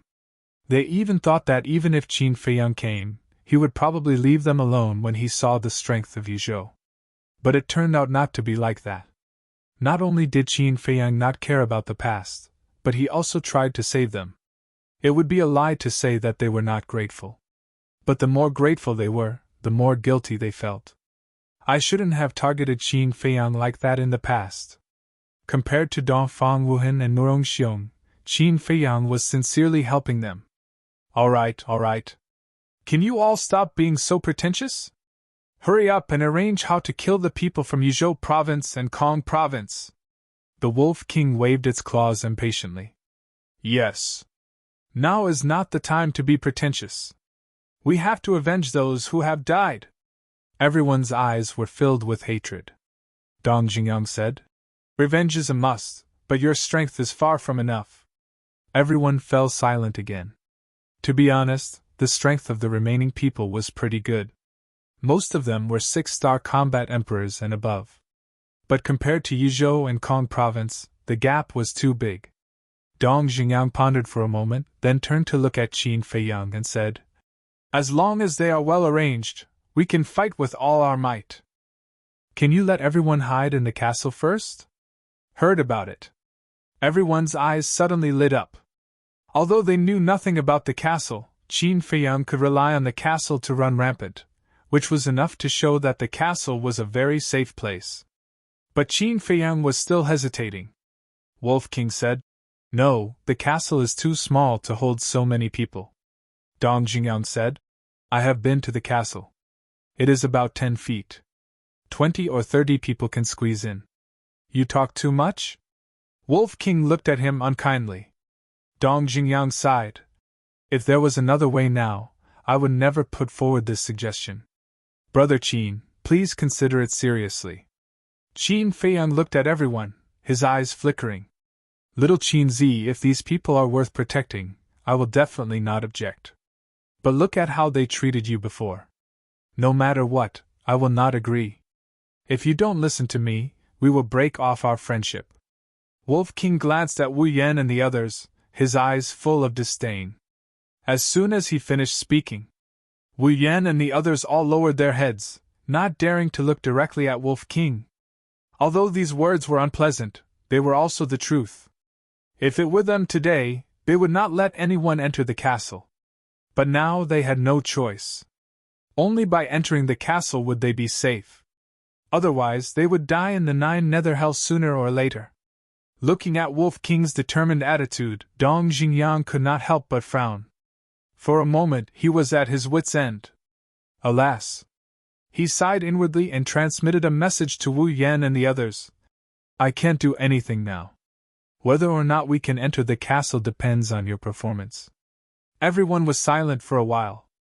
Suddenly, everyone bowed down in unison and lowered their proud heads. Senior Brother Qin, we really know we were wrong. Please be merciful and help us.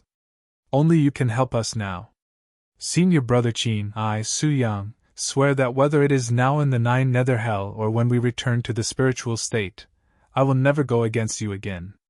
Well, as long as we can leave here, you will be my great benefactor in the future. I will definitely repay you well. Please rest assured that we will not act recklessly after we enter the castle.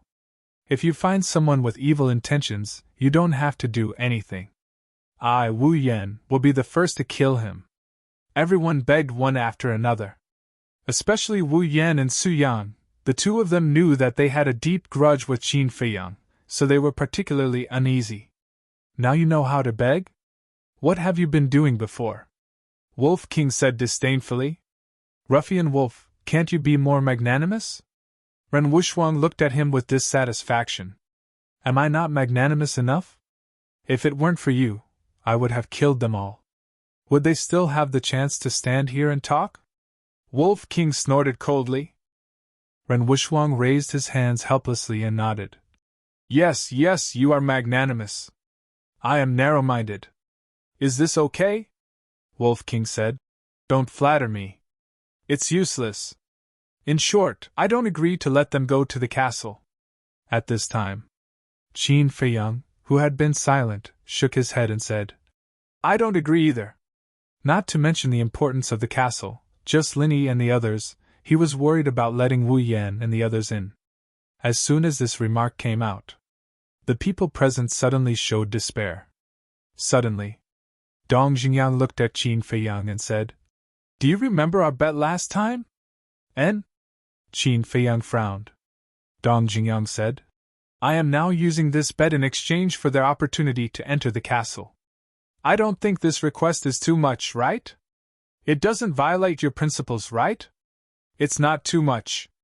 Qin Feiyang shook his head and then said, But are you sure you want to do this? I'm sure. Dong Jingyang nodded. Qin Feiyang said, Okay, I will let them in, but you'd better restrain them. Otherwise, it won't be as simple as driving them out. Dong Jingyang snorted coldly. I believe they don't have the guts now. It's better this way. I will go in and arrange it first. Qin Feiyang glanced at Dong Jingyang meaningfully, then took Wolf King into the castle. Wolf King immediately said with dissatisfaction, Little Qin Zi, why did you bet with him at that time? Aren't you looking for trouble for yourself? How would I know that Dong Fangwuhan is so spineless? Qin Feiyang smiled bitterly. Fatso looked at the man and Wolf, rubbed his chin, pondered for a while, and said, Actually, Fat Lord thinks that it is a good thing to let them come to the castle. Wolf King said angrily, This is a good thing? Was your head kicked by a donkey? You're the one who was kicked by a donkey. Fatso glared at Wolf King fiercely. Think about it. The old man has great expectations for us in this 9 prefectures great war. And you know the old master's character and temper. He has always been on the side of reason and not family. Fairness and justice are his principles. If we ignore them now, when we return to the spiritual state, the old master will definitely be dissatisfied. At that time, it might be difficult for Boss to enter the imperial capital. Let's put aside the old master and focus on Ren Wuxuang. As the granddaughter of the mansion master, it is obviously impossible for her to ignore the life and death of others. But at the same time, with her relationship with us, she can't force us to do anything. So she is now caught in the middle and is in a difficult position. You have to understand her, right? Fatso said. These words were so reasonable that the Wolf King was rendered speechless. Qin Feiyang smiled and said, I didn't expect you to see it so clearly. Fatso immediately became proud and said, Of course, Fat Lord's brain is no worse than yours. He just doesn't like to use his brain usually. Qin Feiyang's face twitched. Can't you be more reserved? Fatso chuckled and pointed to the altar, saying, Where are you going to put those things? On the altar were the 6-word divine formula, pill scripture, 4 qiankun bags, and a jade box. Inside the jade box was the fire of life. The 4 qiankun bags contained the potential pill, 9 chu yellow dragon pill, and crimson fire glass pill. Because there were too many of them, the jade box could no longer hold them, so they were all stored in the qiankun bag. The 6-word divine formula could not be moved, and was locked in the iron box, so there was no need to worry. But the other things had to be found a safe place to put them. And keeping them in the qiankun bag was undoubtedly the safest, but there was also a big hidden danger. If the qiankun bag was shattered in the process of battle, then all the things would also turn into nothingness. To Qin Feiyang, this was something that absolutely could not be allowed to happen. After all, any one of these pills could cause a bloodbath if taken out. Suddenly, he locked his gaze on the iron box containing the 6-word divine formula. This iron box could only be opened with his blood. In terms of safety, other than the ancient castle, it was definitely the iron box. With that thought, he no longer hesitated and took out an empty qiankun bag, putting the jade box, pill scripture, and all the pills on the altar into it. Then, he bit his fingertip, opened the iron box with his blood, put the qiankun bag inside, and closed the iron box. Looking at the iron box, Qin Feiyang's face revealed a faint smile. This time, he could finally rest assured. Then, Qin Feiyang turned his head to look at Fatso, and warned, When they come in, you must keep an eye on them, especially Lu Xingqian and Xiang Xiaolong. I always feel that the two of them are not ordinary. Fatso nodded. Swish! Qin Feiyang waved his hand and appeared outside with Wolf King. Without any superfluous words, he directly sent Wu Yan and the others to the ancient castle. Here, only Jiang Wei, Ren Wuxuang, Dong Xingyang, Shenlong, and Shenmei were left. Shenmei walked in front of Qin Feiyang and said, Thank you for letting us bury the hatchet, and also thank you for giving my brother the pills. Qin Feiyang smiled, took out a 9 chu yellow dragon pill and handed it to Shenmei. So the extra pill was prepared for her. Wolf King muttered. At the same time, Dong Xingyang and the others' eyes shone brightly. But Shenmei looked suspicious and puzzled. What kind of pill is this? Shenlong hurriedly said, Little sister, it's the kind of pill I told you about just now. What? Shenmei's eyes trembled, and she quickly waved her hand. It's too precious, I can't accept it. Ren Wuxuang smiled. Just accept it, don't be polite with him. Anyway, he has a lot. Besides, it's also my credit that he can have these pills. A lot? Dong Xingyang and the others felt that they were about to suffocate. It was not an exaggeration to say that this kind of pill was a peerless treasure. They always thought that Qin Feiyang did not have many, but they did not expect Ren Wuxuang to say that he had a lot. He really wouldn't stop until he was shocked to death. But they did not understand Ren Wuxuang's last sentence. How could it be Ren Wuxuang's credit? Wolf King impatiently urged. Can you hurry up? If you delay any longer, the people of Kong State might all run away. Shenmei finally came back to her senses, trembling as she reached out and took the 9 chu yellow dragon pill, and said gratefully, Thank you. No problem. Qin Feiyang waved his hand and smiled. Shinmei was now a 6-star war emperor, and a 9-chu yellow dragon pill with 4 patterns was enough for Shinmei to break through to the War Master realm. In this way, the strength of the spirit state would undoubtedly soar by a large margin. Then, Qin Feiyang did not waste any more words, and sent Ren Wushuang and Shinmei to the ancient castle. He turned to look in the direction of Wan Qiu and the others, and said coldly, "Let's go, it's time to settle the score with them." Whoosh! Immediately, 4 people and 1 wolf turned and quickly left the canyon, plunging into the forest and disappearing. You're tuning in to the Phoenix Knights YouTube channel. Don't forget to subscribe and join us on this journey to catch the most captivating stories.